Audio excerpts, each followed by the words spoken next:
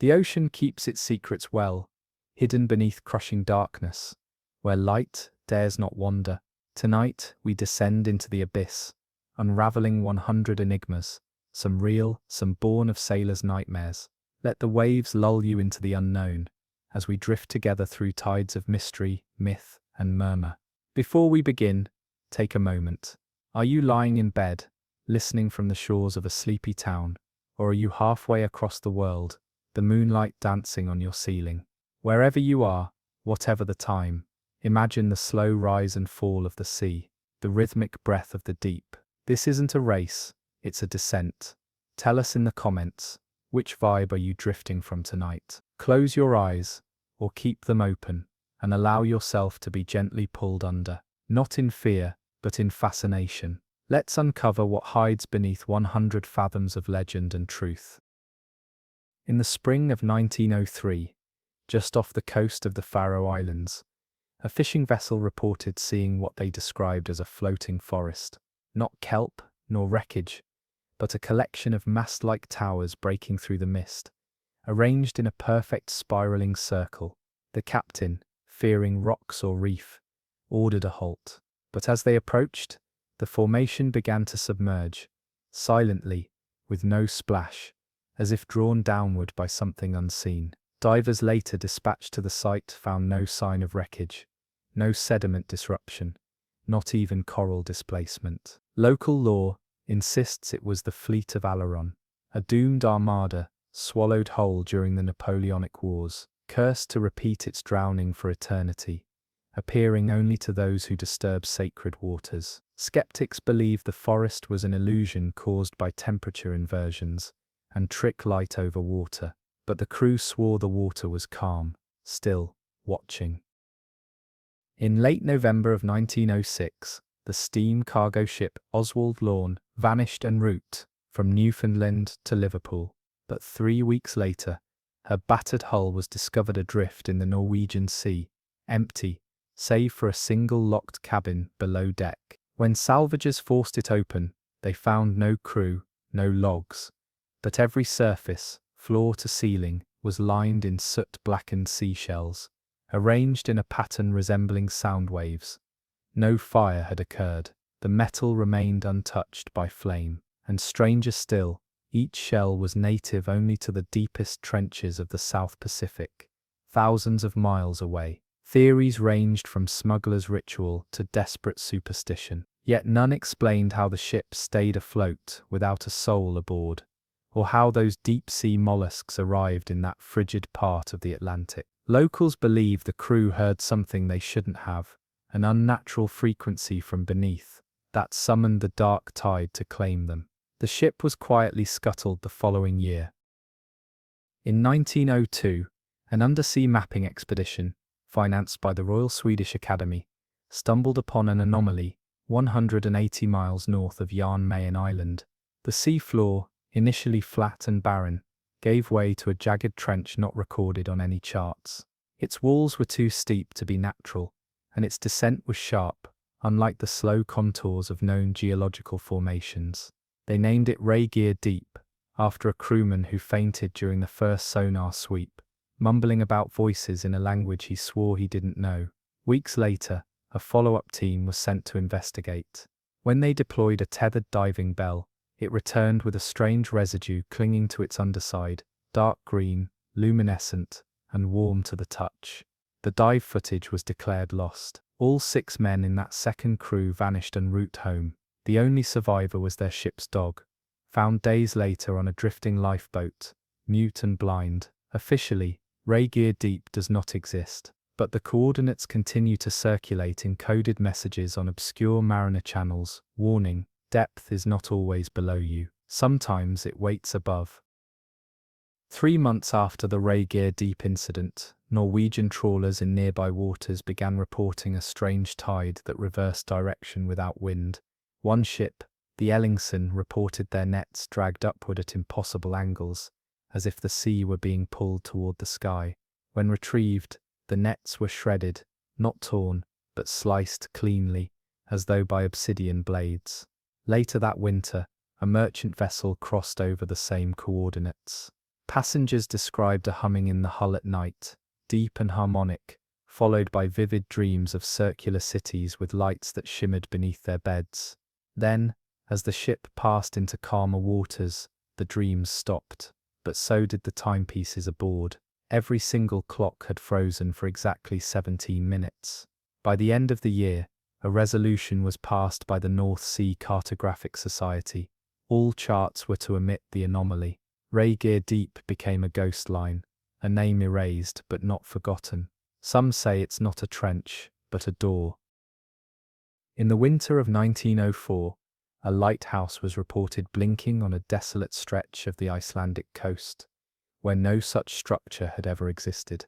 Fishing crews passing through Faxaflói Bay claimed to see a tall, narrow tower shrouded in pale smoke. No fire, no fog, but a thick, curling mist that never dispersed.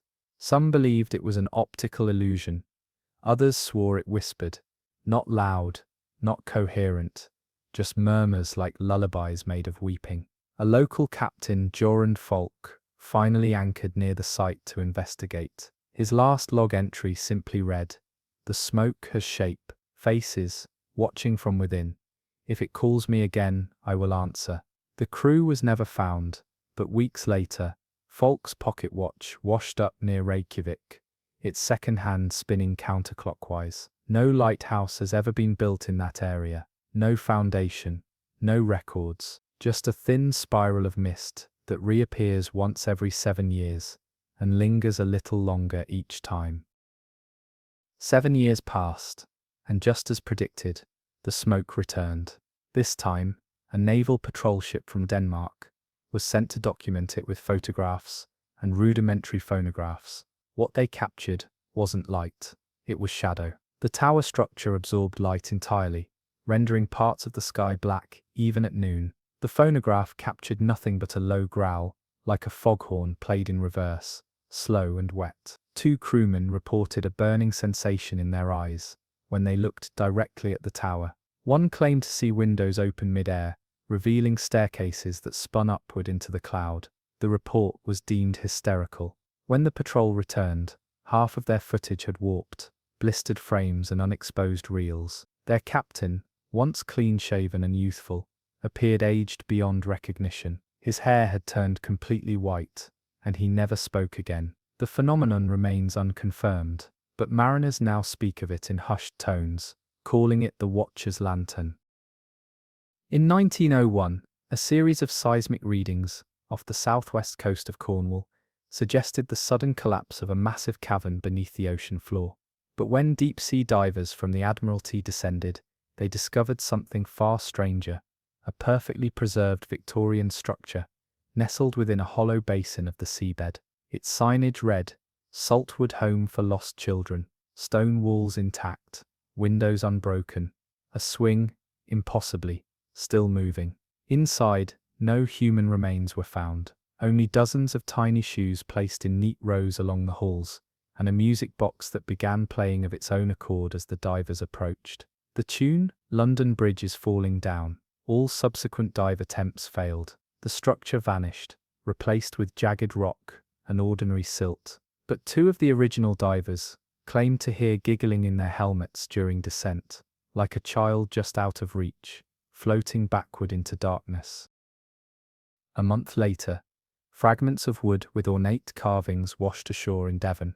Experts identified the symbols as 18th century Cornish, traditionally carved on gravestones for children lost at sea. More perplexing, the wood bore no signs of decay, salt-free, as though protected. That winter, reports trickled in of children in nearby villages speaking in their sleep, chanting riddles no one taught them. Some would wake crying, claiming they saw a woman underwater calling them home. Descriptions varied, but always included a lace veil and a ring of keys around her neck. One boy, Thomas Ray, vanished while playing near the tide pools. His footprints led into the sea, not out. Though skeptics dismiss the Saltwood account as fabrication, sonar occasionally picks up hollow echoes beneath the same coordinates, repeating at precise intervals, like the toll of a school bell calling children to class beneath the waves. In April of 1908, a merchant vessel, named the Windhaven, reported unusual acoustics while passing through a little-known inlet near the Labrador coast, a stretch of ocean so still it earned the name Blackwater Gulf among older sailors. On that evening, just after sunset, the crew heard what they described as a choral procession, not birds, not whales, but human voices, soft, harmonic, dozens of them. Some claimed it was a hymn, others insisted it was a warning. Yet no language could be identified.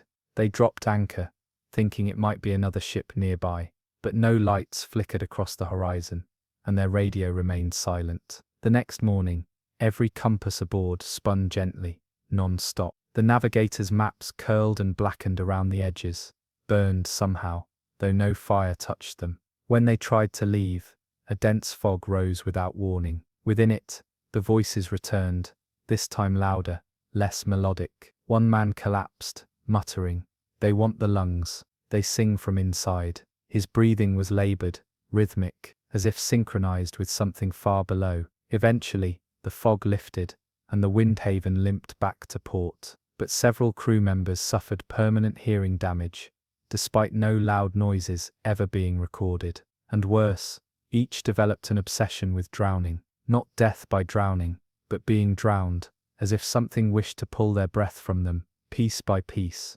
song by song. To this day, sonar surveys of Blackwater Gulf reveal bursts of inexplicable echoes, like choirs rehearsing beneath a cathedral of pressure. Later that year, in an act that remains deeply classified, a joint expedition was commissioned under the guise of chart updates. 3 submarines were sent, one at a time, to locate the source of the choral phenomenon. The first lost all signal below 2,000 meters. The second recorded only static, interrupted by what sounded like a slow inhale. The third, equipped with new soundproofing tech, went deepest. They reported nothing until they tried to ascend. A diver, sent out to inspect damage to the outer hull, left the sub tethered and breathing normally. Then silence. When reeled back in, his suit was filled, not with seawater, but with dark feathers, slick with brine.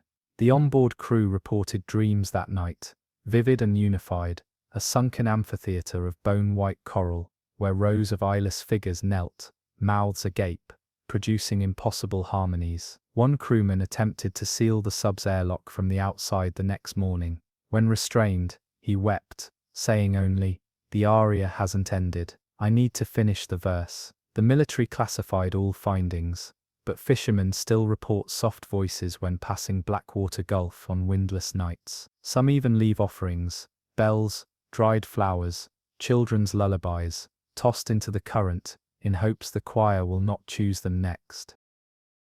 In the summer of 1905, aboard the steam-powered oceanographic surveyor, Leviathan, a curious sonar ping echoed back from the northern stretch of the Andara Trench, an uncharted depression off the southern Philippine Sea. What puzzled the crew wasn't the ping itself, but its rhythm, a slow repeating clang, spaced exactly 12 seconds apart, a noise that, according to the ship's engineer, resembled an enormous bell being struck underwater, though no mechanism could possibly function at that depth and pressure. Intrigued, they deployed a weighted recording device into the trench. It descended 8,000 meters before the line snapped.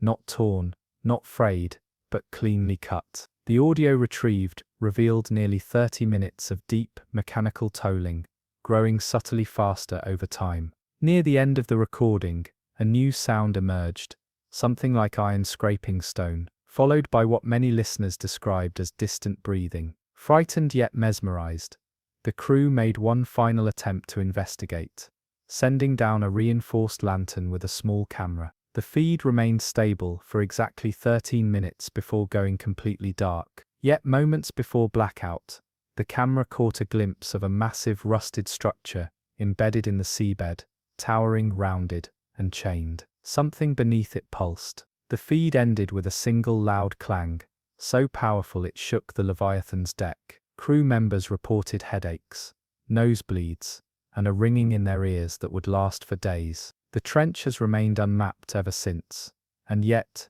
deep-sea hydrophones still occasionally pick up the bell's toll, always 12 seconds apart. 2 years later, in a coastal village on Mindanao, a child named Isandro was discovered washed up on the shore, barefoot, soaked, yet speaking perfect German, despite no formal education and no known contact with foreigners. He claimed he'd been inside the tower that holds the silence. His skin bore faint red rings around his limbs, as if he'd been bound in shackles. The village priest recorded his account, noting the boy described metal that breathes and a name, Orvaran, which had no meaning in any known language. Isandro would wake up at night, screaming about the bell, insisting that if it reached its final toll, something asleep in the hinge of the world would awaken. Over time, he stopped speaking entirely. His eyes turned cloudy, as though cataracts had taken him. Yet he wasn't blind. He simply stared, always toward the ocean, as though waiting for something to rise. By 1912, dozens of similar reports emerged from ships sailing near the Andara Trench. Stories of phantom tolls shaking hulls, sudden dizziness among crew, and mysterious iron chains rising like kelp from the depths. No expedition has dared descend since, but a recurring frequency continues to broadcast every 13 years on long-range hydrophones, low, metallic, and unmistakably deliberate. The bell of Andara is still ringing. Each toll, they say, brings it closer to the surface. In October 1909, a small fleet of lobster boats from Nova Scotia's Cape Sable region vanished over a calm weekend voyage. No distress signals, no wreckage, only buoys left bobbing aimlessly, and a seagull silent sky above. A single trawler returned 3 days later, empty, barnacle-covered, and eerily dry inside. It hadn't just drifted, it had been placed, neatly aligned with the lighthouse dock, as if returned by a careful hand. Inside, the walls were covered in scratch marks, not of panic, but patterns, concentric circles, grids, etchings resembling tide calendars, and crop rotations. And in the galley, rows of dried kelp braided into the shape of human ribs, resting on every plate. Cape Sable's elders recalled the harvest tide, an old Micmac legend of the sea, reclaiming what was owed once every 100 years, not for punishment, but for replenishment, a feeding, a cycle, a necessary thinning of those who took too much from the tide without offering back. The event was dismissed as folklore, until the following year, when a team of naturalists recorded an unexplained migration of sea cucumbers, crabs, and deep-sea flora to the same region, all gathering, as though summoned, as if waiting for the table to be set. In the spring that followed, a government team attempted to dredge the region, hoping to uncover signs of the lost fleet or geological anomalies. What they found instead were nets, hundreds of them, knotted not in modern weave, but ancient looping styles unseen for centuries. Each was tied shut, wired tied shut. When opened, they contained bones, human, picked clean. The dredging halted immediately. In the weeks after, reports surfaced of strange figures walking along the tide line at dusk, barefoot, seaweed tangled in their hair, and fish hooks embedded in their palms like ornaments. They didn't speak, they didn't blink, they only stared at the water. One local artist, whose grandfather was among the vanished, painted a series titled The Returning. The final piece depicted the ocean as a great mouth, with barnacle teeth, swallowing boats, not in rage, but in ritual. To this day, Cape Sable's waters are avoided on the full moon after the autumn equinox. Fishermen speak little of what happened, but their children are taught not to eat fish caught that week, just in case the sea asks for something back. In 1907, Catholic missionaries stationed on a remote Pacific island called Isla Sirena, then uncharted and unclaimed, dispatched a frantic message to the Vatican. "We have found a saint entombed beneath the waves. She speaks, and we are afraid." The letter arrived without coordinates, and was accompanied by a single relic, a silver rosary, barnacle-encrusted, yet humming faintly when touched. Recovered journals from the mission describe a statue off the island's coral shelf, 20 meters beneath the surface. This figure, A veiled woman carved from greenstone, rested with arms outstretched, mouth open, and eyes carved with astonishing detail, seemingly watching the swimmers above. But what disturbed them wasn't her presence, it was that she moved. Divers claimed the statue changed posture ever so slightly between visits. One morning, her arms were folded, the next, reaching, and each time the surrounding marine life grew more violent. Schools of fish swarming and vanishing, dolphins beaching themselves, coral turning grey overnight. The islanders, ancient and reserved, refused to go near the waters, calling the statue La Madre Cursia Hoga, the drowned mother. They said she was not a saint, but a curse, a harbinger of what lies beneath divinity. Weeks later, after a storm, the missionaries awoke to find their chapel desecrated. Seaweed clung to every crucifix, statues wept salt water, and where the altar once stood, there was only a wet impression, as if someone had laid there, curled in grief. Attempts to leave the island failed. Their boat refused to float. The wood warped as though rejecting the water, rotting at unnatural speed. One priest took the rosary and waded into the sea, declaring he would return it to its rightful owner. He never emerged. The others claimed the waves parted slightly as he walked in, not out of mercy, but to receive him. The final journal entry was written in trembling Latin. She is not a savior. She is a gate, and the gate is beginning to open. Afterward, Isla Sirena was struck from naval records. Maps list it now only as uninhabitable reef, but sailors say that if you sail quiet enough near those coordinates, you'll hear a voice beneath the water, soft, distant, and repeating only one word: come.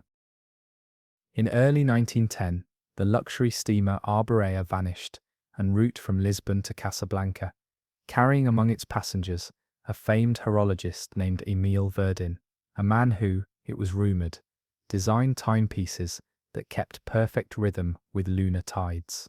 His final invention, never publicly revealed, was said to be a marine chronometer that could predict undersea currents, not days, but decades, in advance. When the Arborea was found drifting 4 weeks later, it was pristine, sails furled, engines cold, and no one aboard. The crew's beds were untouched, the dining room set for breakfast, and the clocks, every last one, were frozen at exactly 3:47 a.m., and not just stopped, engraved. Each clock face bore a hairline crack leading to the same point on its dial, as if shattered by an invisible impact, marking that same cursed minute. In Verdin's private quarters, investigators found blueprints soaked in seawater that had somehow not warped the pages. The diagrams outlined a strange mechanism, part gyroscope, part sextant, with annotations written in a mixture of French and what appeared to be an unknown maritime cipher. Scribbled beside the sketches was a single phrase: "Where time sinks, the sky shall echo." As the ship was towed toward port, all 3 rescue vessels reported anomalies. Barometers reversed, radio static grew rhythmic, and crewmen suffered vivid hallucinations of gears floating in the sky, rotating endlessly above them, like metal constellations. One diver claimed he saw an hourglass made of seaweed and glassfish, drifting in the current. When the Arborea finally reached harbour, it was already sinking, not from a breach or storm, but as if it simply gave up, cracking inward like a collapsing clock spring. It groaned once, as if sighing, then vanished beneath the dock before officials could board again. 3 days later, fishermen along the coast of Essaouira began catching strange items in their nets: brass springs etched with constellations, clock hands made of coral, and thin pieces of parchment wrapped around barnacles, each one stamped with the numbers 347 in bleeding red ink.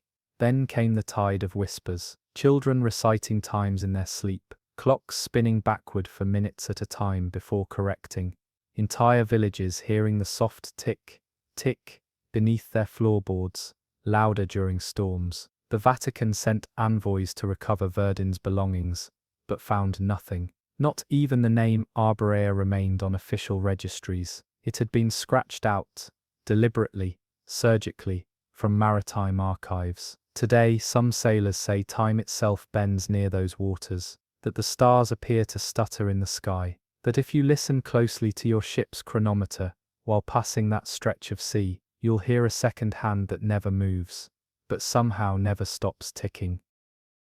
In March of 1910, the crew of the Irish cargo vessel, Sister Bridget, spotted a strange discoloration in the waters west of the Aran Islands. A perfect circle, nearly 200 meters wide, of deep crimson hue floated atop the surface, like wine bleeding through pale fabric. At first, they believed it to be an algal bloom, but as they sailed closer, their instruments began to fail. Compass needles spun erratically, barometers cracked, and the ship's bilge pumps activated on their own, despite no water breaching the hull.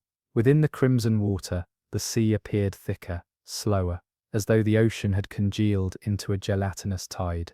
What disturbed them more, however, were the objects they could see floating beneath: porcelain masks, rusted lanterns, and what appeared to be fragments of chapel pews, though no known wreck had been reported in the area for decades. The ship's log describes a unanimous feeling among the crew of being watched. One deckhand claimed he saw nuns beneath the waves, their arms folded, their habits trailing like smoke in the water. He said they drifted upward whenever someone stared too long. The captain ordered an immediate retreat, but the current resisted, tugging the vessel back toward the Red Hollow. It took hours to break free. Later, the Sister Bridget docked in Galway for emergency repairs. The hull bore strange streaks, finger-length smears of dark red that could not be washed away by salt water, soap, or flame. Samples taken to Dublin were lost en route, and the examining chemist, who had first touched them, developed a sudden, unexplainable allergy to fresh water. His skin blistered at every drop. Villagers began whispering that the Red Hollow was not a natural bloom, but a veil, one that separated the living from something once sacred and now desecrated. Old fishermen claimed that during certain nights, you could hear church bells ringing beneath the ocean, followed by hymns sung in reverse Latin, their tones lower than any human voice should reach. 3 weeks after the event, the captain of the Sister Bridget was found drowned in a chapel near his hometown, though there was no sign of forced entry, and the holy water font had been filled with seawater. The church has since been deconsecrated. Its last sermon, as recorded in the tattered ledger, was never spoken aloud. It was written, instead, in blood-red ink. The sea does not forget its sacraments. In the fog-heavy spring of 1911, a British mail vessel, the Hawthorne Lily, went off course during a coastal delivery near the Shetland Islands, drifting into a narrow and unmarked inlet, known only on older maps as Black Drift Sound.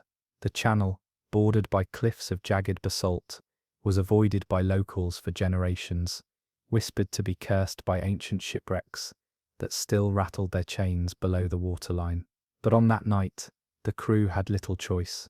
Their compass spun wildly, and the fog grew thick enough to taste. It was the helmsman who first saw the lights, 3 faint lanterns bobbing slowly in a straight line, just ahead of the bow, each suspended just above the waves without rope or mast. They swayed like they were being held, yet nothing stood beneath them. As the Hawthorne Lily crept closer, the fog parted just enough to reveal the waters beyond, no longer flat, but sunken, as though a mouth had opened in the sea itself. The ship began to list, dragged toward a slow spiral of downward current. The crew scrambled to turn back, but the engine stuttered. One sailor threw himself overboard in panic, and was seen floating, not sinking, beneath the water, staring up in terror, as though held aloft by invisible arms. They escaped only by cutting power completely, drifting backward on the dead weight of their hull. The lights disappeared, so did the fog, but the sea had changed,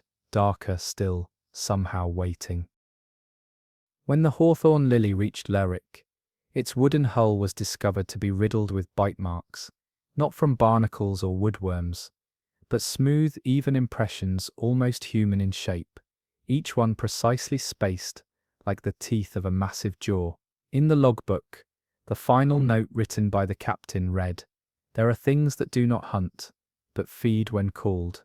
We nearly called them." That summer, several fishermen who returned to the Sound claimed to see more lanterns, sometimes 4, sometimes 5, swaying in strange formation, always above calm water, always silent. They described a humming in their boat's metalwork, a sense of pressure in their skulls, as though their thoughts were being pulled slowly outward. One man vanished entirely, leaving only his boots neatly placed on the rocks. Days later, his pocket watch was discovered in a cork-held stomach, still ticking, still warm. By 1913, the Black Drift Sound had been removed from maritime charts, its entry points blocked by false reef warnings. But sailors still murmur about it, in coastal taverns. The lights, the mouth beneath the current, the feeling of not being alone in the stillness. No one dares fish there anymore. Not because of what they might catch, but because of what might look back. In 1914, a Norwegian whaling ship, the Friska Odal, found itself becalmed near an uncharted series of reefs, south of Greenland. Jagged, bone-white structures that shimmered like tusks beneath the waves.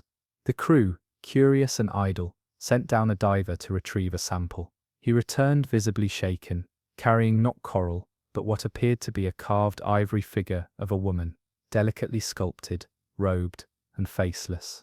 Her hands were clasped in prayer, her toes were sharpened to points. That night, the wind returned, but the ship did not move.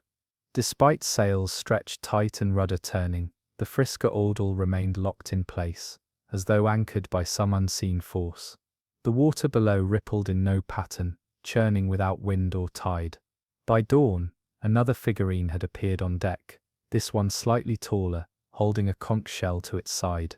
No one had placed it, no one admitted to having seen it arrive. Over the next 3 days, 6 more appeared, always between the hours of midnight and 4 a.m. always dry, always carved with unnerving precision. When the crew attempted to throw them overboard, they floated upright on the surface, bobbing in a perfect circle around the ship, like sentinels. On the 4th night, the cook began to hum a lullaby. None recognized. He claimed it came from the water. Soon after, he disappeared. His boots and coat were found folded neatly near the stern.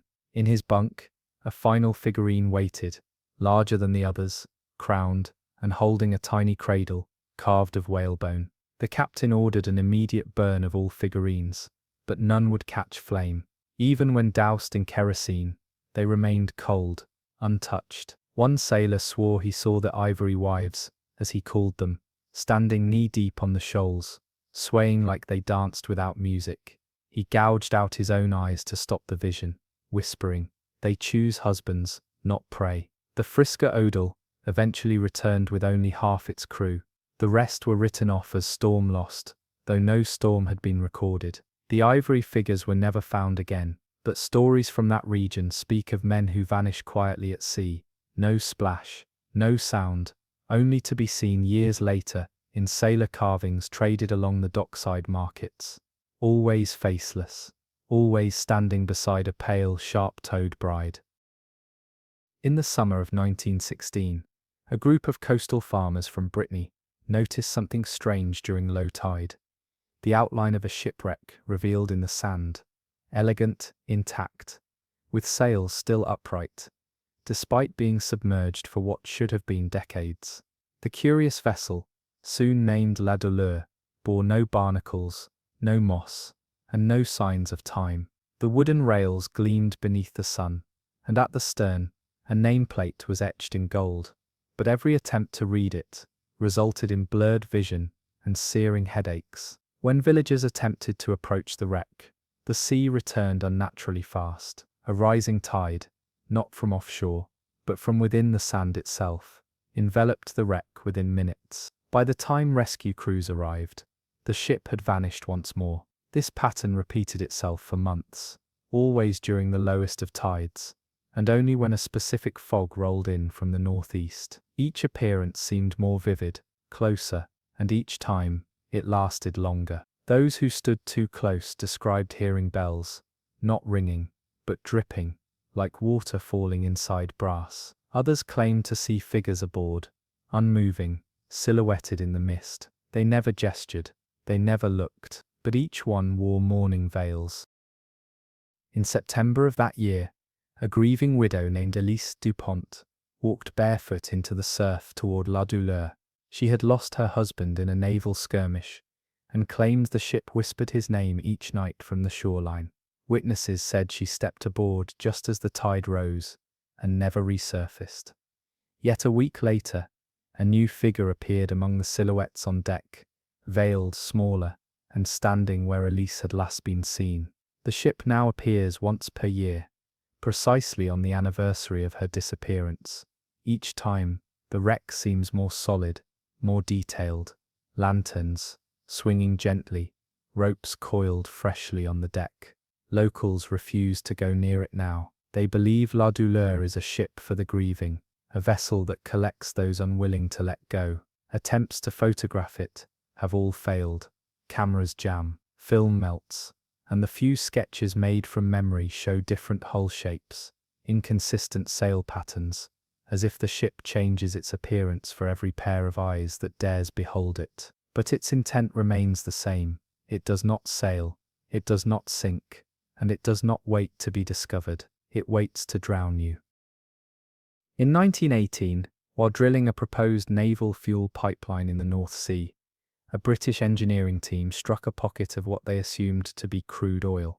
But instead of the usual black sludge, what surfaced was iridescent, swirling in hues of violet, green, and gold, and warm to the touch. The lead engineer, Sir Gareth Moore, described it as alive, noting how it pulsed faintly in rhythm with his breath. The substance made no sound when poured, but hummed faintly when sealed in darkness. When stored in tanks below deck, the ship's machinery began malfunctioning. Compasses spun in spirals, Morse keys clicked on their own, and several crewmen woke at night with bleeding noses and vivid hallucinations of old shipwrecks, suspended in oil, their crews still screaming in slow motion. One man claimed the oil was singing to him, not with lyrics, but with intention. It wanted to be returned, not to the earth, but deeper, into a chasm it had escaped from. 2 days later, he vanished. All that remained were his boots, upright and full of violet brine. Sir Gareth, unwilling to discard the discovery, brought a sample back to London for private study. But the moment it entered his manor's basement, his clocks froze, water pipes groaned, and the family cat refused to enter the home again. Days later, neighbours reported hearing music, soft, aquatic tones, rising from beneath the floorboards. Gareth was found unconscious near the sample tank, his skin slick with the oil, his ears filled not with fluid, but salt crystals. He later wrote in his journal that he had seen a civilization beneath the petroleum crust, locked in amber, and waiting to sing the world open. The Royal Navy classified the incident. The sample was buried at sea, in a sealed iron vault, reportedly near the Faroe Islands. But fishermen claim that when storms hit, the waves near that site hum softly, like choirs trapped in syrup. And sometimes, after lightning, the water turns violet for just a moment. In 1920, an Arctic trawler named the Selkies Mercy veered far off course while hunting narwhals and found itself locked in a sudden freeze near an uncharted ice shelf north of Svalbard. As the crew scouted the area for shelter, they discovered something impossible. A frozen lake, smooth and black, exposed beneath the glacier like a polished obsidian mirror. Embedded within that lake were trees, perfectly preserved. They stood tall beneath the ice, visible as if through glass, their branches draped in leaves that shimmered faintly, even without sunlight. At their bases were apples, dozens of them, glowing with a soft internal light, untouched by decay. When one sailor attempted to chip away the ice to retrieve a sample, he collapsed instantly. His skin turned blue, but not from cold, from something else. His breath was shallow, his lips moved rapidly, though no words came. He was hauled back aboard, eyes wide and locked on the lake behind them, whispering a single word between tremors: orchard. The ice beneath the lake remained unnaturally warm, resisting the ambient chill by several degrees. The next morning, the crew awoke to find frost covering the inside of their portholes, not on the glass itself, But on the air between, strange symbols appeared, like those carved on Viking runestones, swirling until melted by breath or flame. The trees below had shifted. One now leaned against the surface, as if listening.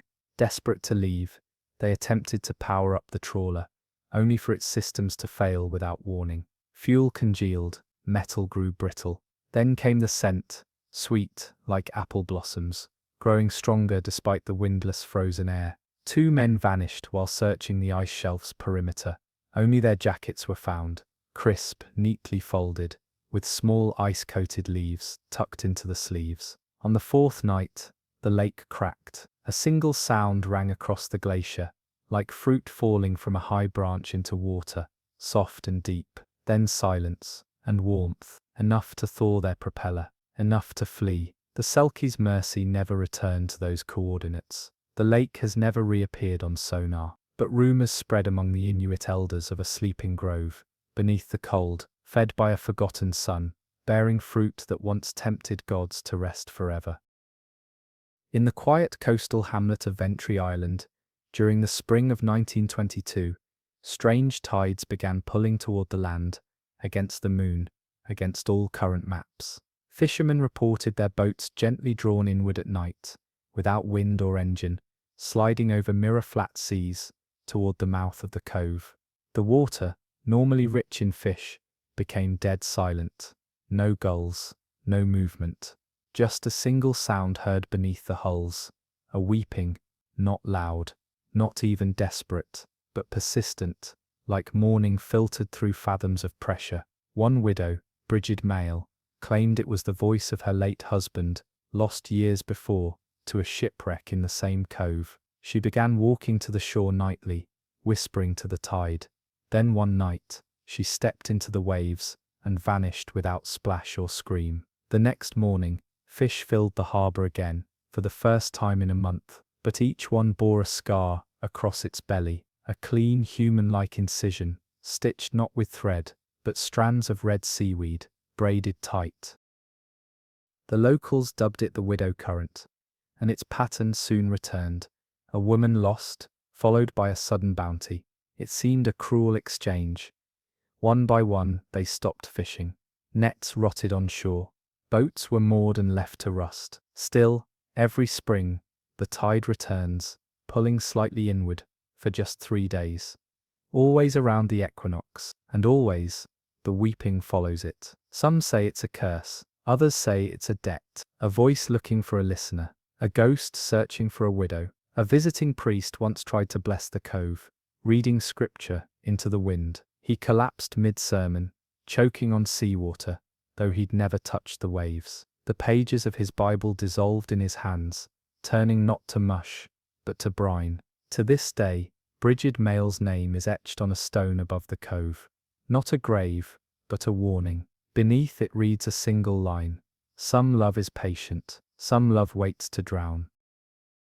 In 1924, the freighter Mary Alice passed through the calm waters of St. Helena Strait, a narrow and rarely traversed path between 2 volcanic island ridges in the South Atlantic. Known for its glass-like stillness, the strait was eerily silent that morning. No birds, no clouds, just water so smooth it reflected the ship perfectly, making it appear as though it were sailing between 2 skies. But soon, something felt. The reflection stopped, matching the ship's movements.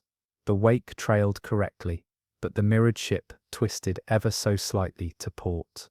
A trick of the light, the crew assumed, until it smiled. The reflection smiled. Where the real crew stood silent at the railing, the mirror men grinned, broadly, with teeth that stretched too far.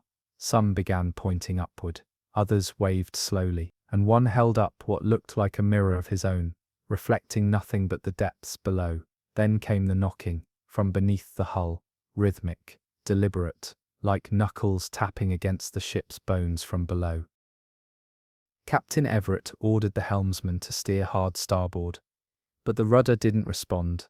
The ship continued straight, slowly approaching a patch of water where the reflection began to ripple inward, not from wind, but as if something on the mirrored side was breaking through. A sailor threw a flare overboard.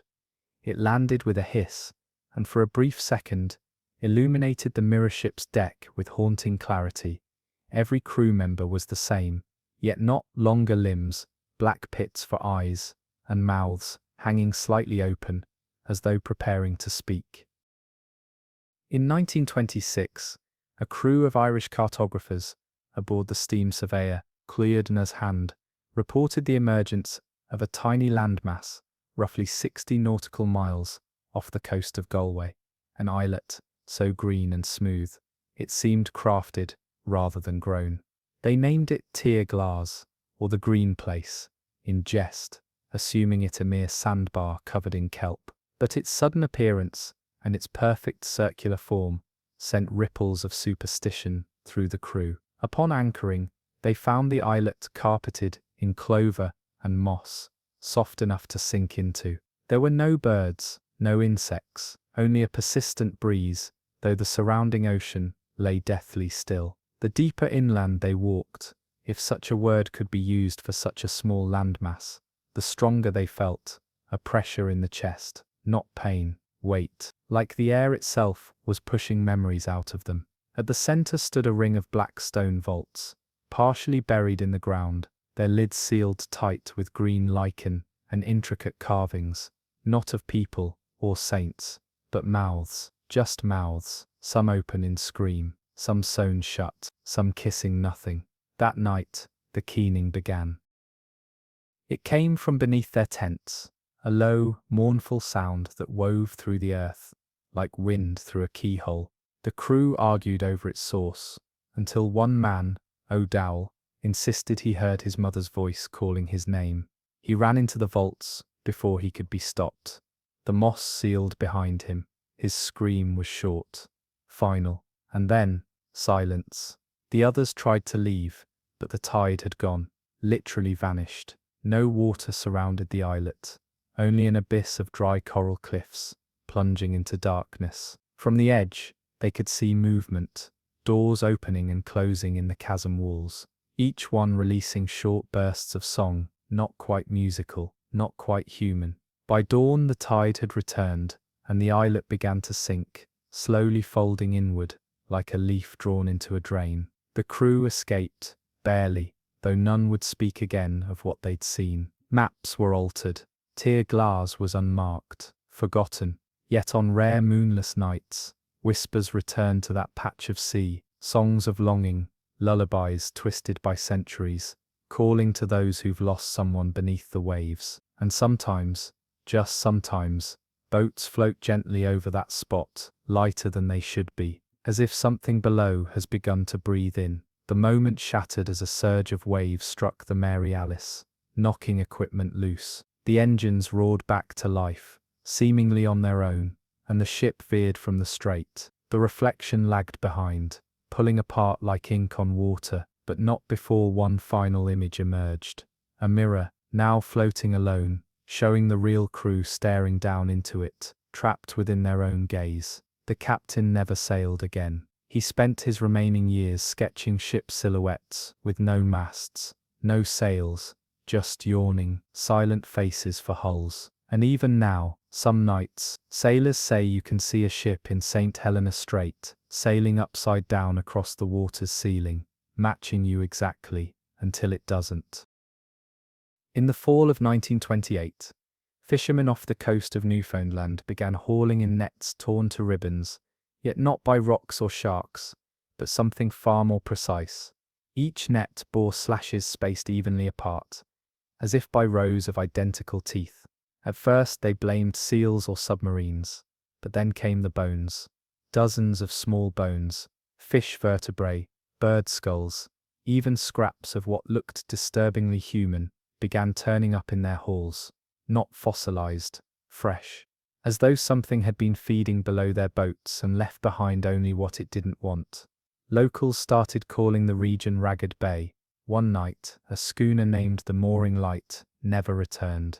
A search party found it days later, drifting silently, not capsized, not sunken, but chewed. Massive crescent-shaped bite marks ran along the hull, deep enough to split timber beams and drag iron bolts loose like teeth from gum.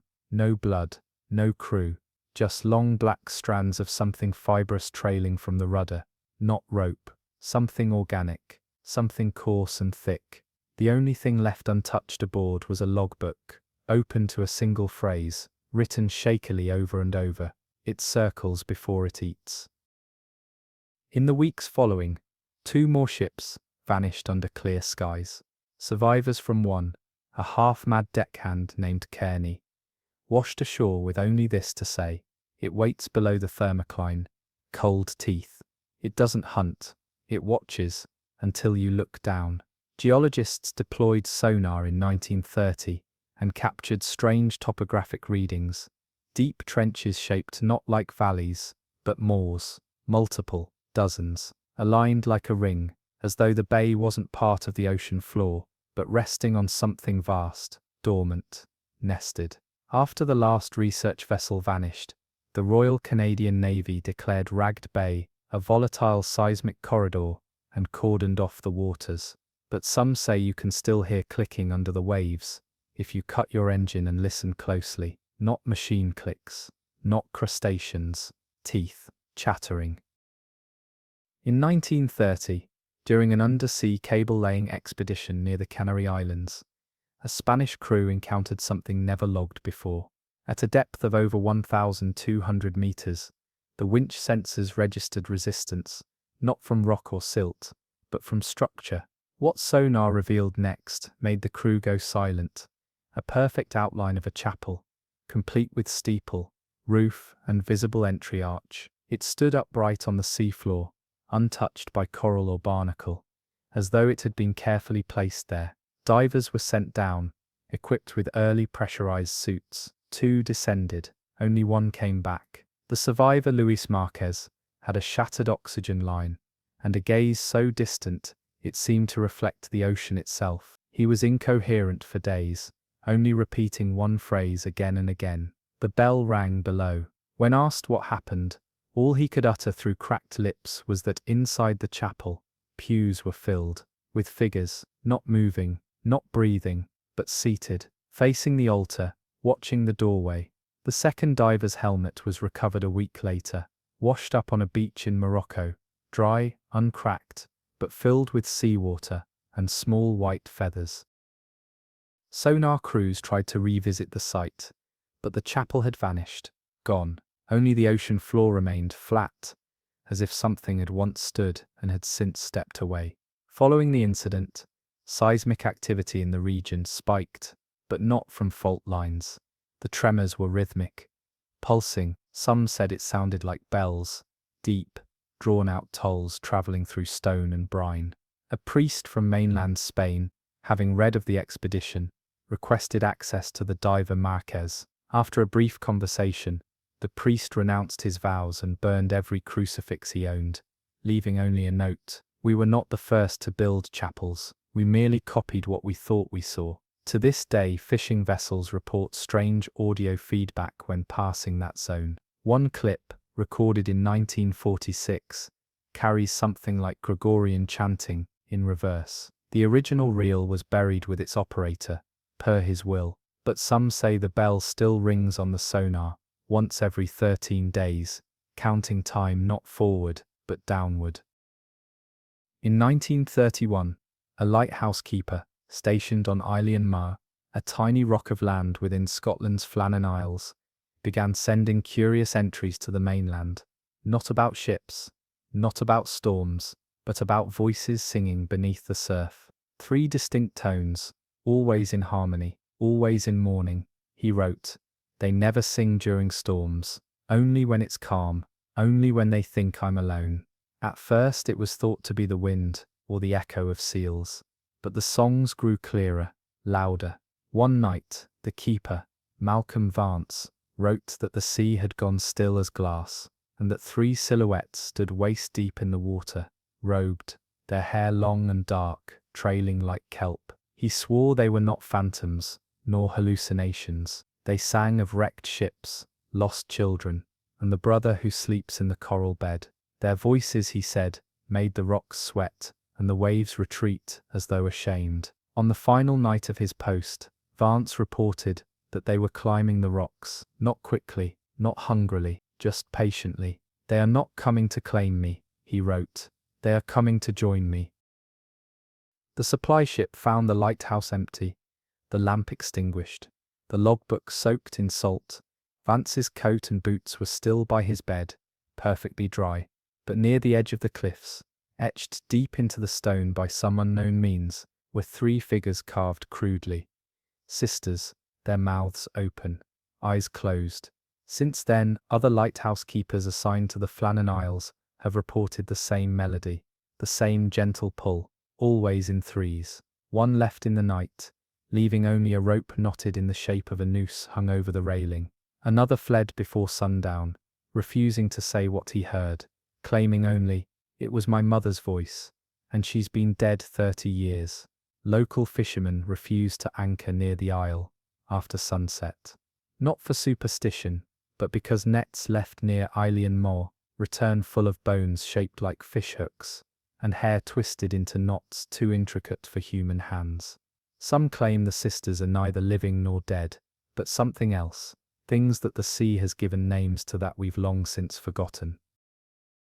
In 1933, a deep-sea trawler known as the Calder Thorn began netting strange bioluminescent creatures off the coast of Dakar, lanternfish far larger than typical, glowing in colours rarely seen beneath the waves, orange, violet, and a soft, sickly teal. At first it was hailed as a marvel. Scientists on board rushed to preserve specimens, noting their perfectly symmetrical markings, the eerie shimmer of their eyes, and their unusual behaviour. When placed in separate tanks, they would float in patterns that mirrored one another exactly. Then came the names. Etched, no, grown into the scales of each fish were shapes resembling letters, not scratched or branded, but natural, as if the fish were born with writing on them. The names were different on each fish, but unmistakably human. First names, surnames, some common, others ancient. One fish bore the name of the vessel's own engineer, Dorian Ames. Dorian went silent. That night he walked overboard without a word. His body was never recovered. In his bunk he'd written just one sentence on the wall in oil pencil: "They remember us better than we remember them." Panic spread among the crew. Men began refusing to haul the nets. They feared the fish, feared what would come back next. And the fear was not unfounded. Over the following week, more names were discovered, matching lost sailors, missing children, and even passengers from ships, presumed wrecked in other parts of the world. No one could explain how these names ended up on deep-sea creatures in that specific location, nor why the fish all floated belly up if their names were read aloud. The last catch before their return revealed a single lanternfish, larger than the others, glowing in pure white. Its body bore a name no one recognized. But when it was taken below deck, every light on the ship blew out. The engines stalled. The crew huddled in darkness as the tank containing the fish slowly filled with vapor, then cracked from within. They never found the fish again.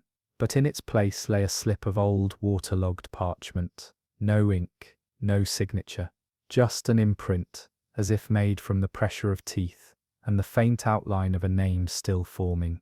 To this day, fishers near the Gulf of Guinea speak of catching glowing shapes that twitch to the sound of names whispered across the deck. And if your own name ever comes back from the deep, it means the sea is calling you home.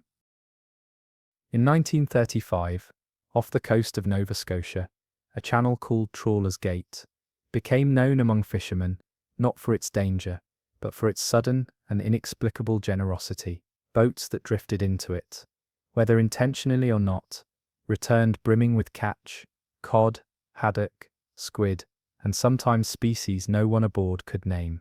All fresh, all alive, all silent. Not a single one flailed or struggled as they were pulled from the nets. But the catch came with a cost. Soon, reports spread of vessels returning light, not in fish, but in crew. One man vanished per journey, without fail. No blood, no splash. Just gone, leaving behind his boots, usually pointed toward the bow, and a single fish scale pressed into the palm of his work glove. The scale always shimmered, opalescent, and hard as glass. Boats began refusing to enter the gate. Superstitions took root. Some said it was a contract. Others whispered that something beneath the trench had begun cultivating its own crop, and that we were merely gathering its offerings while feeding it in return. Then came the ship with no crew at all. The Gwendoline Marie, a mid-sized trawler, was found drifting across the fogbanks just outside the gate. Engines dead, lights still glowing. No one on board. The logbook's final entry simply read, "We were welcomed." Inside the galley, every chair had been pulled away from the table, as though each man had stood at once and left. Coffee still steamed in the cups. Bread sat unsliced. Yet, in the center of the table was a bowl, porcelain, white, pristine, and in it lay a single fish, alive, unmoving, and staring. Its body was human-shaped.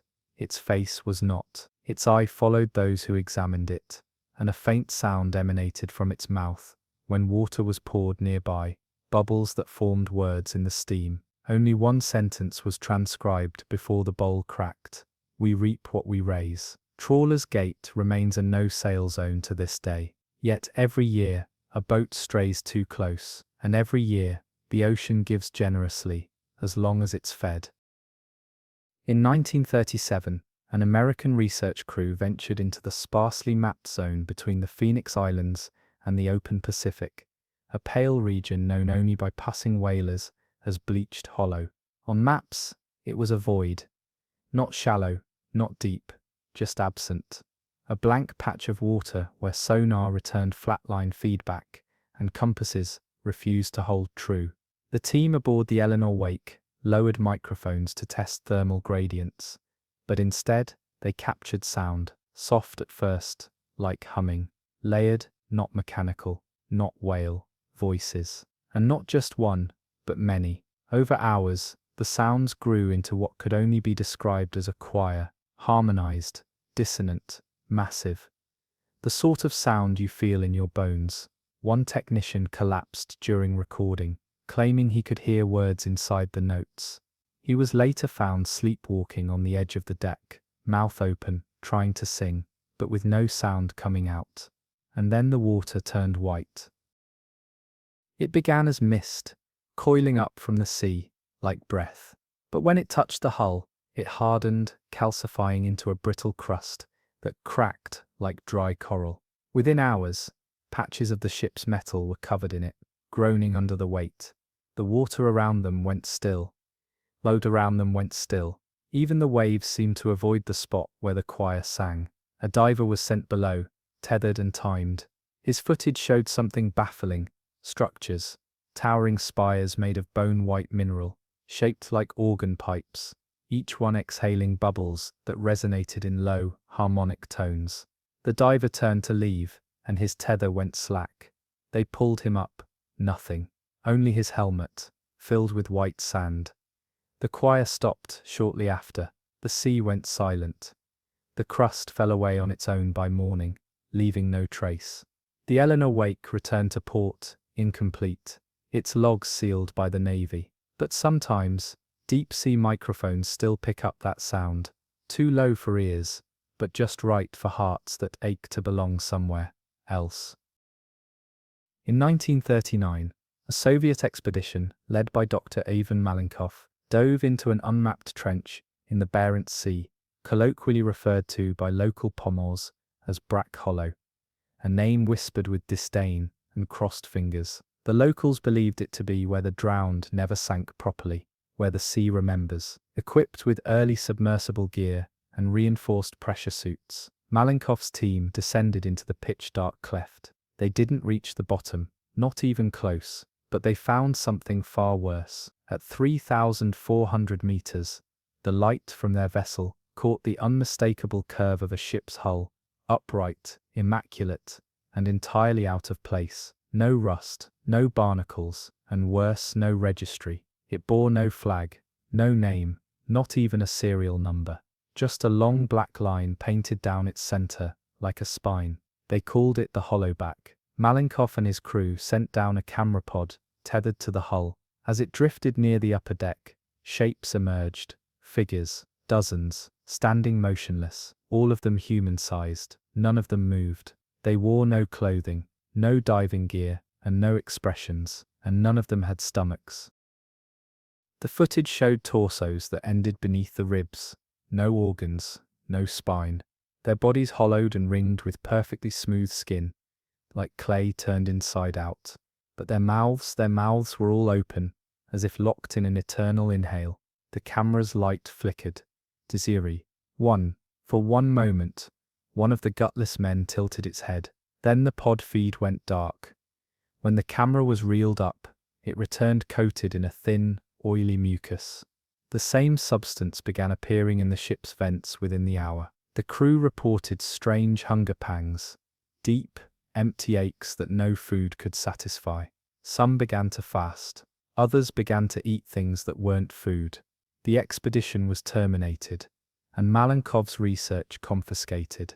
But before he disappeared from public record, he left behind one final note, scrawled in grease pencil on the inside of his personal effects trunk. The sea forgets bodies, but it remembers shapes. Today, Brack Hollow is a dead zone. Satellites can't penetrate it. Sonar echoes never return. But the fishermen who pass by still shiver and swear the water there hums softly, as if it's breathing in. In 1940, after a freak storm swept across the South Pacific, American reconnaissance pilots reported something uncanny.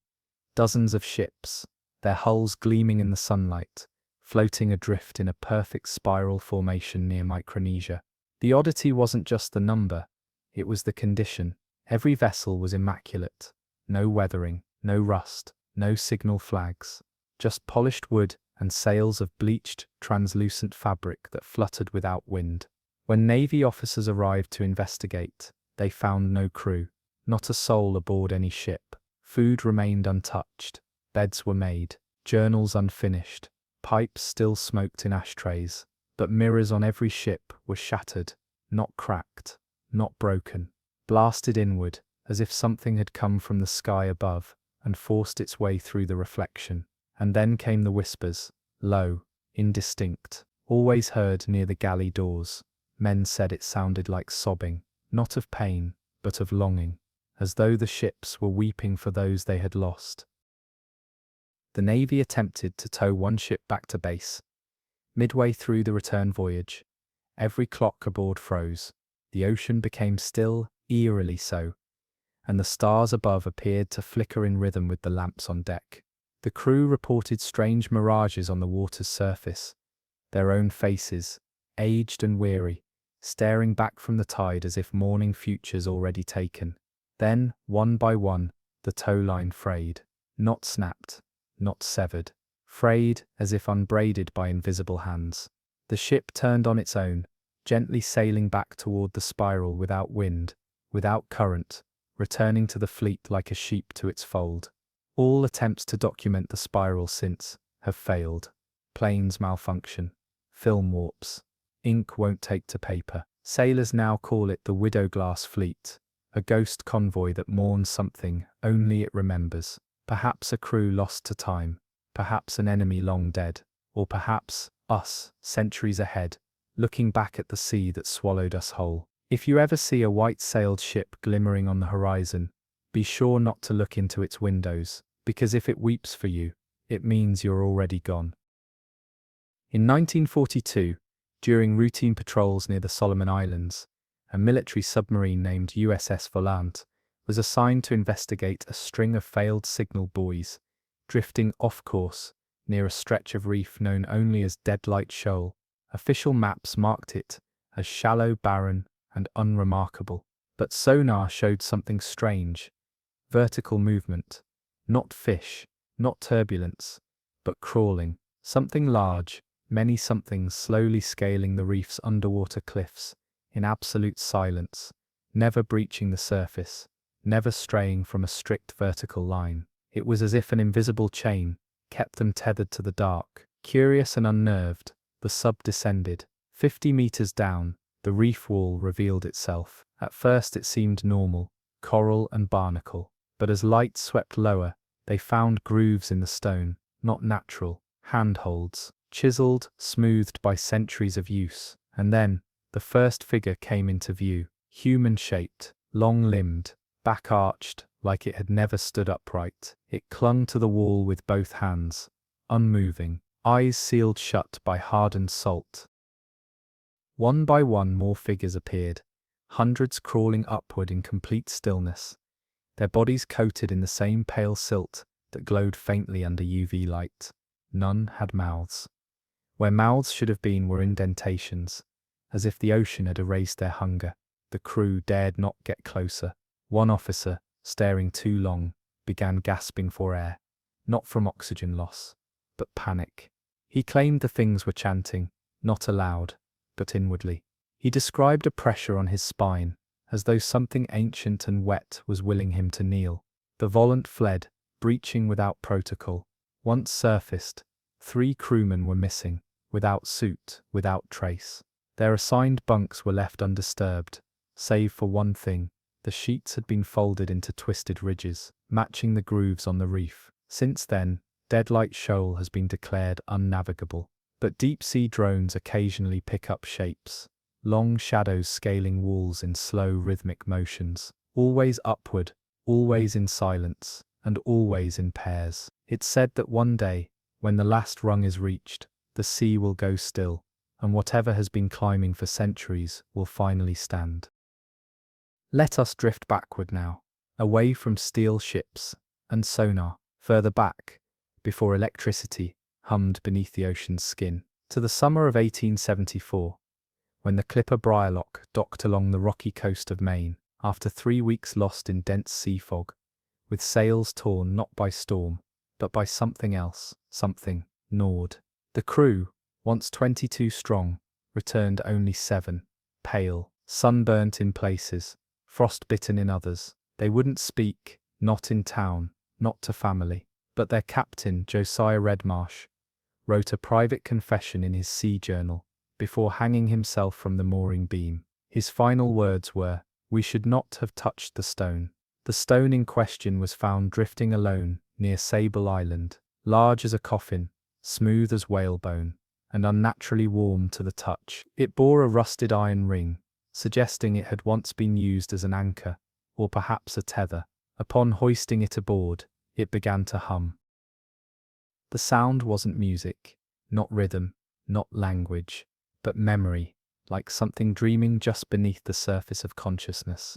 Crewmen reported seeing faces in the wake, not phantoms, reflections, their own, aged 30 years, smiling. Each night after, one man would wake screaming, their hands bleeding, fingernails cracked, as though they'd clawed at wood. One leapt overboard in his sleep, another cut free a lifeboat, and vanished into fog without oar or lantern. Captain Redmarsh wrote that the stone was thinking now, that it remembered being chained. Then one night, they found it cracked, not split, peeled, like an egg, and inside they glimpsed the outline of a man, curled, eyes closed, skin pale as dead coral. By morning the figure was gone, the stone empty, the fog rolled back. The Briarlock limped into port, weeks later, anchorless. Beneath the dock, divers found the mooring stone resting quietly on the seafloor, ring turned downward, as if it had swum there on its own. To this day, no one touches it. And when ships go missing nearby, sailors say they can feel it hum below, still dreaming, still remembering the shape of ropes once wrapped around its neck. The year is 1862. Fog coils low along the coasts of northern Cornwall, thick as wool and clinging to the hulls of merchant ships like ghostly fingers. Just off the fishing hamlet of Trellin, a reef known as Isley's Teeth had claimed dozens of vessels over centuries, a jagged crescent of barnacled rock, hidden beneath deceptively calm waters. But that spring, something else began calling ships in. Survivors, few as they were, spoke not of storms or navigation error, but of a bell, not church-like, not metallic, but bone-deep, a ringing that echoed in the skull, in the sternum, even in teeth, drawing them forward like cattle to a distant yoke. One man was found days later, clinging to an overturned dinghy, bleeding from his ears, his pupils fixed. He muttered just 4 words on repeat. She rang it herself, and from that day on, they called her the Bell Woman. Locals spoke of her long before. Tales passed through generations of a drowned bride who'd gone mad after her husband vanished on their wedding day, sailing straight into Esley Reef without warning. Her body was never found, but the old women of Trellin said the sea kept her, that it gave her a voice. One she used only once each spring tide, to ring the reef's underwater bell and call a groom who'd never come. In the years that followed, ships avoided the reef during fog season, but still, bells were heard, not ringing, but booming, as if rung by something vast and angry beneath. Divers who attempted to find the bell described strange terrain, coral-shaped like rib cages, and stone arches that trembled when touched. Then came the wreck of the Ashfern, whose final transmission was simply, "She stepped aboard." No wreckage was ever found. Only a single shoe, lace-trimmed, soaked in brine, perched atop the reef like an offering.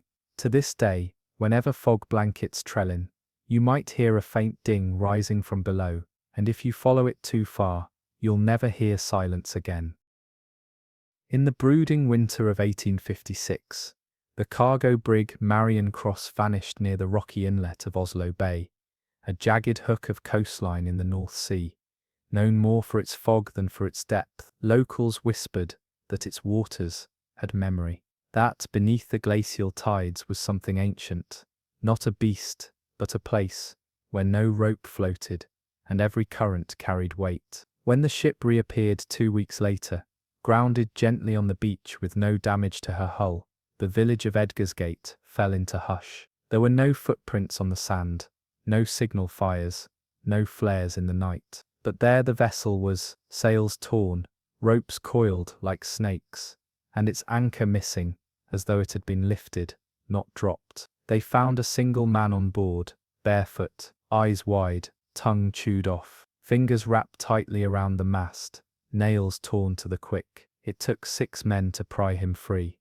Once subdued, he scrawled 3 words in the salt-stained deck with a chipped piece of rusted brass: "Gallows a-breathing." When questioned, the man only made one sound, creaking, over and over, imitating the groan of thick wooden beams swaying in ocean wind, and then he died, smiling. The ship's log, soaked and warped, revealed the final known coordinates, deeper than any had reason to sail, directly atop a trench that shouldn't exist. Explorers who attempted to revisit it found no trench, only an area where compasses spun endlessly, and the water turned black 3 meters down, reflecting nothing. Months later, a salvage diver named Hollis Dreer claimed to have found something there, by accident.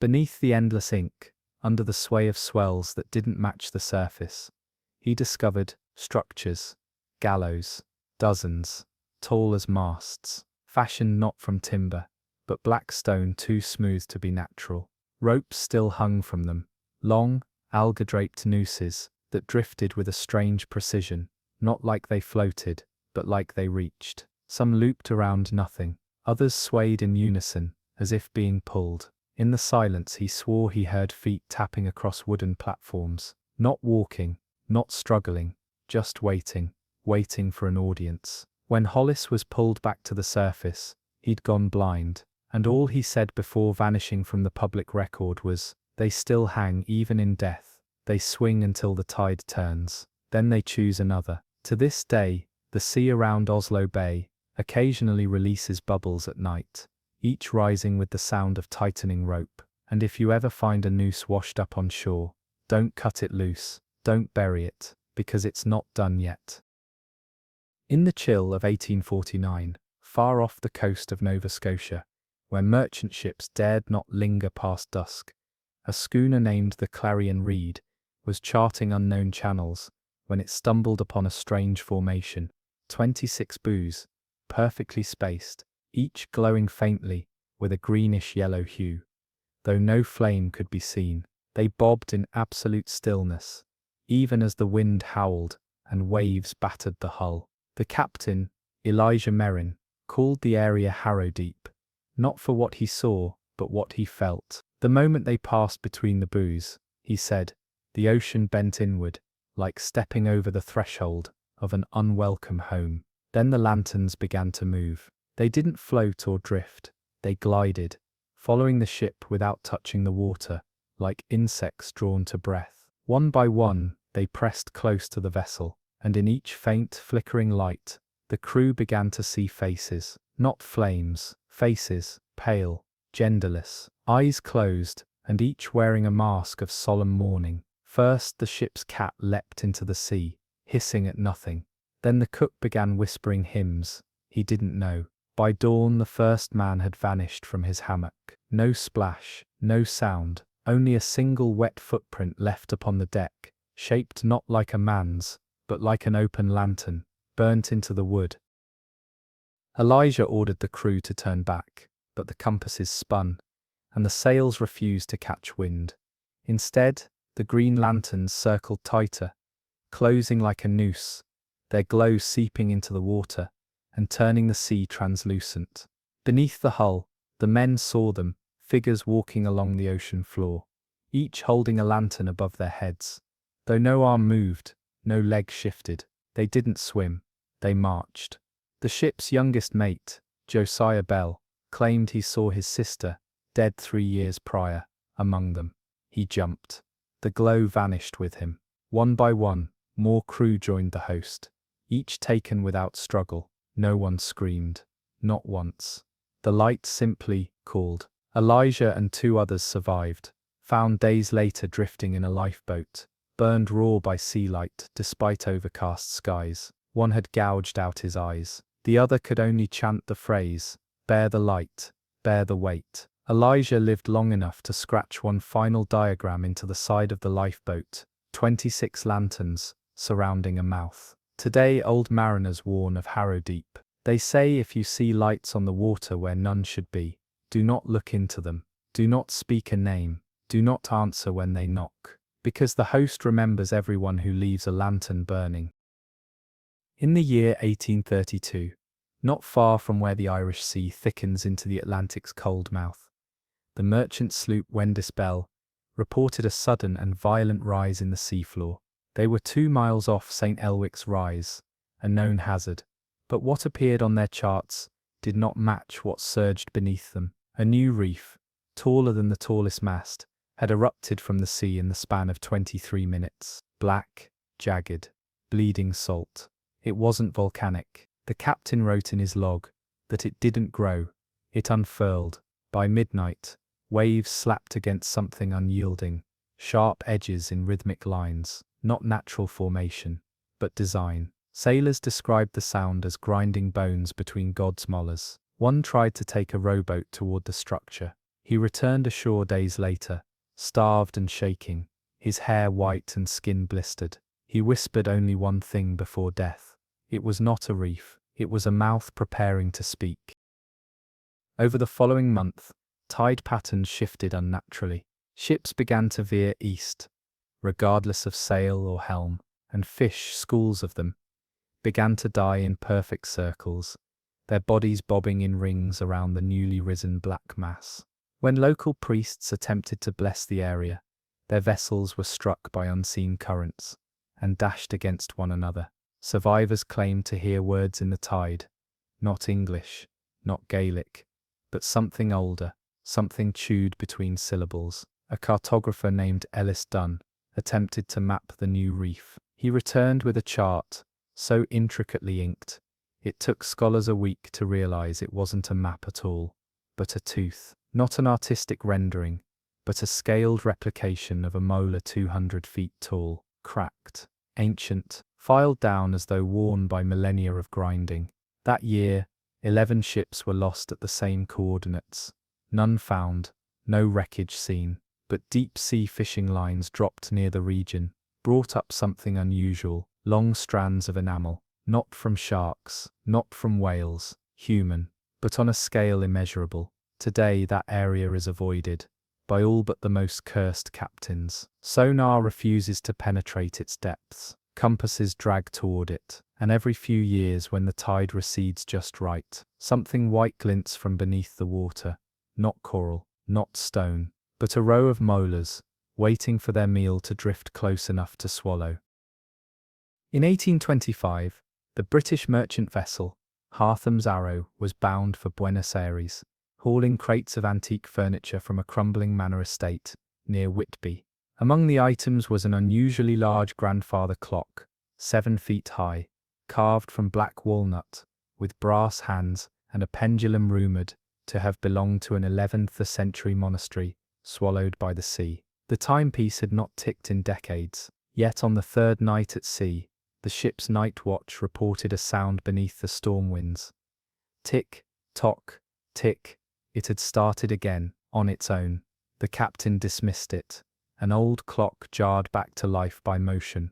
But by morning, the crew began whispering. Not about the ticking, but about the time. The hands weren't moving forward, they were reversing, and with each backward minute, something changed. A pipe grew mouldy, a boot unravelled its stitching, a journal faded, ink draining into paper, like a wound reopening. One sailor found himself covered in bruises he didn't remember receiving, but that looked weeks old. By the 5th night, the ship itself began to rot, boards peeled, nails rusted from the inside, and the clock ticked faster. One man smashed the clock with an axe. The pendulum stopped. For 10 seconds. Then it swung again, this time without a sound. And when it resumed ticking, time didn't reverse. It fractured.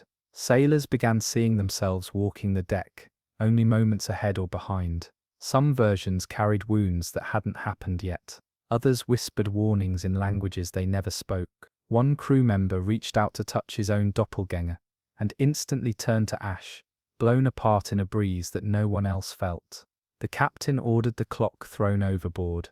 It sank quickly, too quickly, dragging the water with it in a funnel of darkness. As it disappeared, every pocket watch, compass and chronometer aboard shattered in unison. From then on, nothing aboard the Hartham's Arrow told time again.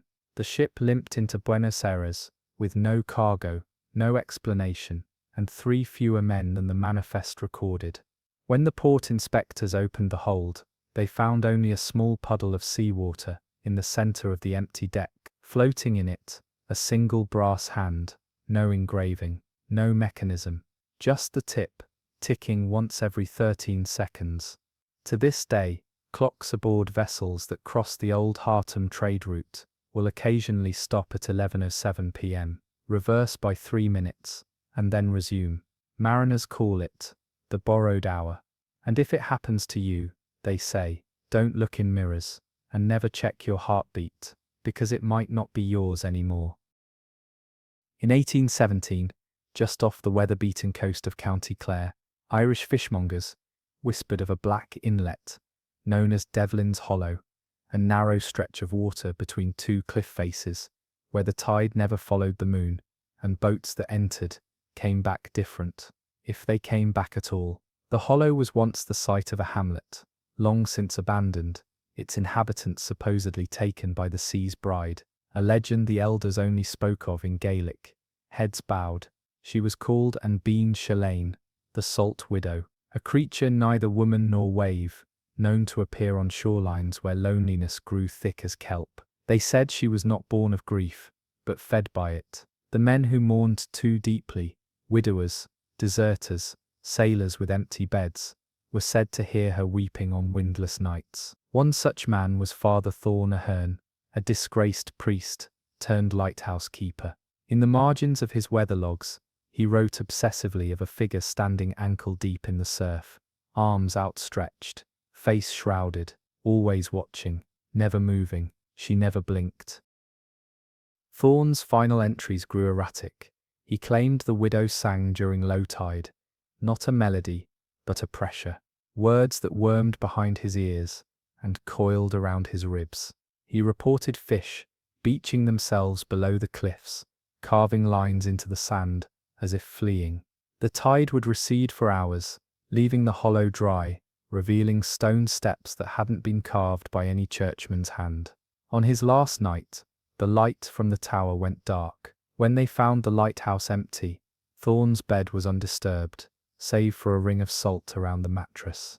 Down on the rocks, Below the hollow's throat, searchers discovered his journal, soaked and warped, with only 2 legible words written over and over: "She forgives." But it wasn't his handwriting. Since then, widowers who visit the coast during fog-heavy springs sometimes hear a woman humming by the waves. If they approach, they say they see someone standing where the sea meets the land. She opens her arms, and those who step forward are never seen again. They leave behind only salt rings, and the faint smell of brine in places untouched by ocean. Locals say the salt widow doesn't drown her chosen, she marries them.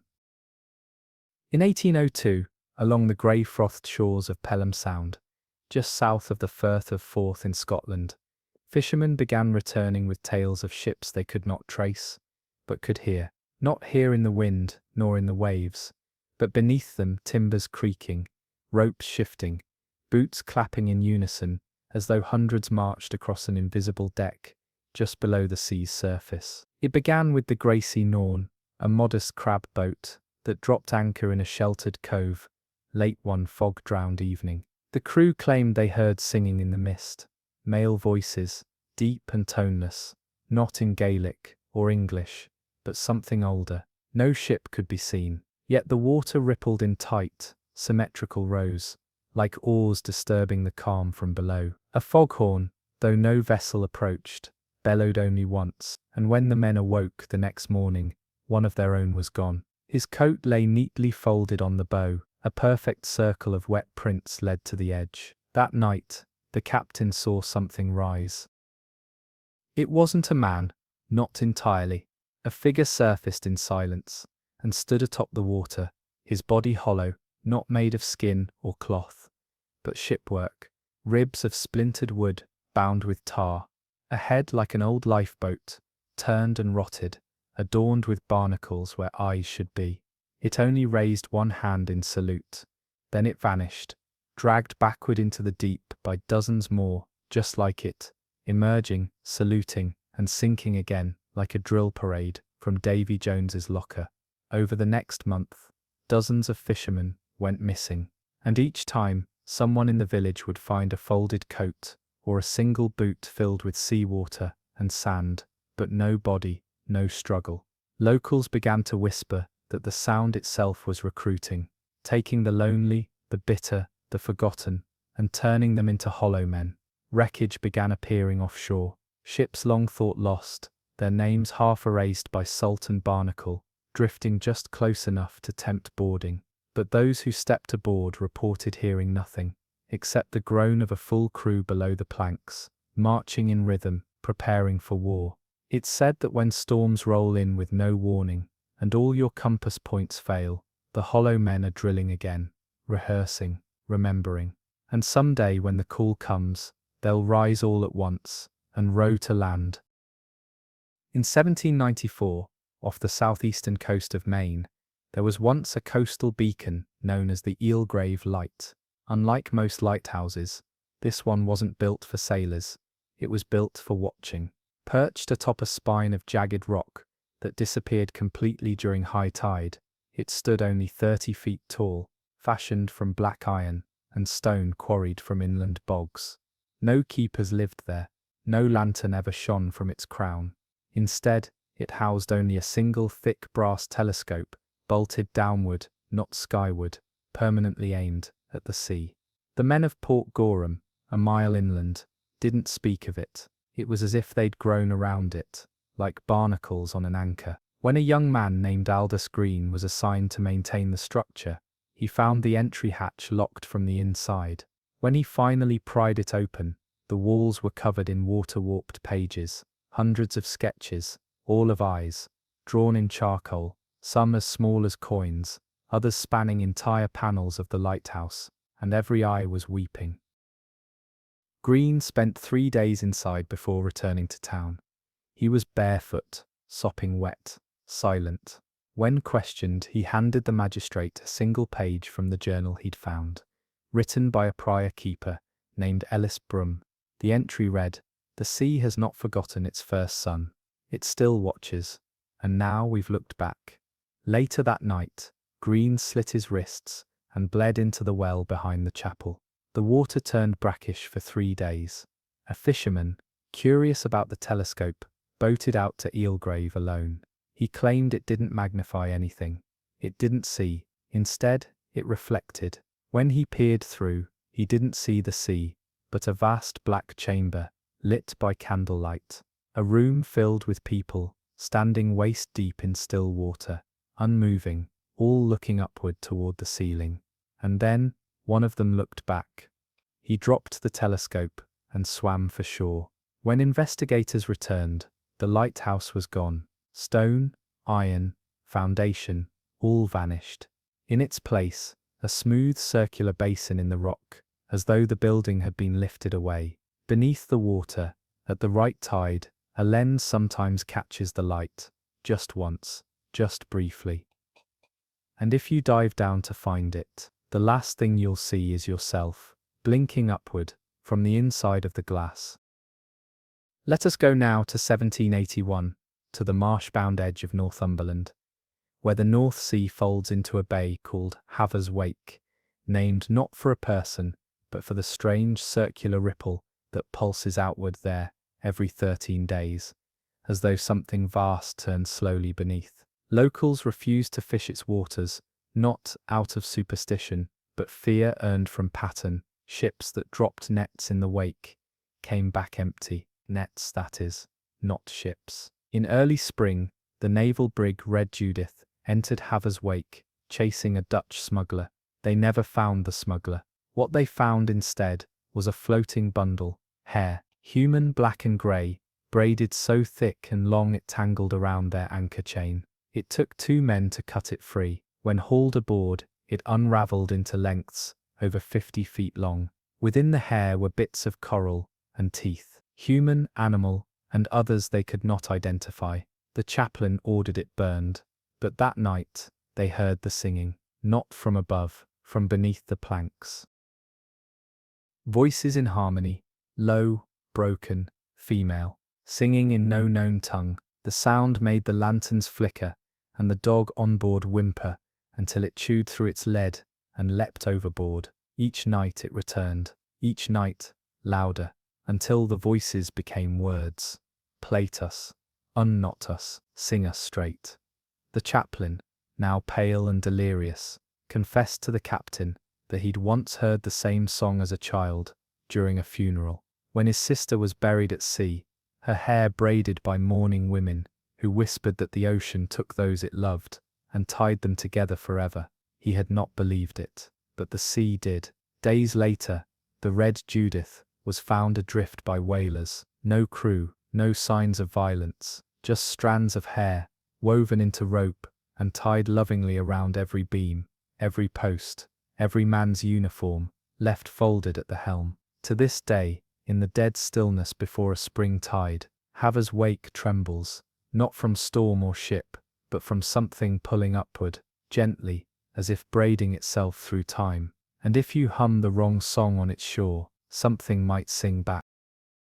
In 1766, on a fog-drenched inlet, off the coast of northern Wales, a whaling vessel named the Lord's Reap docked early at Shalehook Bay, weeks before it was due.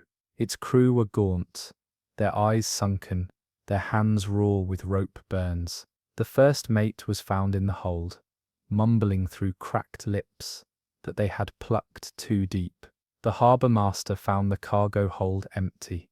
No whale oil, no barrels, but beneath the floorboards were gouges, long, clean, and repeating, like dozens of fingernails had dug at the wood from below, and stuffed in one of the ship's sails was a single, carefully preserved object, a human spine, bound tightly in fishing line. The vertebrae had been hollowed out, one by one. The crew, when pressed, said only this: "We didn't catch it, it caught us." According to later court records, never publicly released, Captain Drew Henslow had steered the Lord's Reap off course into a chasm known as the Black Narrows. It wasn't marked on naval charts, but had long been whispered about by coastal families who swore that, once every 30 years, the waters turned thin and you could see fields below, not coral, not kelp, but rose, neat, cultivated rose. In the narrows, the crew reported harvesting something. Pale, boneless things that grew in pods, anchored to the seabed. They threshed them with long hooks. They filled barrels. They rejoiced. But that night, the barrels began singing. One burst open on deck and released a smell no one could describe, sweet and terrible. Inside was a figure, eyeless and smooth, its limbs still growing, twitching, reaching for anything warm. The crew began tossing barrels back overboard, one by one. But the sea did not forgive the theft. By the time the Lord's Reap reached Shalehook, half the crew had vanished, taken in the night, dragged through the cracks in the wood, no splinters left behind. The rest spoke in hushed voices of the orchard below, where the sea grows what it's lost, and punishes those who steal its roots. To this day, fishermen avoid that stretch of sea, and on quiet mornings, near the mouth of the bay, a single spine occasionally washes ashore, tied with line and hollowed clean, as if waiting to be filled. In 1753, off the jagged coast of Brittany, a French naval expedition reported the sighting of a vast, barnacle-encrusted structure rising from the sea during a lunar eclipse. Lieutenant Corbin, an amateur cartographer aboard the Valiant Noir, described it in his journal as a cathedral without God, built not for worship, but for something older. It surfaced slowly, with no splash, as though the ocean was simply making room. The crew watched, frozen, as immense black spires emerged from the water, each shaped like organ pipes fashioned from fossilized bone. Seaweed clung like curtains between the arches. In the center stood a great bell tower, shattered at the top, but no bell hung there. Instead, suspended in the void, was something leathery and breathing. That night, the crew awoke to music. No one could describe the sound. Some wept, others screamed. The navigator threw himself overboard, hands clamped over his ears. Corbin later wrote, "It was not music, but a memory of music, as if God had hummed it once before forgetting." As dawn broke, the structure began to sink, but not before several men descended toward it, in a skiff, drawn by the harmony. Only one returned, bleeding from his mouth, mute and smiling, as though he had been blessed. His hands, they say, were covered in script. Strange markings, not letters, not symbols, but staves, like sheet music, branded into his palms. His heartbeat was measured at exactly 120 beats per minute, the tempo of a slow dirge. The next day, he walked into the tide and vanished. Over the next decade, sightings of the cathedral were scattered, always during eclipses, always off coasts where churches had been abandoned. In each case, the witnesses suffered similar symptoms: nosebleeds, auditory hallucinations, and eventually silence, not imposed, chosen. In time, seafarers began carving crosses into their hulls, not out of faith, but to clog the ears of the ship, so it would not hear the cathedral's call.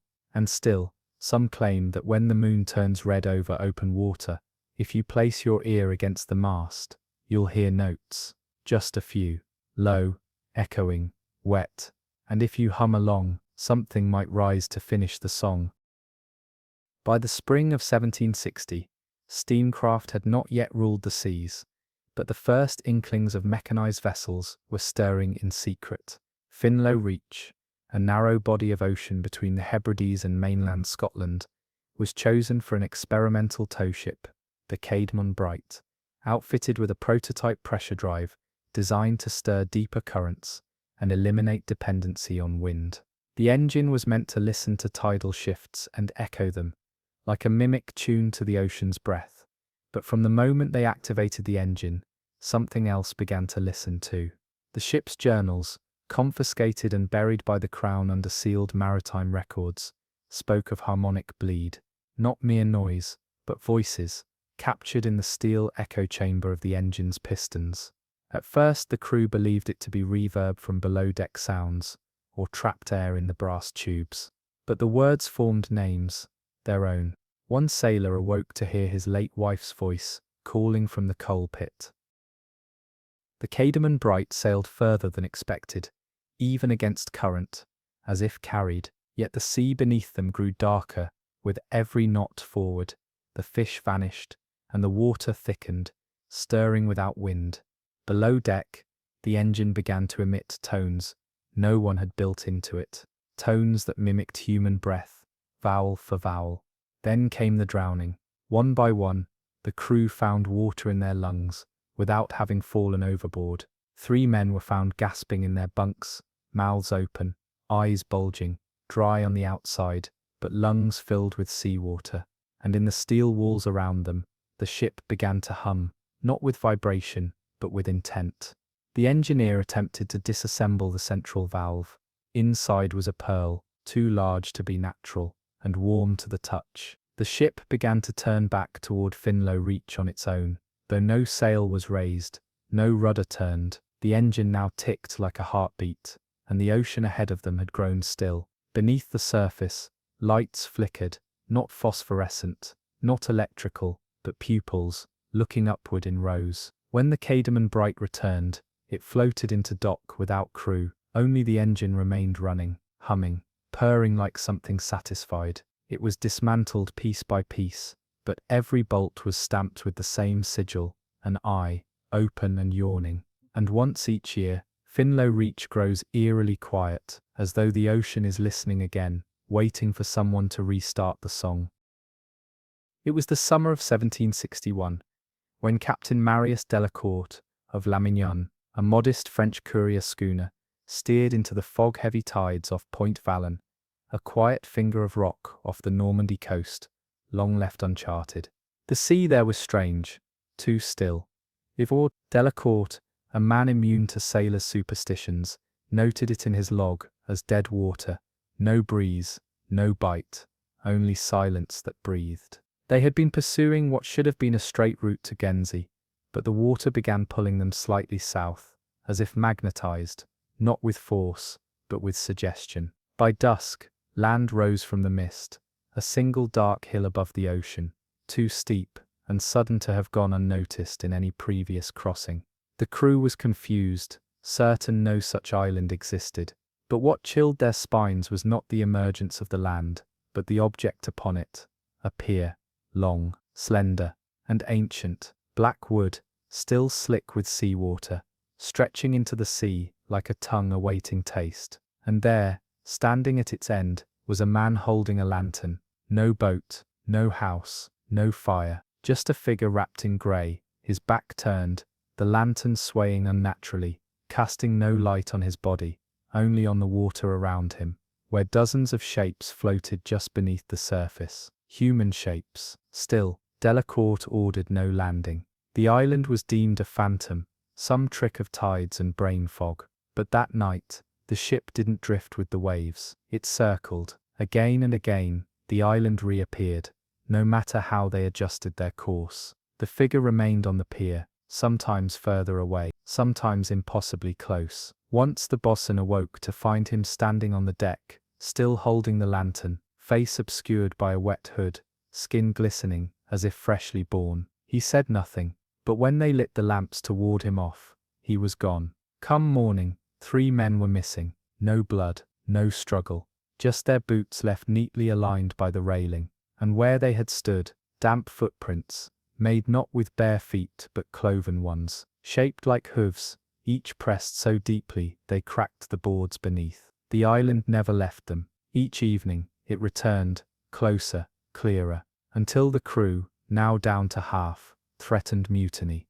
Delacourt gave the order to burn the sails, thinking fire would force the ship to slow, to anchor them in the reel. But when the flames rose, they cast a new shape across the water, a shadow beneath the vessel, stretching outward from the hull in 5 long jointed limbs. The journal ends there, but fragments found floating weeks later suggest one last sighting. The figure on the pier had boarded a small skiff, dragging a chain behind him that hissed in the sea. As the flames consumed the ship, he was seen reaching into the fire, smiling, pulling names from it like fish. In the generations since, Point Valon has no presence on naval charts, but sailors speak of it in low tones, a place not of land or ocean, but of debt, a place where names are kept, and tides are paid. Some nights, along that coast, A thin fog creeps in despite dry skies, and if you listen carefully, you'll hear a bell, not a ship bell, not a church bell, a single, summoning chime. That is when you must turn away. Do not answer. Do not look toward the sound. For those who meet the ferryman's gaze, they don't just disappear. They are recalled, claimed as payment for passage they never remember taking.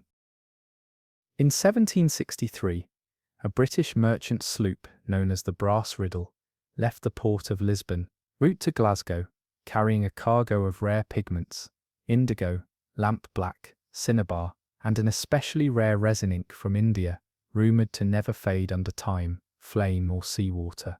But somewhere west of the Bay of Biscay, the cargo became irrelevant. Because the ship veered off course, they were drawn, pulled by unseen hands, into waters few had ever named, let alone charted, a patch of abyss known only in a footnote of an 18th century whaling ledger, as Black Nail Deep. The name came not from local lore, but from a single note scrawled across a receipt, found inside the rotting pocket of a whaler, who was lost for 2 months, and returned with fingers stained black, and speech reduced to hissing. The crew of the Brass Riddle encountered stillness, not peace, a mechanical pause, as if the ocean had ceased its breathing, holding in something beneath. No birds flew overhead, no clouds moved, even the ship's wheel refused to spin freely. Below them, the water was darker than ink, and the reflection of their own vessel appeared delayed, as though struggling to catch up with reality. That night, their lead cartographer, Jonas Farley,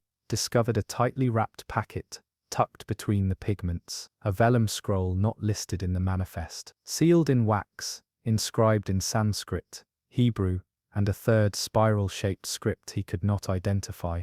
It bore no title. They opened it, and that's when it began to write, not in ink, but in oil. Slowly, from the base of the parchment upward, shapes bloomed like mold, tendrils, coils, clusters of curling marks, that dripped like venom and dried into text. The men claimed the scroll was translating them, rendering their memories in abstract prose, marking their guilt, their hunger, their dreams. Jonas awoke one morning to find the scroll had painted an exact replica of his own handwriting, confessing to a murder he had never committed, but recognized all the same. The ink in their barrels turned black, then viscous. When used to write, it hissed across the page, resisting shapes it disliked. One sailor's journal burst into flame after he scrawled a prayer. Another began whispering his entries aloud, as if someone were dictating. Soon the ship itself began to bleed. Lines of black ran from the mast knots,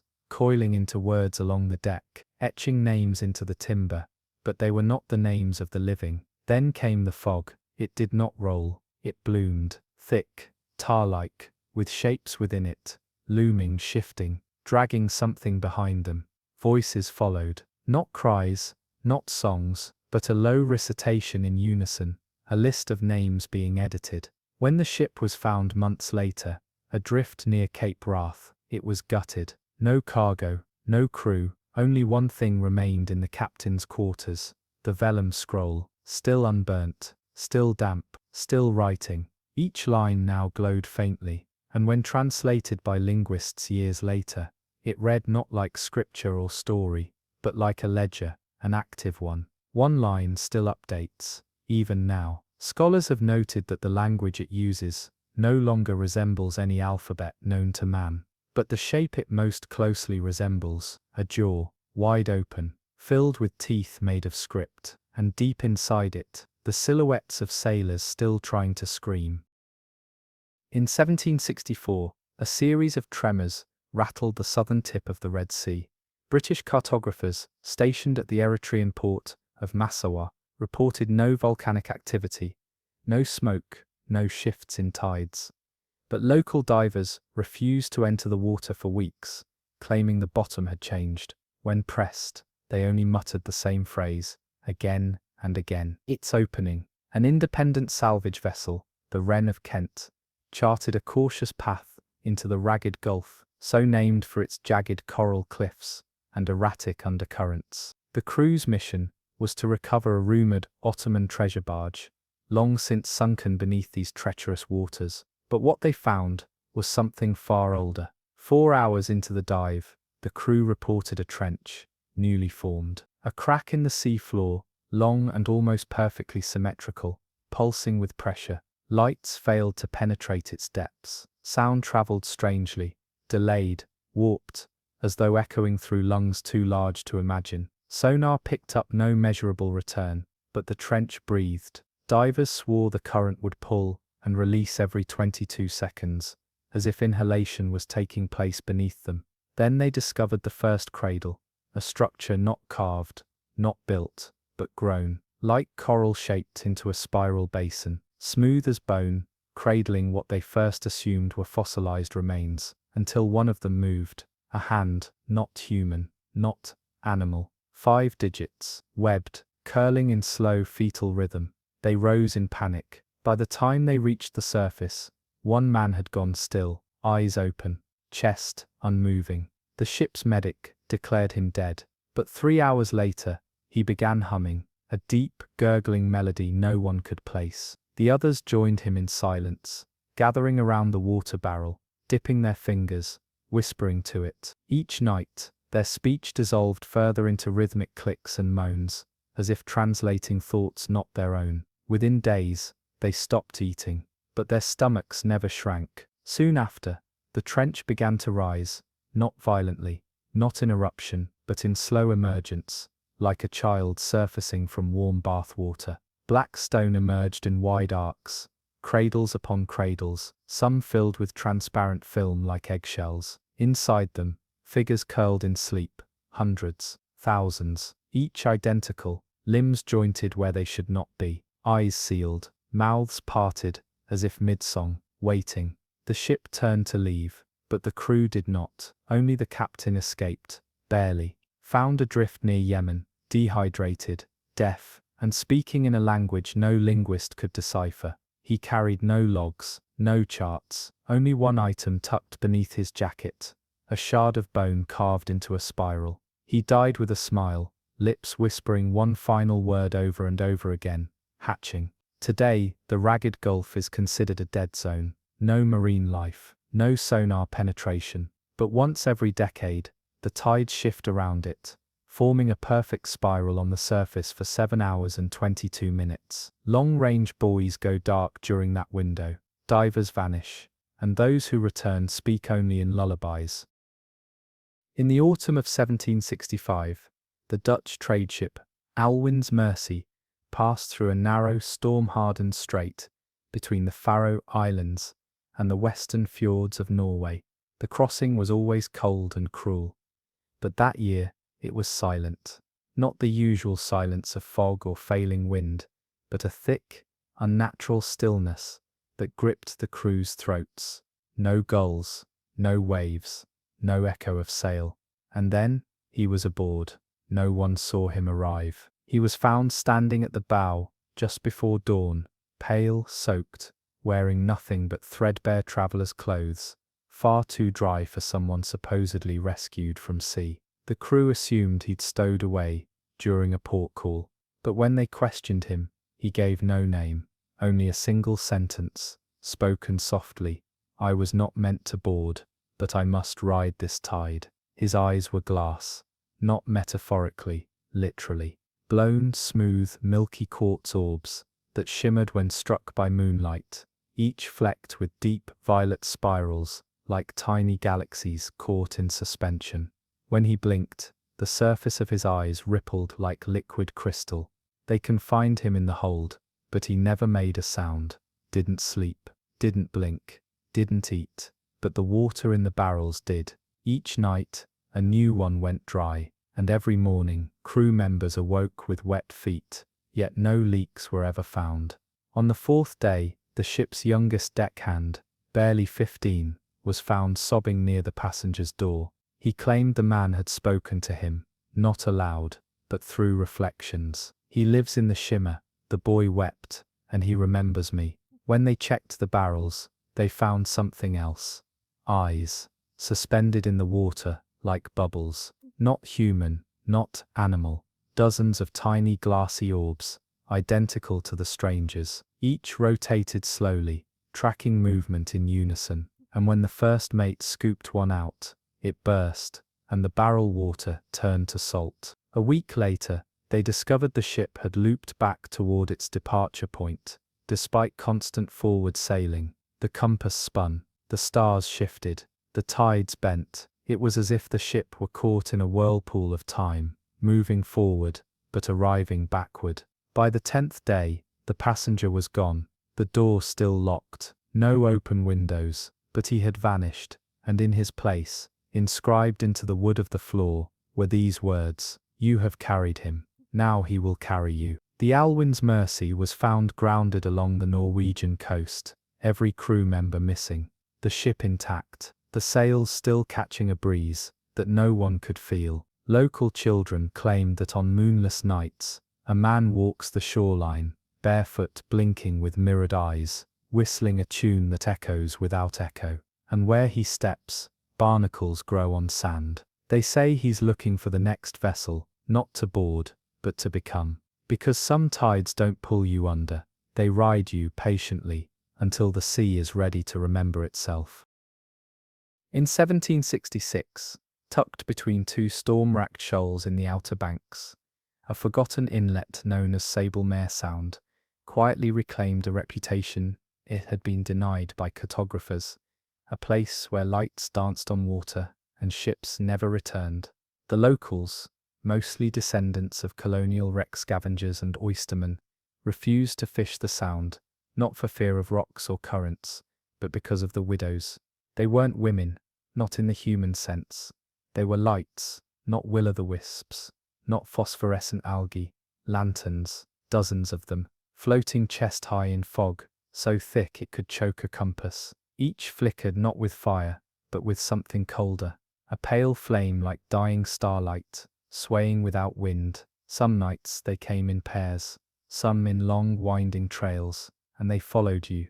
When the merchant bark Esther's Path ventured into the Sound on a calm November evening, it did so by mistake. A storm had driven it far off its intended course. The water, at first, seemed merciful, glass-like, serene. But just before midnight, the lookout spotted lanterns along the water, scores of them, lined like mourners. The crew, drunk on relief, assumed they'd found a funeral flotilla, or fishermen marking their traps. They were wrong. One by one, the lanterns approached, not floated, not drifted. They moved with purpose. But what chilled the bones of those still awake was that each flame reflected a face, not their own, not the crew, women, some young, some ancient, all pale, hair trailing behind them like seaweed, eyes dark and mouth agape in soundless agony. They didn't blink, they didn't speak, but the flames rose and fell in rhythm, breathing. The ship's cabin boy screamed when he recognized one of the faces, his mother, dead 2 years. Her lantern flared brighter, and she was smiling. Men tried to flee in dinghies, but the water boiled when oars touched. One by one, the lanterns attached themselves to the hull, not physically, but gravitationally, pulling the vessel deeper into the Sound, where no map had ever drawn bottom. When the captain smashed one with a gaff, it didn't extinguish, it multiplied. 6 more flames burst from its remnants, each now showing a different woman, each mouthing something silent. The crewman, fluent in lip reading, later transcribed it. "Let us in, let us in." At sunrise, the Esther's Path was gone, but her anchor washed ashore, tangled in a net of wet hair, knotted and stretching 20 feet across the beach. Within it, 6 glassy buttons, a child's doll arm, and a half-melted lantern. Since that day, on fog-choked nights near Sablemere, the lanterns return. Fishermen say they form a procession, a marriage march, for the seas chosen, one flame for each life yet owed. And if you follow them, if you reach out, thinking they guide you to land, your face will become one of them, trapped in cold fire, weeping across the waves forever. They aren't spirits, they're reminders that the sea grieves in lanterns and buries its guilt in light. In 1767, the naval cutter HMS Brackenfold was dispatched to patrol the treacherous waters west of Iceland after multiple whaling vessels vanished. Over 2 months, no distress calls, no debris, only silence on the sea. The ships were last known to have passed through a rocky stretch, called Torvin Shoals, a place mariners hated for its erratic fog banks and sudden, inexplicable tidal drops. The currents there behaved like confused ghosts, turning back on themselves and swallowing sound like the ocean had forgotten how to echo. The Brackenfold reported calm conditions upon entry, and then vanished, but not all of her. 3 weeks later, one of her rowboats was discovered floating aimlessly near the Faroe Islands, perfectly intact, with no oars, no damage, and no crew. Within it sat a box, solid brass, barnacle-covered, locked from the outside with 9 separate clasps. Along its seams were etched 2 words repeated dozens of times in tight, looping calligraphy: "Return below."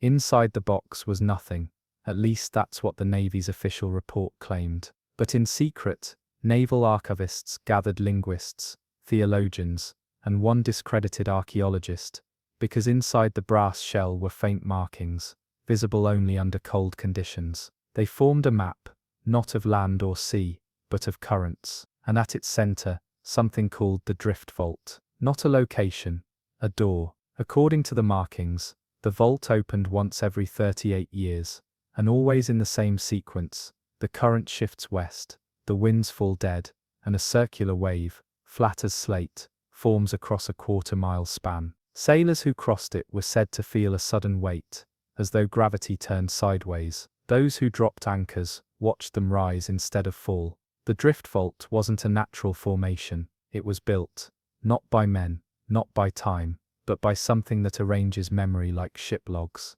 Something that stores souls the ocean can't digest.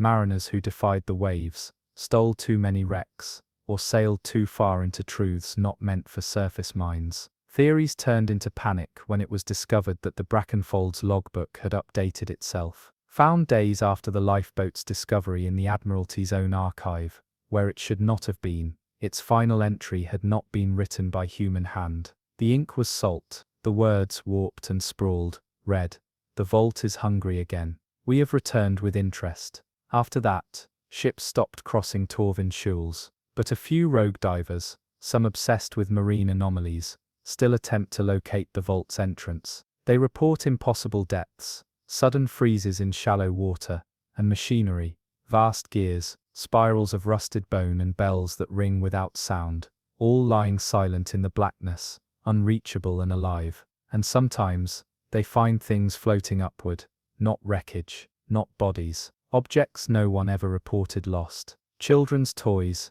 love letters sealed in glass bottles, rings still warm to the touch, returned. One diver left a recorder running, while descending toward the trench near Torvin. It captured 17 minutes of silence, and then a whisper: "You do not belong here, but your regrets do." He never surfaced, but the recording washes ashore every few decades, somewhere new, always dry, always humming. In 1768, off the cold and wind-whipped coast of northern Galicia, the Portuguese merchant galleon Estrela Mora made an unscheduled approach to the Teodora Isles, a cluster of jagged, uninhabited rocks, so routinely battered by surf, they were marked on no Admiralty maps. The ship, carrying a bride-to-be destined for nobility in Bordeaux, had no cause to detour. Yet, according to the surviving scraps of the captain's water-damaged log, the crew claimed they saw a procession on the water, not on land, on the water itself. White-clad figures gliding across the waves without aid of boat or board, drifting just above the surface, with veils pulled low and bouquets made of sea moss and bird bones. The bride, Lady Gracia de Tovar, awoke the next morning speaking in a language none recognized, something low, clicking, guttural, and rhythmic, like the grinding of oars in a currentless sea. Her eyes were ringed with salt burns, her hands were wet, despite no contact with water, and by the second evening, she refused to sleep below deck. She stood at the rail for hours, peering toward the rocks, as though waiting for a signal. On the third night, the sea flattened, the wind stopped, and in the unnatural calm, the women returned. The crew saw them more clearly this time, 24 at least, all gliding slowly around the ship, in a perfect spiral. Their faces were translucent and stretched tight, teeth visible through parchment-thin skin, their hair swaying upward as though underwater. When the captain ordered full sail away from the isles, the ship did not move. It floated, but would not advance. The water beneath had thickened into something like gelatin. Crew members reported whispers from below, chanting in unison, "A bride for the drowned, a bride for the drowned, a bride for the drowned." Gracia vanished before sunrise. No splash, no struggle. Her wedding gown, soaked and tattered, was found folded neatly beside the ship's bell, still damp with sea brine. The moment they found it, the winds returned, the sails caught, and the ship fled the Teodora coast. But the sound of weeping echoed in the mainmast for 3 nights afterward, too soft to track, but too real to ignore. From that voyage forward, any ship that passed within 2 nautical miles of the Teodora Isles reported anomalies, compasses reversing, wedding rings disappearing from fingers, fog that whispered old love letters in the voices of the dead. Maritime superstition eventually labeled the phenomenon the Hollow Wake, and it's said that if you sail too near during a blood moon, you may see a single woman standing on one of the black rocks in a soaked wedding dress, her bouquet clutched in kelp-wrapped hands, waiting, forever waiting, for the man who promised her forever. In 1769, a Norwegian expedition vessel, known as Sagen and Krone, embarked on a deep-sea specimen hunt along the frigid Verrelok Trench, an under-documented abyss nestled between Greenland and the Faroe Shelf. The mission was funded by a Danish aristocrat obsessed with unclassified marine life, who insisted that legends of bottom feeders with faces like gods had real merit. What the crew discovered instead was a depth that refused to echo. No lead line reached bottom. Sonar, crude as it was, simply returned silence, not absence, but resistance, as if something below rejected being measured. On the 3rd day, as the divers descended in an experimental steel capsule, they found something lodged in the sidewall of the trench, partially buried in silt and stone, a circular hatch-like object.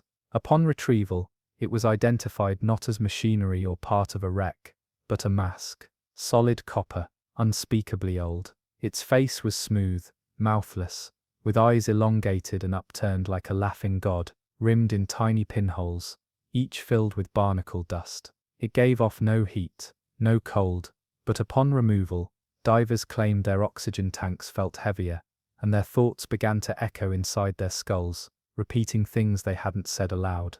By nightfall, 3 crew members complained of hearing words in the engines, names in the wind. One diver began speaking in an unfamiliar dialect, no root language identifiable, but oddly structured like song. When he tried to write what he heard, the ink refused to dry, forming small whirlpools on the page. Within 48 hours, the mask was locked in the forward hold, but metal buckled around it. The captain reported a rhythmic pressure building in the hull, like a heartbeat. Then the lights failed, and when they returned, the mask was gone. In its place, a perfect outline burned into the metal wall, as if the mask had passed through it. More unnerving, the cook's mirror, hanging in the galley, now bore its reflection. The mask had become visible in glass, appearing wherever there was reflective surface, water bowls, lantern glass, portholes, always grinning, never moving, watching. And then, one by one, the crew began wearing copper masks, not literal ones,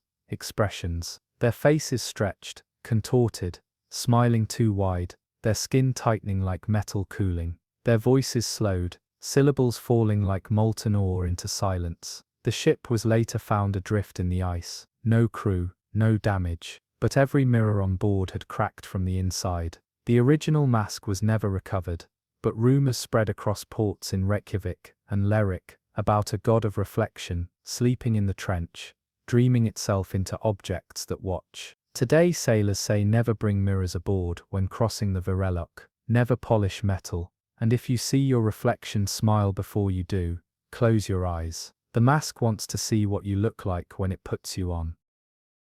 In 1770, a British lighthouse keeper named Edric Mallory documented a curious event in his personal ledger while stationed at Coldspire Sound, a jagged inlet along the western coast of Wales, known for its thunderous tides and frequent shipwrecks. That winter, the sea was unusually calm, eerily so, and the tides failed to rise for 6 consecutive nights. No driftwood washed in, no birds cried, and each morning he found the lighthouse moorings, the massive iron loops embedded into the stone jetty, turned inward, bent toward the land, as though something had pulled them from the sea. At first, he blamed rust and storm pressure, but on the 7th night, he heard something that would never leave his mind, a whisper, not loud, not sudden, but surgically placed, directly inside his ear.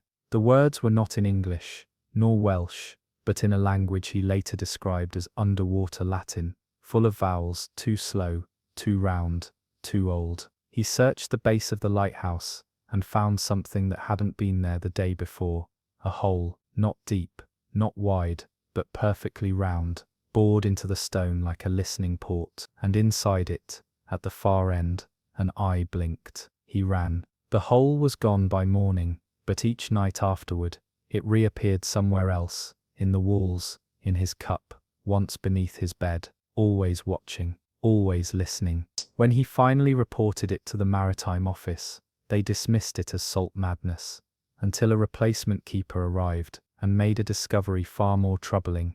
Every iron mooring on the entire inlet had twisted completely backwards, impossible without thousands of pounds of force, and beneath each one, chiseled into the stone, as if etched by time itself, were lines of faint script reading, "Tell us more, we miss the voices." The locals tell a story that predates Mallory, of drowned monks who sang into the cliffs, their last hymn swallowed by a sudden tide. They say the sea made their song part of its skin, and the cliffs of Coldspire became ears. Now, when no one speaks aloud for too long, the moorings twist, the holes open, and the tide arrives, not with water, but questions, and if you refuse to answer, you won't drown. You'll be remembered wrongly, misquoted forever, by a sea that hears too much, and understands too little. In 1771, a Spanish cargo vessel named La Humilde Rosa departed the Canary Islands with a hold full of black paint, an industrial batch intended for a naval dry dock in Cadiz. The paint was new, experimental, developed by a chemist who claimed it could resist erosion by wave, barnacle, and even fire. It was called Sombravello, or Shadow Veil, made from volcanic ash and some unlisted ingredient, imported from Morocco. The barrels were sealed in lead-lined casings, stamped with red wax, and symbols most assumed were chemical warnings. What made the voyage legendary was not the paint's destination, but what it did to the ship before it arrived. By the 3rd day, the crew complained of shadows gathering in places where no light should fall, under bunks, between fingers, across closed eyelids during sleep. The paint stored below deck began to breathe, the lead drums expanding slightly at night, sighing as if the material within was alive. One deckhand on night watch claimed he saw a woman made of smoke rising from the hatch, trailing soot as she wept. She left no footprints, only a cold film on the deck where her shadow touched. The first mate went missing on day 5. His boots were found glued to the ceiling. On the 6th day, the paint barrels burst, not with force, but with will. Thick plumes of ink-dark mist billowed out, and within it, shapes, outlines of other ships, upside down, crude by figures with no eyes, and wide painted smiles. The La Humilde Rosa changed color, slowly, silently. The hull turned jet black, not covered, but rewritten. Even the sails took on a dark sheen, absorbing light, and refusing to reflect the stars. The ship's name faded from the stern overnight, replaced by one word, written in a language that shimmered like oil, ENCLA, anchor, and she no longer responded to the wind. She moved as if pulled. The crew tried to steer her toward land, but the wheel turned without resistance, and the water around them remained impossibly calm. The last entry in the captain's log is scrawled, jagged, bleeding into the margins. The paint is a memory. It's remembering a ship we never built. It's repainting us into something else. The La Humilde Rosa was never seen again, but since that year, sailors report sightings of a black vessel that casts no reflection. She appears only during nights of the new moon, her hull darker than any natural shadow, her flag a single painted eye. Those who attempt to follow her find themselves lost in fog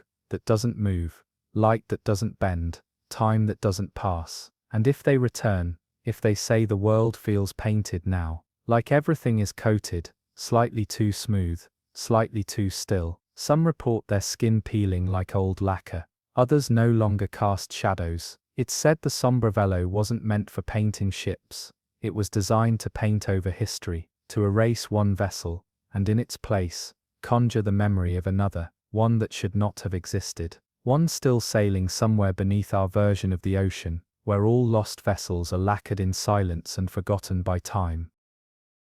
In 1772, an Italian diver named Rinaldo Petacci led a small salvage crew to investigate an unmarked anomaly off the coast of Tunis, a shallow reef that appeared on no maps, but was visible, during low tide, as a pale ring of bleached coral.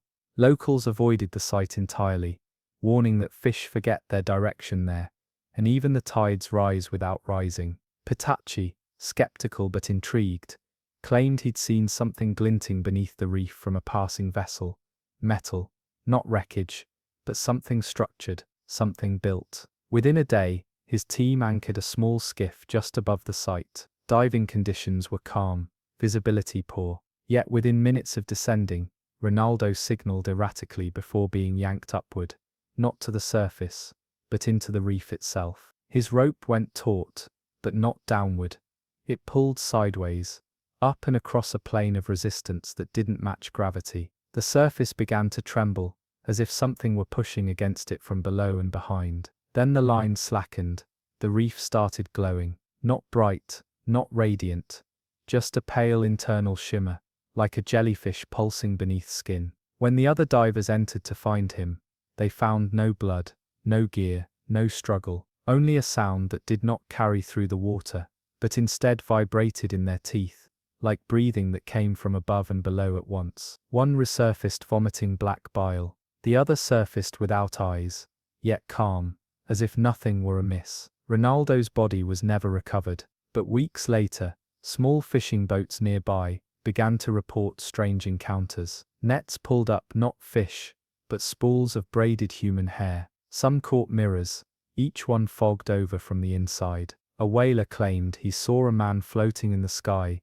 just above the waterline, treading air like it was brine, eyes open, hair drifting as though submerged. His skin was translucent, and from within his chest, something shone faintly, something metal. The reef eventually sank, not by collapse, but by ascent. Witnesses on shore described the water rising in a dome, lifting the reef intact, until it vanished into low clouds, leaving behind no splash, no foam, only a circle of stillness and silt that no longer shifted with the tide.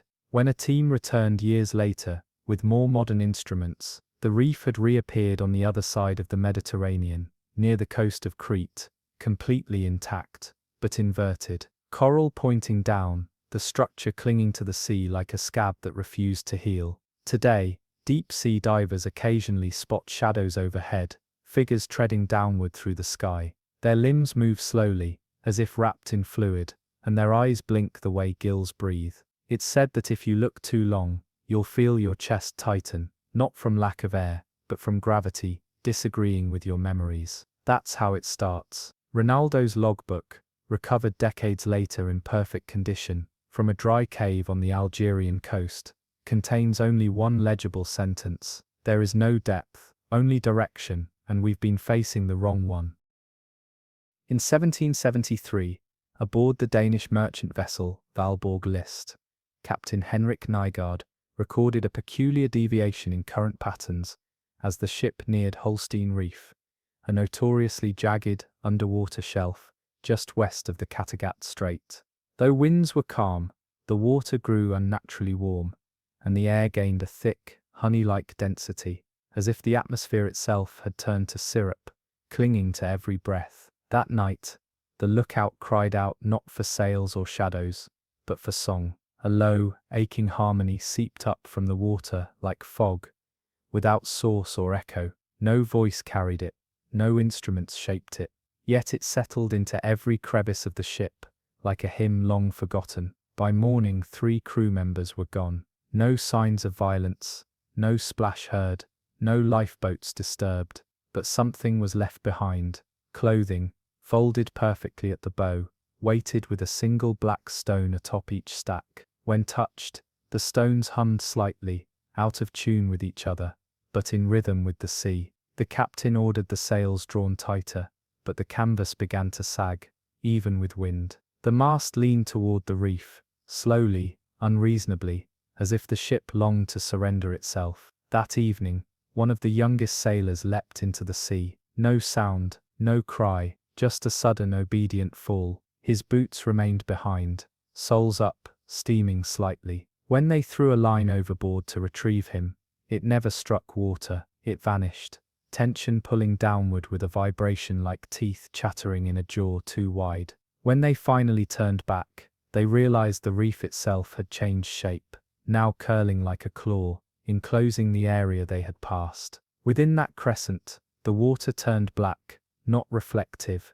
not oily, but absolute. And beneath it, something enormous began to sing back. Later accounts describe a sound not unlike a cathedral choir, buried under a mile of silt, wordless, weightless and mournful. But it was not sadness, it was invitation. The notes felt too specific, like they were names. Only 2 crew members survived the voyage. One forgot how to speak. The other, found floating in a barrel weeks later, claimed the reef was not stone, but teeth, that they had not passed over it, but into something. And what waited below was not a creature, nor a ruin, but a vault, sealed in song, fed by memory, opened only by grief. He died that same night, humming with lungs that shouldn't have had breath left. To this day, marine biologists avoid the reef's region, not because of tides, but because recording equipment, hydrophones, sonar, even cameras, begins to sing when left unattended.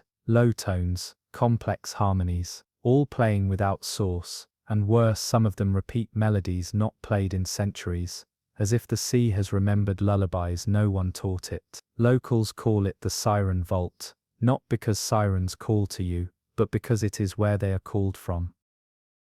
In 1774, atop the wind-swept cliffs of St. Hilda's Drop, a little-known promontory off the northeastern edge of Scotland, shepherds began reporting strange weather, not clouds or storms, but missing sky. They claimed that at certain hours just before dawn, the stars above the sea would flicker, then vanish altogether, leaving a perfect hemisphere of darkness suspended over the waters, not blackness, absence. Like a curtain drawn across the heavens, or a hole in the world, mariners called it the hanging ocean, swearing that when it appeared, the tide stopped completely, and sound ceased to echo across the water. The event drew the attention of one Dr. Ambrose Keilich, a natural philosopher and geographer, known for his unconventional theories, chief among them, that some parts of the world were folds, places where the sea hung not below the sky, but alongside it. Keilich led an expedition to St. Hilda's, bringing along engineers, cartographers, and a team of climbers trained to rappel the sheer cliff face. His aim? To see what lay within the shadow. They never reached the base. Instead, as the sun began to rise and the shadow remained, defying the light, Keilich reported that the water beneath the cliff had inverted. It no longer reflected light, but absorbed it, and more disturbingly, depth. When they dropped a lead line over the edge, it floated upward. The rope bent at unnatural angles, as if obeying a gravity that refused consensus. Birds that flew across the anomaly vanished mid-flight, paused in the air, then slowly folded into themselves like paper in fire. Then came the voices, not loud, not intelligible, just whispers, rushing up the cliffside, as if rising from a canyon of forgotten lungs. The whispers were described as dry, despite the sea, and familiar. Each member of the party reported hearing someone they'd buried long ago, mothers, sisters, children, but none dared speak back. One of the engineers, a skeptical man named Kerrick Hallen, set a mirror at the edge of the drop to observe the anomaly's reach. The mirror cracked not from the heat or pressure, but from inside, and in it they saw their own camp, reflected perfectly, except they weren't in it. The tents were there, the ropes, even the cliff face, but the people were missing, or rather replaced, by pale, wet outlines, blurred silhouettes standing where each member should have been, shifting slightly in the wind, but never fully formed. One of the cartographers began screaming,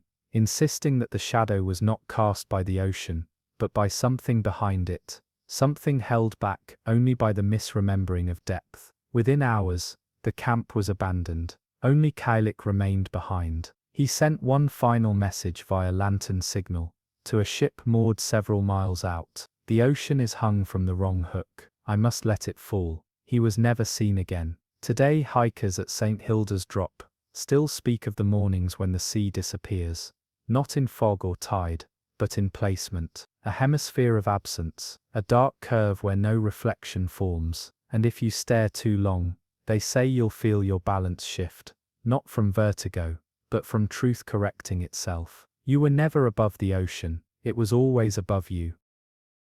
In 1775, a cartographer aboard the Dutch brig Nasbloem noted an anomaly while passing through the Belladorn Shoal, an innocuous-looking stretch of reef in the East Indies, where tides never matched predictions, and compasses spun slow as if distracted. He sketched what he thought was a submerged sandbar, but what he'd actually seen was the roof of something much older, something built. That evening, the crew dropped anchor to harvest shellfish, only to find the reef floor carved in perfect right angles, rows and rows of coral growing in symmetry. Coral does not grow that way. Coral does not shape itself like hallways. The captain ordered a diver to investigate. He returned shaking, unable to speak, clutching what looked like a human femur fused into calcified reef, bone woven seamlessly into living coral. The next morning, the reef had changed, not in size, but in structure. New arches appeared,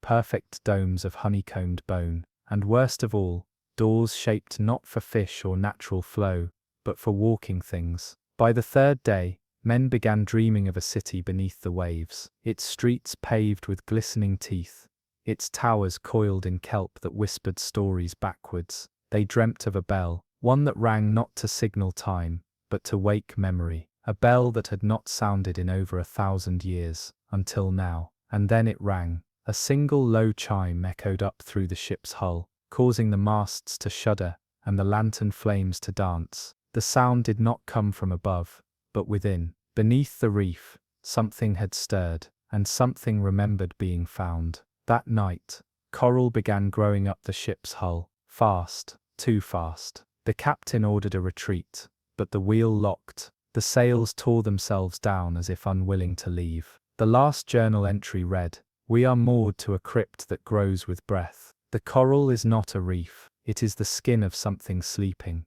Divers who've returned to the Belladorn Shoal report impossible architecture, staircases, carved in calcite, descending into shafts that pulse like organs. In one case, a helmet camera captured footage of a chamber sealed in pinkish reef. Inside murals, thousands of tiny sea creatures, arranged in mosaics of human forms, praying, kneeling, dying. Each figure's mouth held open by fragments of conch shell, as if forced to sing in stone. It said the bell still rings, once every year. No calendar can predict it. But fishermen say you'll know when it's coming, when the coral turns red, when it sways in rhythm without current, when the tide whispers your name and your shadow moves before you do. They call it the Coral Crypt, not because something died there, but because something is being buried alive.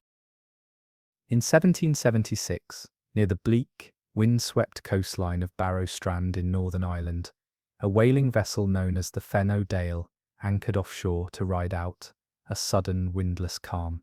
The captain, Darby Kelwin, described the sea that day as too obedient, its surface glassy, not like water, but like polished enamel. For nearly 12 hours, the ship drifted without motion, no tide, no current, no ripple. Birds wouldn't land. Even the breeze refused to press against canvas. Then the sound came, not from the sky or the sea, but beneath the keel, a slow, rhythmic knock, like a spoon tapping the underside of a porcelain bowl.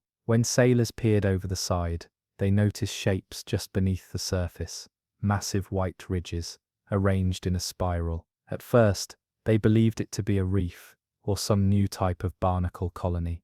But as the light shifted, the ridges moved, not gently, not adrift, but with intention. The spiral contracted, then widened. One sailor screamed and dropped his spyglass, claiming the ridges were not coral at all, but teeth, human teeth. They pulled anchor immediately, but the anchor did not rise. The chain had gone slack, as if there were no weight below, only absence. Then came the whispering. It didn't rise from the water, nor echo from the ship, but instead grew inside the sailors' mouths. The words formed on their tongues unbidden, syllables ancient and wet, dribbling from their lips without breath. One man leapt overboard to stop the sound in his head. Another clawed at his own jaw, insisting something was chewing from within. When Captain Kelvin finally ordered the emergency kegs cut loose and the sails turned, the sea responded by opening. Not in waves, but in a long linear crack that split the water, as though a zipper had been undone.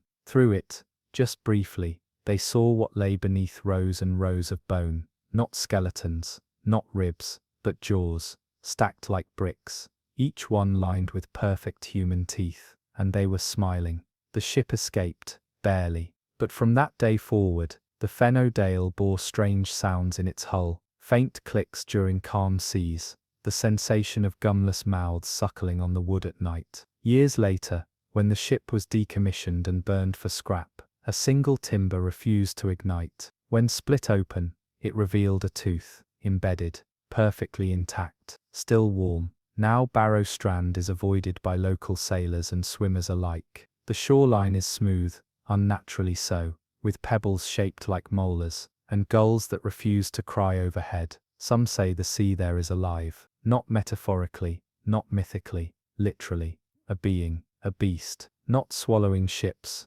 but tasting them, sampling, judging, and once it finds a flavor it likes, it asks for more.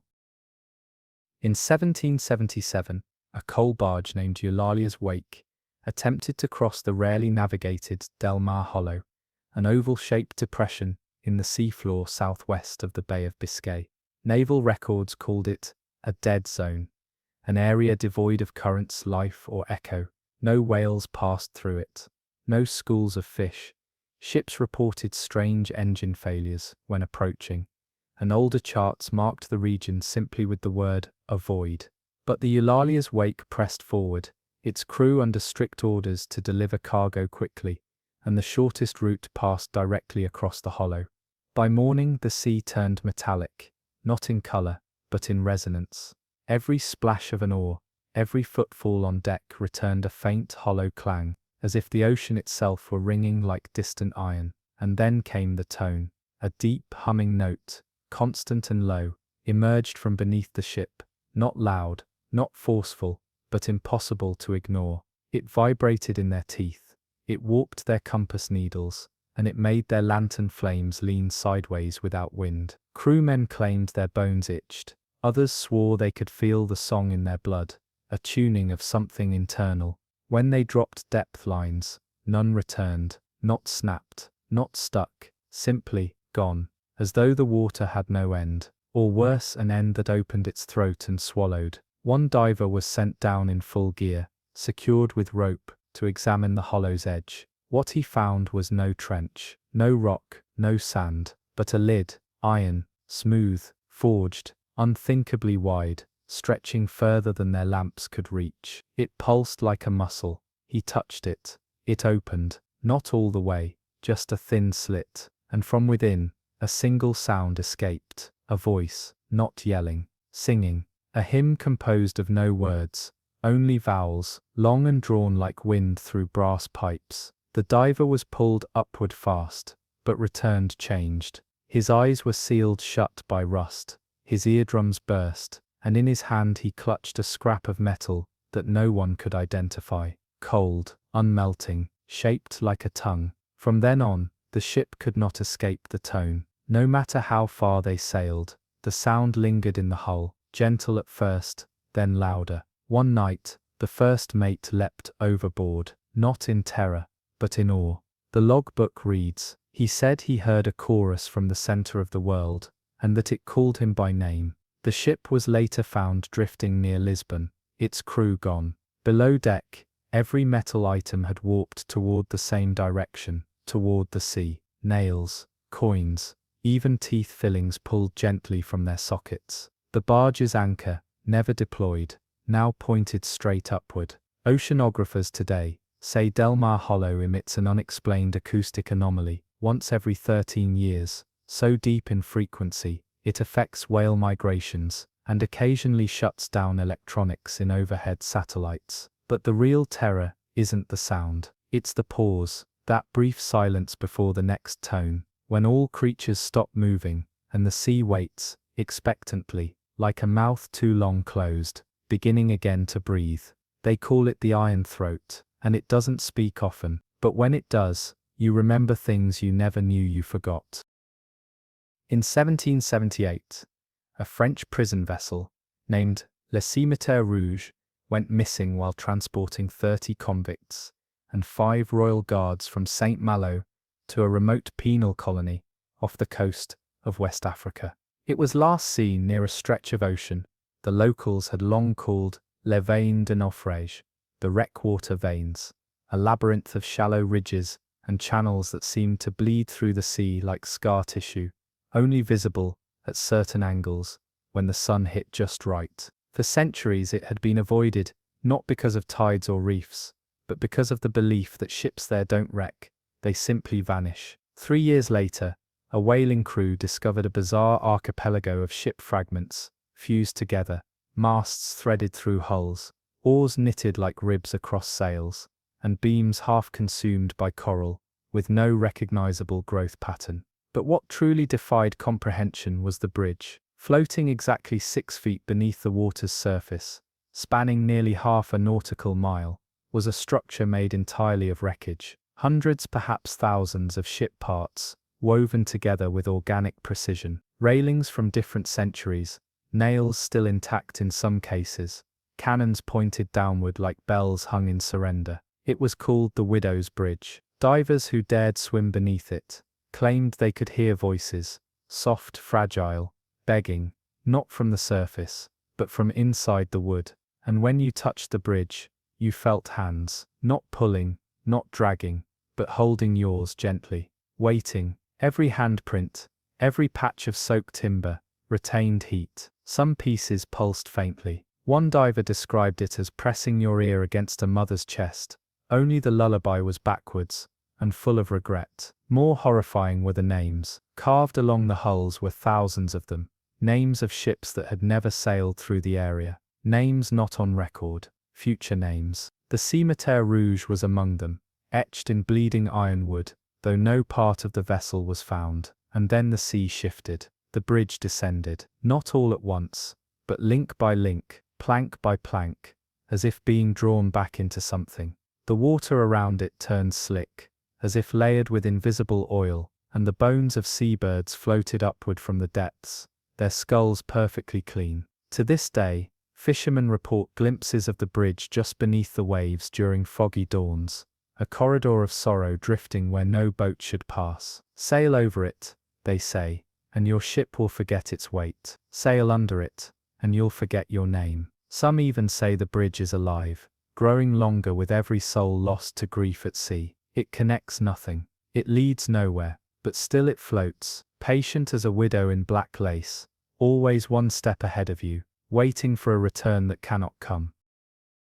In 1779, off the craggy southern coast of Sardinia, a merchant vessel called Il Vento Umial reported encountering what appeared to be a flame beneath the water, not a reflection, not a trick of phosphorescence, or the moon, but a solitary lantern, glowing orange several meters below the surface, bobbing gently against the current, like a lighthouse hung upside down. Captain Marcello de Fortuna ordered a cautious approach. The sea was calm, unnaturally so, and the lantern remained steady, never rising or falling, never swaying as the tide pulled around it. When one of the deckhands attempted to touch it with a boat hook, the hook melted. No heat, no sizzle, just disintegration, as though the metal had been rewritten into smoke. That night, the lantern began copying things. Crewmen would glance into the dark and find reflections of their own faces glowing from below the water, each one lit faintly by a flame that wasn't there.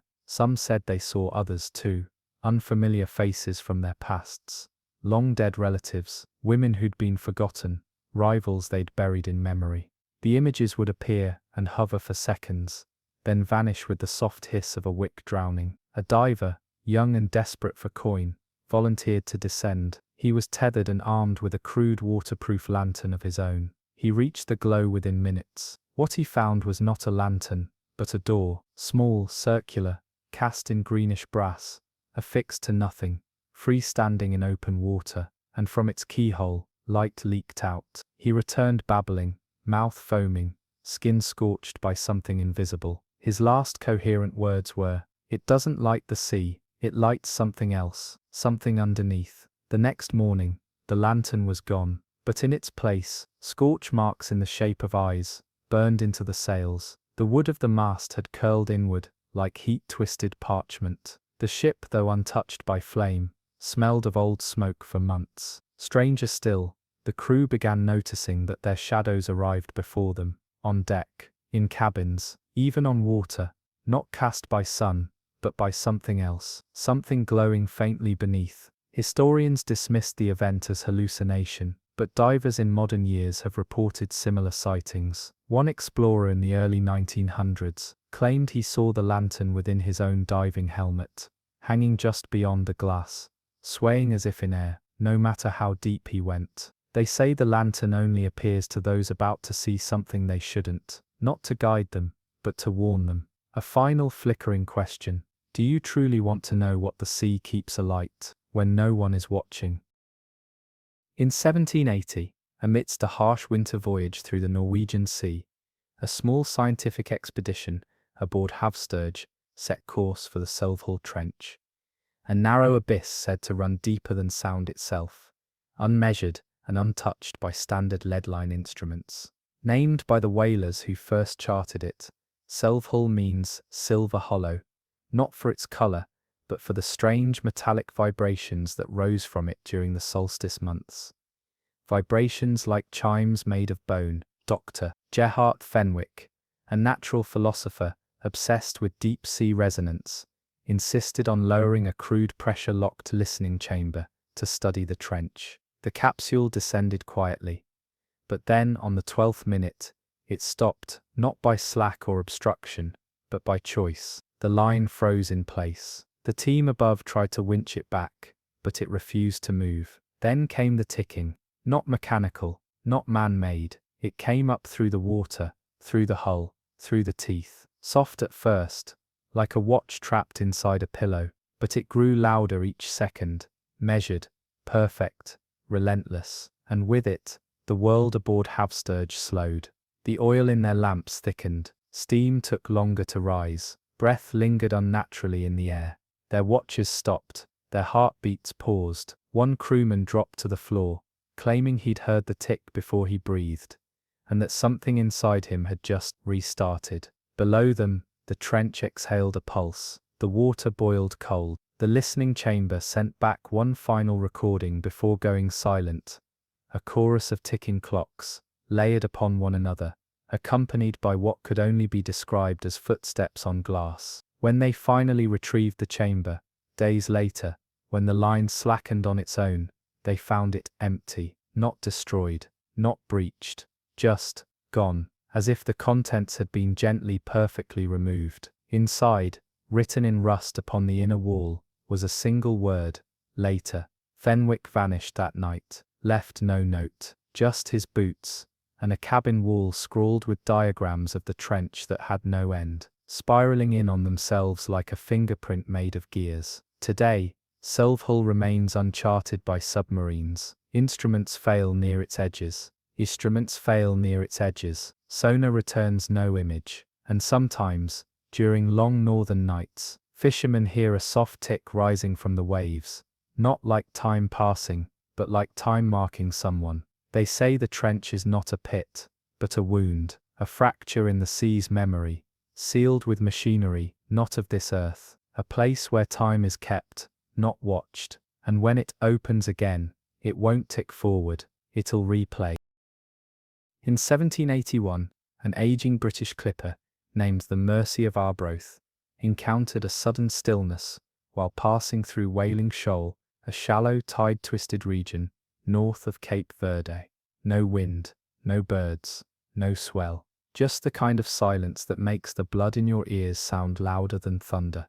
The shoal had always been rumoured to be cursed, named not for sounds of ships or beasts, but for a droning wail that was said to rise from the water during fog, soft at first, then piercing, like someone humming through a throat full of water. But Mercy's crew heard nothing, until they looked overboard.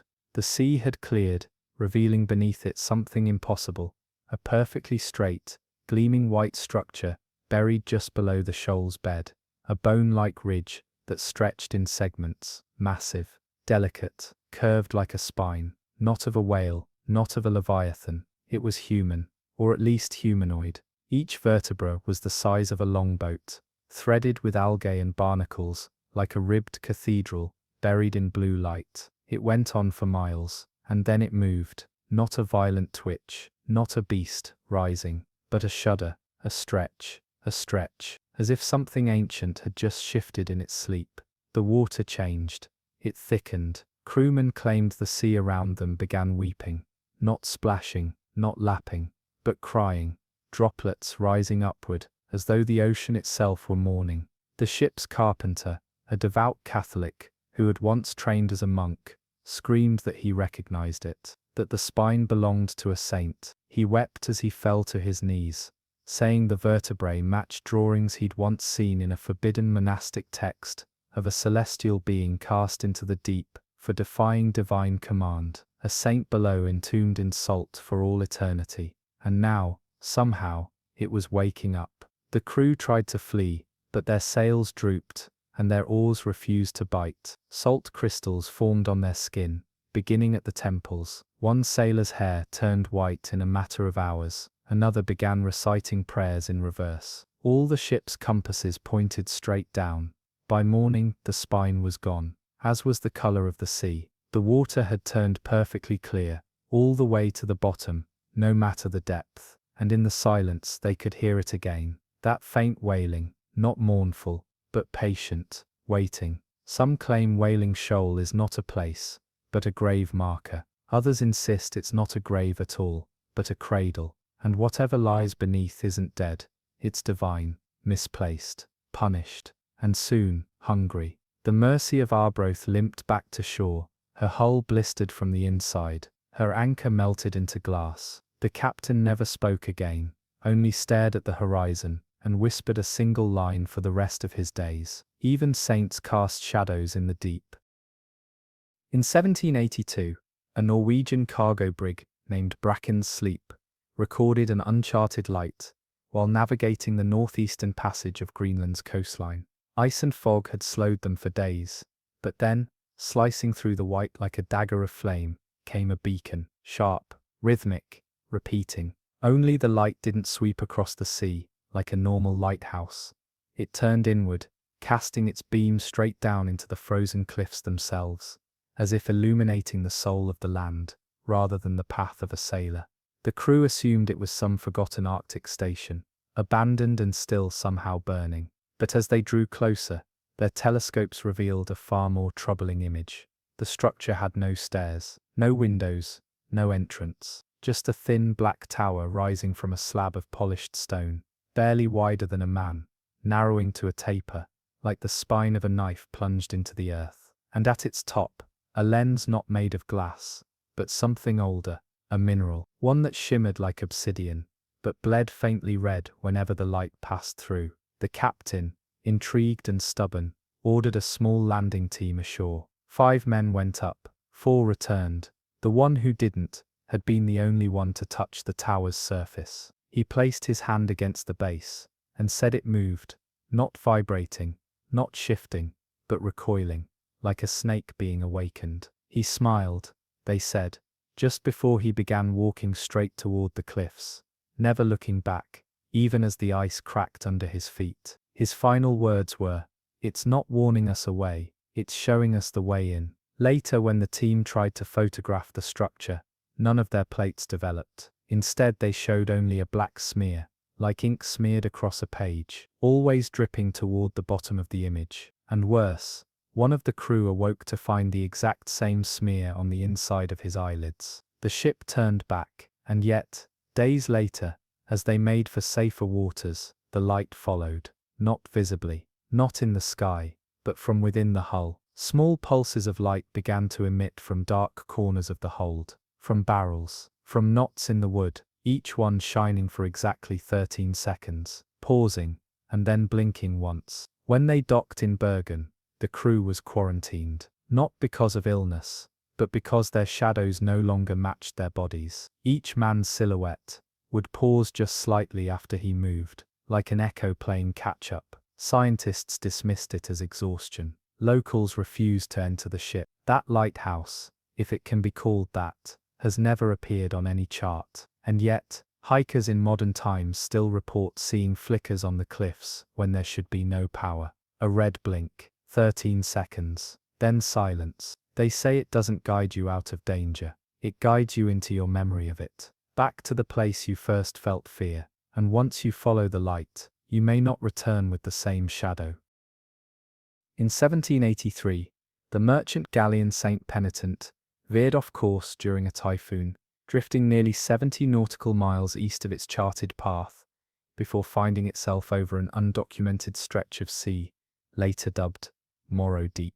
The skies cleared suddenly, the wind died as if cut by a knife, and the water turned smooth as obsidian glass, so perfectly reflective that stars shone beneath the ship as brightly as above. But there were too many. The first mate, a stargazer in secret, noticed that the constellations reflected below did not match those overhead. They were older, shapes not seen in the night sky for hundreds, perhaps thousands of years. He traced them with chalk across the deck, then stopped when he realized what they formed. A mouth, a perfect yawning mouth, drawn from ancient stars no longer visible. Then the sea began to hum, not from beneath, but from around. It came from the sails, the ropes, the wood, a harmonic resonance, soft, ghostly, like 1,000 voices, pressed against a door they dared not open. A choir, not of people, but echoes. Every sound the ship had ever made began to repeat, overlaying itself in a terrifying orchestration of memory. Footfalls from dead sailors, old orders barked in long-rotted voices, weeping heard once during a storm, and never acknowledged. But as the ship drifted directly over the center of Morro Deep, the water opened, not in a splash, but like curtains parting for a stage. Beneath lay no reef, no trench, only black, and within that void, figures, human-like, many, some enormous, some child-sized, each with mouths frozen open, singing no words, singing you. One sailor collapsed, whispering that he heard his own lullabies sung back to him, from when he was an infant, only sung from beneath the water by lips that should not know them. A rope was lowered with a lid weight. It never struck bottom. Instead it came back soaked in ink, letters scrawled across the hemp like a message etched in panic. The letters matched no known language, but one crew member, an orphan raised in a monastery, claimed they resembled the script of a forbidden hymn sealed away centuries ago. He read it aloud.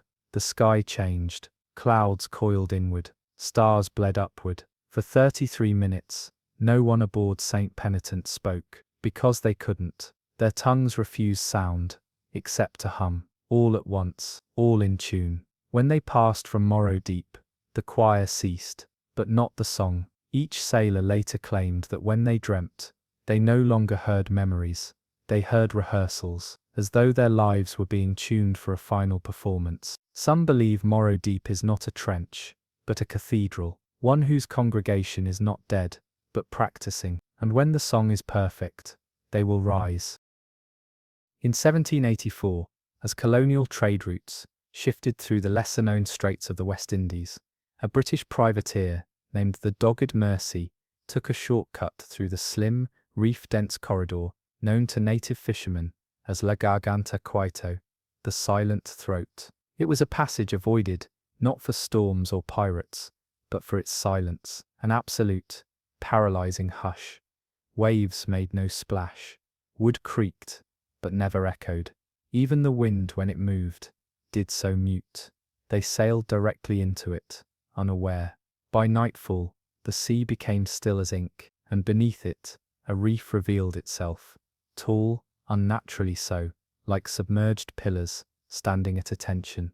Not scattered like coral should be, but aligned, in a perfect half-circle, like watchers around a stage. As the moon rose, the water began to lower, not by tide, but by intention. The surface drew down without disturbance, and from the dark emerged ropes. Dozens, old, wet, knotted with barnacle and moss. They rose from the reef like vines reaching skyward, each ending in a noose, and hanging from them, bones, not whalebone, not fish, human. The crew stared in horror as the skeletons began to move, not wildly, not chaotically, but as if swaying in a wind only they could feel. One sailor claimed the figures were not swaying, but dancing, reenacting their final moments with marionette grace. A dance macabre conducted by the sea itself. Captain Thistle, hardened by war and storms, tried to steer the ship around the reef. The ropes followed, slowly, deliberately, slithering through water like limbs. He ordered fire. They burned the nearest rope. It screamed, not audibly, but in the sails. The linen rippled as if shrieking in pain, and then blood dripped from the highest mast, though there were no wounds aboard. The ship's priest, a man long given up on God, opened his Bible. It was blank. The helmsman finally broke, claiming this was Providence's gallows, a place where the sea hangs those who deserve no land to rot in. The ones too cruel, too cunning, too quiet in their sins. He leapt overboard before finishing the sentence. He smiled. The ship was later found drifting, empty, near Jamaica. Not a soul aboard, only a single length of rope, soaked and knotted, curled neatly on the captain's chair. One crewman was found weeks later, in a fishing village, wild-eyed and barefoot. He spoke only 3 words, over and over, "It forgives" backwards. Now sailors whisper of the gallows reef. Some say the ropes are still swaying, some say they're waiting. But all agree, in certain currents, if you listen closely, you'll hear creaking, not of wood or waves, but of a beam overhead, sagging under the weight of judgment, long forgotten. In 1785, off the coast of Yarmouth, a recluse named Elias Merton, a clockmaker renowned for crafting timepieces, so precise they were banned from gambling halls, financed a solo expedition to a shallow reefless patch of sea locals, referred to only as the Doldrins. A strange place, not for weather or depth, but because time refused to behave. Ships crossing it often arrived early, or before they'd left. Watches stopped ticking, bells rang at the wrong hour. Even tides advanced then reversed, as if the sea itself were indecisive. Elias believed the answer lay beneath the surface. He claimed he had built a special device, a kind of chronographic diving cage, fitted with pendulums, gears, and something he called a temporal governor. Obsessed with theories that the ocean was not a place, but a clock too large to see, he constructed the cage in secret and dove in, alone. The descent was steady.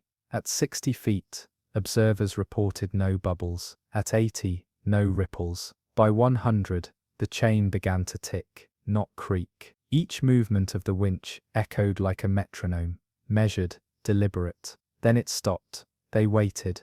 5 minutes, 10, an hour. No signal, no pull. Then the sea began to wind, not metaphorically, audibly. A sound like a key turning in an impossibly vast cylinder.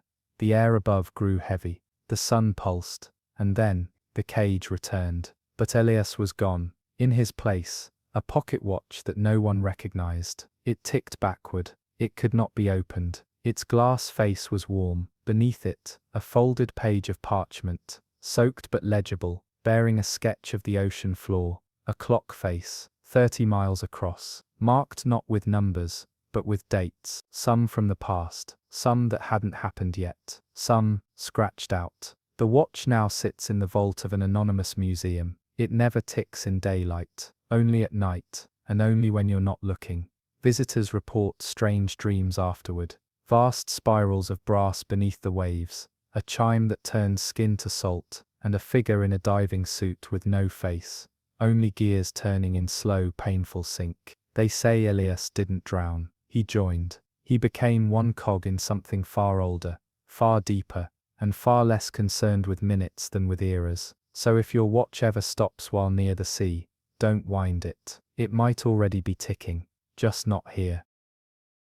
In 1786, the crew of a Danish fishing scow known as Valborg's Feather charted a course through the unusually still waters of Saltglass Sound, a narrow strait flanked by jagged cliffs and waters so clear one could see the patterns in the sand nearly 50 fathoms down. The sound was named for its infamous reflections, too sharp, too vivid, where sailors often remarked their own faces appeared older in the water than in their mirrors, or worse, unfamiliar altogether. Captain Ericsson, a quiet man long widowed, reported strange phenomena beginning just after dusk. As the sky darkened, the reflection of their vessel remained in full daylight, casting bright glimmers on the sea, even as the real sun had vanished. The reflection began to move independently, its sails flapping without wind, its crew pacing without cause. Most disturbing was that, among the reflected figures, stood a woman in black. No such woman was aboard. She remained at the stern of the mirrored ship, staring upward. Then slowly, deliberately, she raised her hand and tapped on the water, as though knocking on a pane of glass. That's when the real sea began to harden. Fishermen reached into the water and felt texture, smooth, curved and brittle. Salt crystals formed across the surface like a spiderweb of ice. Beneath it, the mirrored woman's mouth opened, wide, unnaturally so. Her jaw did not move as if to scream, but to swallow. Ericsson threw a harpoon directly into the reflection. The glass broke. The spell shattered.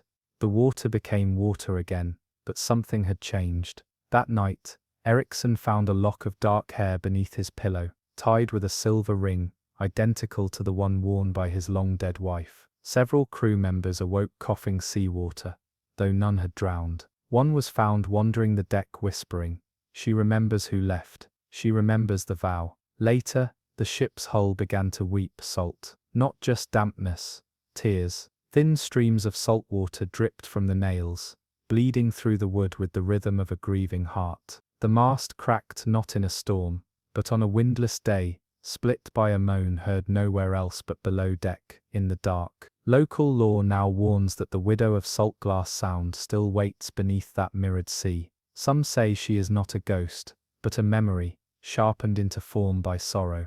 She appears only to the grieving, only to the abandoned. And when she knocks, you are expected to answer. So if you pass through Saltglass Sound, never look into the water after dusk, especially if you've loved and lost, especially if you promise to return. Because if your reflection begins to wave before you do, it's already too late. In 1787, the trading schooner Esther's mooring was forced to drop anchor in Wickport Sound, after its sails tore clean through on a day without wind. The region, nestled between two coastal bluffs in northern Maine, was known to locals for strange tides that moved against the moon, and for waters so still they seemed unnatural, like oil slicked across black marble. At night, the sound gave off an audible hum, not from the wind, not from insects, but from beneath. A frequency so low it made the ship's lanterns flicker, and the deck feel like it breathed beneath one's boots. Captain Alcott, never one to believe in folk tales, ignored the crew's protests, and sent 2 divers down the next morning. They were tethered by line, and given mirrored goggles to cut glare from the sea. Only one returned, raving, glassy-eyed, screaming that the sea had opened its mouth. He had seen gums. He had seen teeth. The other diver's line had gone taut, then slack, pulled, not snapped, hauled not by force, but by purpose. When the survivor calmed, he described descending into what at first looked like a normal trench, until he realized the walls weren't stone, but enamel, curved, lined. A gullet the size of a cathedral, perfectly symmetrical, slick and ancient. He saw carvings in the molars, scenes of devotion. of kneeling figures pouring liquid into what looked like a yawning jaw. He swore they moved when he blinked. The next morning, the ship's rudder had disappeared, chewed off, the ends marked with clean semicircles. No fish, no barnacle, no parasite could make such cuts. And beneath the waterline, new barnacles had formed in strange, precise rings, rows of small white stones that, when viewed from a distance, looked like smiling. That evening, one of the crew vomited up a pearl the size of a baby's eye. It was warm, hollow. When cracked open, it held a tooth. Human. Local legend speaks of Wickport Sound as the waiting mouth. Not a beast, not a sinkhole, but a hunger older than the tide itself. It does not roar, it does not thrash, it waits. And when fed, it leaves a gift behind, a piece of the feeder, forever marked. Years later, fishermen still swear the seafloor hums when boats pass overhead. Not randomly, rhythmically. Like a child tapping teeth together in anticipation, they say it's not what's down there that should scare you, it's what knows you're up here.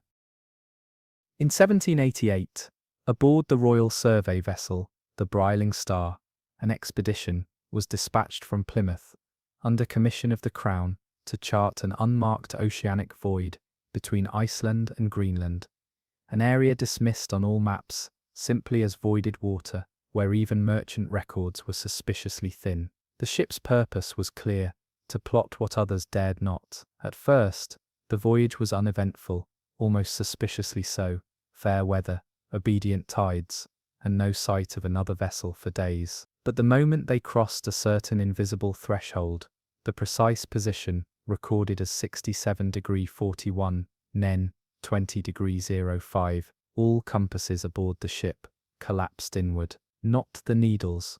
The actual bodies of the instruments buckled, as though caught in the throat of something immense and unseen. They curled in upon themselves like dead spiders, glass cracking, the magnetic filaments fraying into smoke. The navigation team attempted celestial readings, but the stars above the void did not correspond with known positions. They were too close. One astronomer claimed the constellations had shifted, like spectators, leaning over the edge of heaven. Worse, the ship itself began to feel circular. No matter how far they sailed, their bearings returned them to the same center point, one which didn't exist on any coordinate system. And then came the dreams. The crew began reporting shared nightmares of spiraling corridors of salt and bone, and a whispering voice that asked the same question in 20 tongues. Why are you outside? Below deck, puddles of seawater began to form in patterns, concentric circles, always pulsing inward, as though the ship were breathing from the inside. By the 5th day in the void, crewmen reported the compass tattoos on their forearms, markings common to sailors, had begun to change direction. The north indicator would rotate slowly throughout the day, regardless of their movement or location, and by sundown would always point not north, but down. One ship's boy gouged his own tattoo off with a marlin spike, screaming that it's not pointing north anymore, it's pointing home, and that's not where we came from. Stranger still, the birds that had followed their vessel vanished, only to return the following morning, flying in circles, beaks open in silence, as if caught in a song no one could hear. The Bryling's lookout claimed the sea had changed color. When pressed, he refused to explain, only muttering, "It's not water anymore, it's remembering how to be water, and it's failing." And then one night, a second ship appeared, not on the horizon, but directly adjacent to them, a perfect mirror image of the Bryling Star, down to the torn rigging on its mizzen mast, its anchor resting in the same coil. No crew, no lights, just floating silently beside them, as if reflecting what should be there. One sailor climbed aboard, and never returned. The next morning, the doppelganger ship was gone, but the rope used to board it had been woven back into their own sails, threaded perfectly, impossibly, as though it had never left. The remaining crew demanded retreat. The captain relented. Upon returning to the edge of mapped waters, all instruments snapped back into function. Stars resumed their rightful places. The water remembered how to behave. But none of the men who crossed into that void were ever the same. Journals from the voyage, those that weren't waterlogged or erased entirely, contained strange additions, spirals drawn in ink they didn't possess, coordinates that didn't exist, and a repeating phrase, scribbled on multiple pages in mismatched handwriting. Everything wants to return, especially things that never left. In 1789, a French exploration sloop, named L'Argent Brisère, ventured west of Cape Horn during a lull in colonial skirmishes to investigate a peculiar oceanic depression, first logged by a Spanish brigantine nearly 40 years earlier. The Spaniards had reported impossible sonar readings, sharp vertical spikes, alternating with smooth arched curves, too rhythmic to be geological, too unnatural to be ignored. But their logs had been dismissed as faulty, until L'Argent Brisère found the same readings. The crew prepared to dredge. What they brought up, however, was not coral, not shell, but fruit, not fresh, no withered, blackened things that resembled pitted apples and frostbitten pears, each bound with curling vines and barnacled stems, and yet, as they opened the rotten fruit, the scent was sweet, almost cloying. They called the spot Jardin des Abysses, the Garden of the Abyss, and sent divers down to investigate what they believed to be volcanic hydroponic growth, some strange heat pocket, nurturing deep-sea flora. What they found was no volcano. Instead, rising from the seafloor like frozen trees, were twisted, bark-covered trunks. Each ended not in leaves, but in faces, dozens, human, eyeless, staring upward, mouths wide as though eating the salt itself. The trees swayed with no current, bent toward the divers like listeners at a sermon. The branches held fruit, some rotten, some fresh, others made entirely of polished bone, nested like strange offerings. One diver panicked and cut his line, shooting to the surface and rupturing his lungs. Another claimed he heard chewing from beneath him, not of beasts, but of roots digesting memory. That night, the sea around L'Argent Brisère changed color, darker, more viscous. Crew members began dreaming of a sunken orchard, where women with kelp for hair whispered lullabies to the trees, feeding them locks of their own hair, even pieces of teeth, as offerings to the ones that grew when the land turned away. In the dreams the sailors were pulled gently under, not by tentacles, but by invitation. The strangest event occurred 3 days later, when the cook peeled a potato and found seeds inside, apple seeds, dozens of them. The ship's oranges turned to figs overnight. The wine in their barrels developed the flavor of soil, and the dreams grew worse. One man tried to drown himself in a barrel of rainwater, convinced he had seen his father hanging from one of the underwater branches, mouth open, cradling something that resembled a child made of kelp. The man's mouth was stuffed with blossoms when they pulled him out, blossoms that vanished an hour later. L'Argent Brisère fled the trench at full sail. When they reached shore, no plants would grow in their soil. The seeds they carried back blackened and hissed when placed in the ground. Only in salt water did they sprout, fast, viciously. Within a day, they formed vines, and by the second, tried to crawl back to sea. The crew, scattered and mad, spoke in whispers of the orchard that doesn't bloom, it remembers. Scientists who've reviewed the reports call it impossible, but divers still avoid the coordinates, and fishing boats that sail too close come back with their hulls scraped, not by rocks, but by bark. They say the garden isn't an anomaly, it's the first orchard, the one buried when the world was made, whose fruit carries not knowledge, but hunger, and it's still blooming. In 1790, the merchant bark Eliza's Grief vanished during a supply run from Lisbon to the Antilles. Nothing particularly strange marked her departure. Calm skies, seasoned crew, and holds full of grain. What made her infamous, however, was that she returned and then vanished again. 7 months after being declared lost, Eliza's Grief was spotted drifting into port under full sail, her canvas weathered but intact, her name still legible across the bow. The harbour bells rang, dock hands prepared to greet what they assumed were shipwreck survivors in need of aid. But as the gangplank was lowered and inspectors climbed aboard, they found no one. No crew, no logs, no evidence of storm or struggle. The food in the hold remained untouched.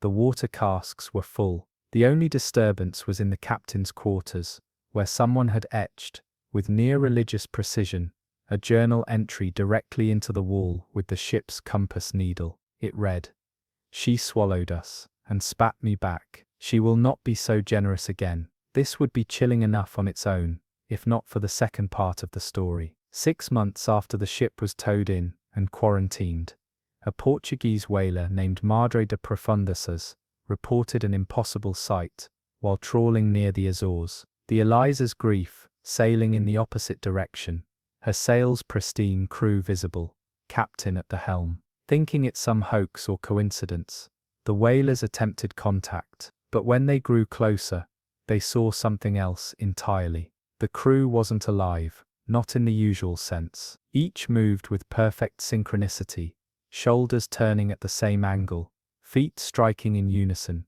blinks timed to the rhythm of the waves. Their mouths hung open, not in terror, but in reverence, in worship. And then the captain turned to face them. His face was a waxen mask of recognition and agony, tears running backward into his eyes. The captain had once been a decorated naval cartographer named Laird Bentwell. His portrait hung in Lisbon's Naval Museum. There was no doubt, but Bentwell had been buried, twice, once after the ship vanished, and again when a sealed casket bearing his effects washed ashore months later. Now he stood once more, steering a ship that had already returned. The Eliza's Grief passed silently, leaving no wake, and when the whalers reported the sighting, their account was sealed and labeled impossible. But it didn't end there. 6 weeks later, the Eliza's Grief was seen again and again, always silent, always gliding past ships as if retracing a route through time that only it remembered.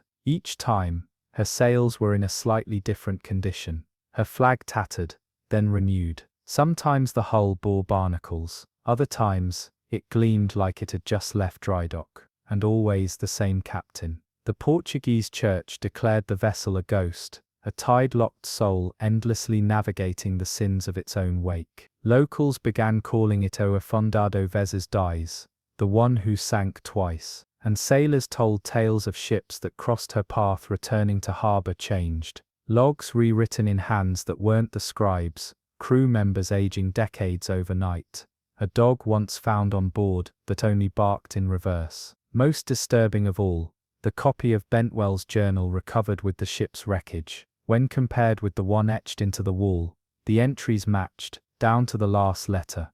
But in the physical journal, the ink had bled, and new lines had appeared between paragraphs. Words that hadn't been there before, repeating obsessively, pleading, "Let me stay sunk, please, for God's sake, do not pull me back up." In 1791, along the storm-ravaged coast of Cornwall, an isolated abbey, known as St. Erasmus by the tide, was swept into legend when a freak tidal event pulled its cloisters, bells, and entire eastern wing into the ocean. The abbey had been built too close to the cliffs, and after a week of relentless rain, the earth gave way. Monks, acolytes, choir boys, all were claimed by the sea in a single night. Local villagers, helpless to intervene, watched from the bluff as the structure crumbled and sank, the abbey bell ringing once, twice, then falling silent beneath the waves. The tragedy was mourned as divine judgment. The land was cursed, no one rebuilt. But something else took root, something not buried, but submerged. A year later, fishermen passing by that stretch of sea, on windless nights, reported hearing hymns, not echoes, not birdsong, but full, harmonic chorales sung in Latin, always the same refrain, always in the exact voice of the abbey's former chormaster, Brother Phineas, whose booming baritone had been famous from Cornwall to Dover. The strange thing, his voice led the song, but he hadn't died in the collapse. Brother Phineas survived, found miles inland the next morning, clothes dry, eyes red, mouth humming the same hymn as those heard offshore. He could no longer speak anything else, only sing, and only that. The doctors thought it trauma, the villagers called it possession, and then it got worse. By the time the 3rd anniversary of the collapse passed, boats that paused in the waters over the sunken abbey began to drift inward. The sea would pull them, gently but with purpose, toward the exact coordinates of the ruins. No current, no wind, just beckoning. One captain anchored overnight, and woke to find his anchor rope coiled into the shape of a treble clef. His sails had been stitched with musical notes, hundreds of them, woven while he slept. They matched no song he knew, until his first mate, who'd grown up Catholic, whispered, "That's the requiem of Saint Erasmus. It's only meant to be sung at burials, deep ones." Divers sent to investigate the ocean floor returned shaken, not from what they saw, but from what they heard. The abbey was gone, pulverized.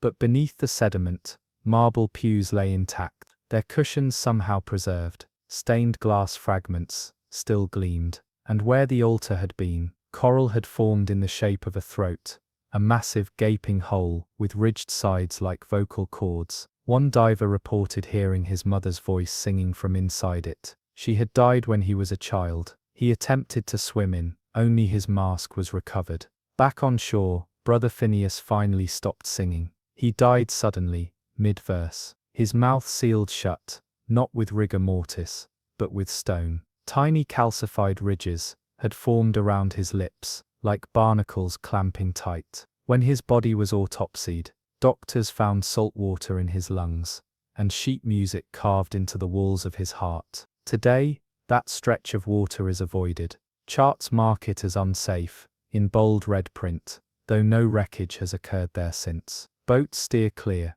swimmers refuse to approach, but on nights when the moon is at its thinnest and fog presses low against the sea, some claim to hear it, the slow swell of choral voices rising from below, notes carrying perfectly across the water, and always, at the end of the song, just before the final silence, a bell, one chime, muffled, echoing from a place no light can reach.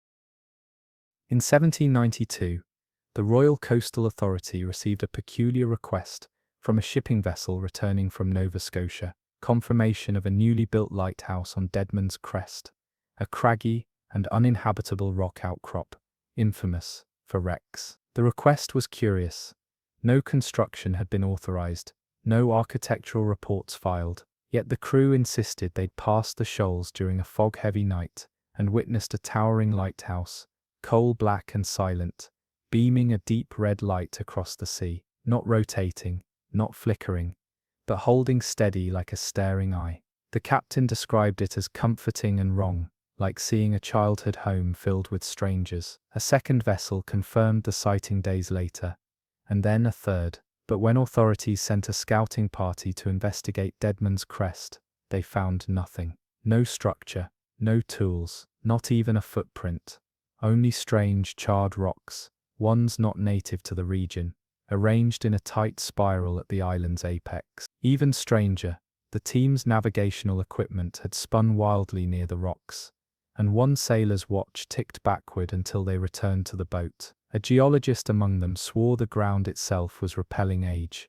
The plants near the crest were smaller, less evolved, almost regressive. One crewman swore he saw the lighthouse briefly at dawn, just a shimmer, a silhouette like soot suspended in morning mist. Reports increased. Ships near the area experienced bizarre phenomena, phantom lights in the fog, sudden weather shifts, whispered warnings in forgotten dialects. Survivors from a wreck off the crest swore the lighthouse had been visible, clear and towering, but not as a beacon, more like a trap. One sailor wept while describing its interior.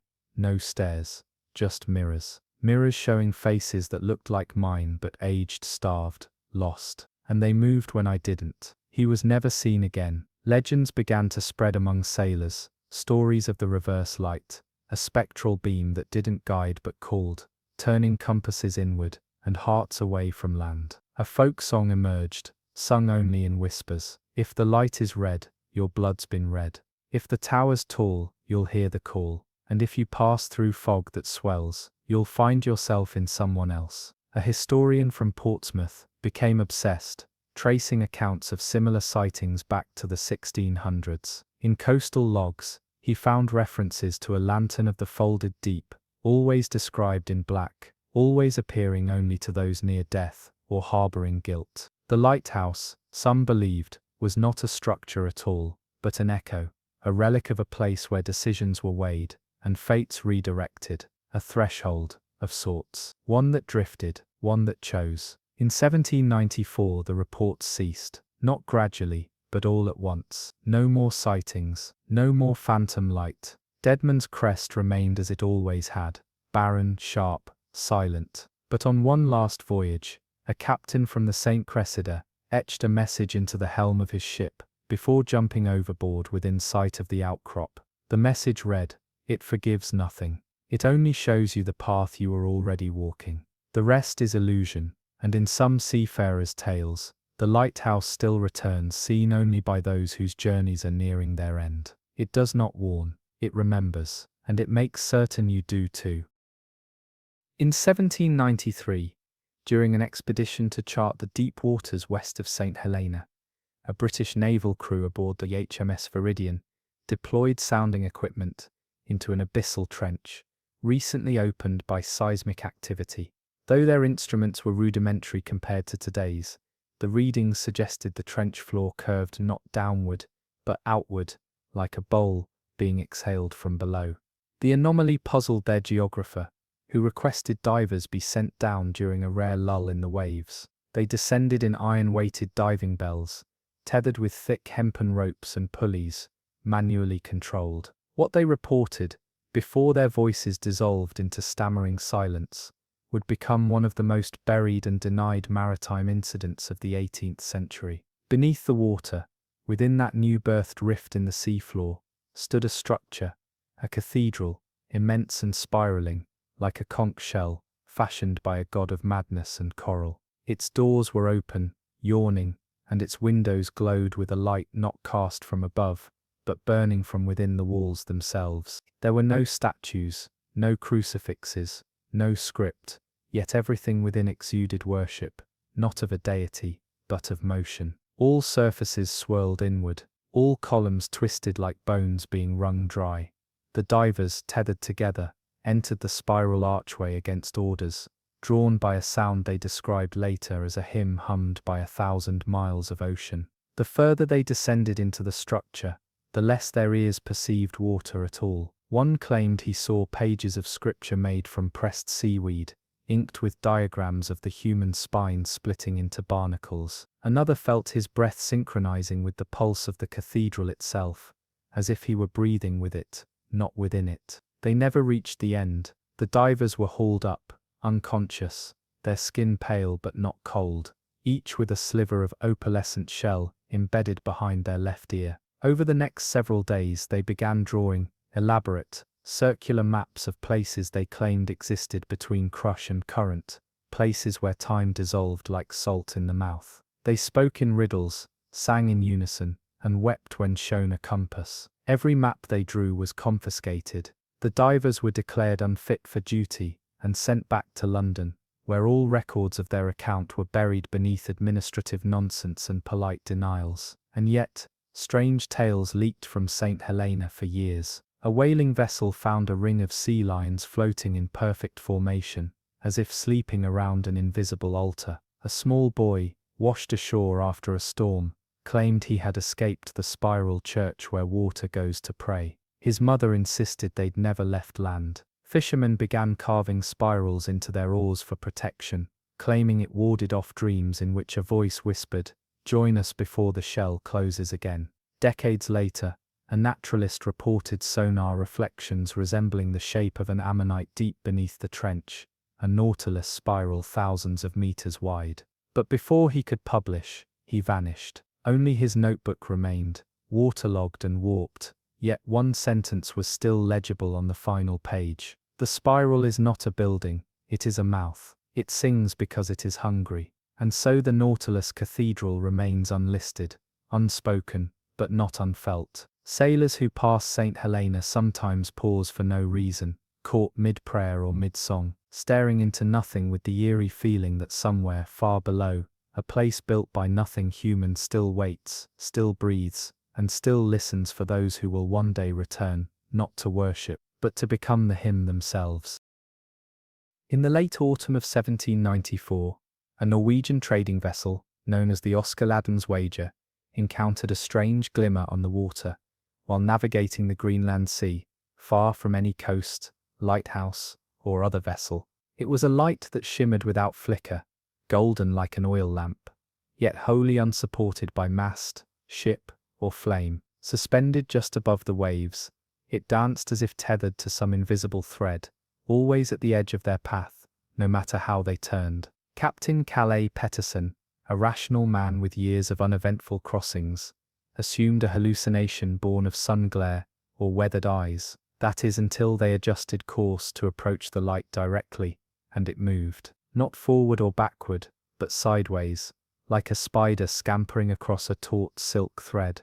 The more they pursued, the more unpredictable its motions became, hovering just out of reach until, at last, it stopped. No wake, no noise, just silence and the persistent glow of a lantern in the mist. Against better judgment, Peterson ordered a rowboat lowered. He, his first mate, and 2 others rowed toward the light. It didn't retreat this time. It waited. As they neared, they saw that the lantern was housed within a brass frame that floated a few feet above the water, not resting on a surface, but held aloft, as if suspended by a single unmoving breath of air. Beneath it, the sea was unnaturally still. As the men paused, oars raised, the water directly below the lantern changed, not with ripples or bubbles, but with clarity. It became transparent, as though the ocean had turned to glass. Below the surface, stretching downward into unknowable blackness, was a staircase, not carved into rock, but formed from coral, bone, and the wreckage of a dozen ships, their figureheads twisted into grimacing sentinels, their sails fossilized into draped flags. The steps spiraled downward, impossibly far, bathed in a soft golden hue from the lantern. And there, near the first submerged step, lay a corpse, not fresh, not decayed, preserved, mouth agape, eyes wide, clutching its own heart, as if offering it to something that lingered just beyond vision. Peterson tried to shout a command to retreat, but the words never left his throat. His first mate was already overboard, walking down the invisible path into the sea, eyes glazed, humming an unfamiliar lullaby. The 2 sailors followed without resistance. Peterson alone remained, rowing backward with trembling hands, never blinking, never taking his eyes off the light that now seemed to grow brighter the further the others descended. They did not swim, they did not sink, they walked as if the sea had become air, descending step by solemn step into the impossible spiral. Peterson made it back to the ship, but not to safety. For nights afterward, he stood at the bow, staring out into the mist, whispering apologies to no one the crew could see. He refused food. He sang only lullabies, his voice childlike and cracked. When asked what he saw beneath the lantern, he would only murmur, "It isn't light, it's permission." Then one night, he was gone, no splash, no sign of struggle, only his coat, neatly folded near the stern, and in its pocket, a note inked with brine. They don't burn to be seen. They burn so the way back never closes. To this day, fishermen in the Arctic Circle speak of that strange lantern. Some say it is drawn to the guilty. Others believe it's a siren of the deep, a judge with no voice, only illumination. The last guide before descent. They call it the widow's watch, and when it appears, the sea around it stills, the air grows warmer, and sailors forget the sky entirely, thinking only of what lies below. No one knows who built the staircase beneath the sea. No one knows why the light never dims. But those who've seen it speak with reverence and fear, knowing it marks a path not just into the ocean, but into willing surrender. In 1795, a series of maritime disappearances around the Faroe Islands culminated in the infamous case of the Lothar, a whaling brig last seen sailing north-northeast from Tórshavn with a crew of 21 and holds already swelling with rendered oil. She was expected back within 3 weeks, 4 at the latest, but she didn't return in 3 or 4 or 12. After 2 months of silence, she was given up for lost, until, on the 87th day, she came back, not sailing, not towed, pushed. The sea itself, calm as a pond, carried the Lothar into the harbour like a cradle, her mast shattered, her sails torn into ribbons, and her hull covered in a thick slime that shimmered blue beneath moonlight. No crew, no blood, no sign of violence, just the ship itself, untouched by time, but marked by something far older. Most disturbing of all were the ropes. Every single knot on board had been retied, looped with a precision no sailor could match, not according to utility, but in the pattern of veins, spiraling across the deck, wrapping the posts and railings, suggesting a circulatory system for the vessel itself. Officials boarded her at dawn. What they found unsettled even the most seasoned inspectors. Salt crusted the walls in shapes, arched windows, columns, arches, like the memory of a cathedral imposed onto the ship. In the captain's quarters, the logbook had been left open to a final entry written in a trembling hand. It reached for me, not with hands, with everything, and surrounding the log were fingerprints, not of soot or ink, but of salt water, pressed again and again into the wood, as though someone had been gripping the pages with desperation or reverence. Beneath deck, things grew stranger. The hammocks had been filled with sand, each one shaped like a body that had melted away. The floorboards beneath the mess table bore gouges, three-pronged rhythmic, as if something had been rocking beneath the surface, trying to escape or enter. No one spoke as they sealed the ship off. No one protested when the decision was made to scuttle her. But as they prepared her for a controlled sink, the sea refused. Twice, they set charges. Twice, the fuses failed. Divers sent to sabotage the keel were overcome with panic before they could plant explosives. One screamed upon surfacing that he'd heard breath beneath the hull. When pressed, he described a sound like a woman sobbing into a cathedral's nave. Finally the crew gave up. They towed her out to the edge of the shelf and abandoned her there. For days she remained, the Lothar, unmoving on the water, tilted just slightly, as though listening. And then, one morning, she was gone. No wreckage, no report, just vanished. That should have ended the tale, if not for what came next. 6 months later, a ship called the Urisk passed the same route and reported seeing a vessel far below the surface, fully intact, sails unfurled, lit from within by a pale green glow. Their navigator confirmed it matched the exact dimensions of the Lothar, but it was anchored to the seafloor, unmoving, resting, as if it had found a harbor not in any world of men, but in something deeper. They didn't investigate, they turned. But the youngest crew member, a boy barely 15, began humming after the sighting, an unfamiliar tune that none had taught him, but all recognized. It was the same melody played by Torshavn's cathedral bells the morning the Lothar first vanished, and it was written nowhere. In the years since, that part of the ocean has been marked on maps by whalers, with a simple phrase, "Here the sea has memories." Ships that sail through that channel report strange calm, unnatural warmth, and occasionally, just occasionally, they see a mast breach the water, move parallel to them, and then submerge again with impossible grace. Some say it's just hallucination, but those who know the tale of the Lothar whisper another theory, that the sea does not take ships, it keeps them, and every now and then, when the tide is just right, it returns one, only to learn how it tastes, when it's swallowed again. In 1796, an exploratory schooner named the Nereid's Wake ventured further south than any vessel before it, skimming the borders of the Antarctic Circle under the pretense of scientific curiosity, but funded, quietly, by a Swedish nobleman, obsessed with a centuries-old seafarer's myth. He believed there was something painted into the earth, beneath the southern ice shelf, something that could only be seen at a precise time, under precise conditions, when the ice was thinnest and the sun struck just so. The crew, skeptical but paid well, endured shrieking gales, biting frost, and months of white silence, until, one grey evening, it happened. The sky cleared, the sea stilled, and the ice turned transparent. What they saw beneath them was not a creature, nor a shipwreck. It was a mural, spanning hundreds of meters, embedded within the shelf's underbelly, was a colossal painting of a face, not drawn with brush or pigment, but etched into the ice in hues no human hand could replicate. Colors shifting with the sun, skin that pulsed like it was alive. The eyes were open, wide, seeing, and though no one said it aloud, every man aboard later admitted the same dreadful certainty.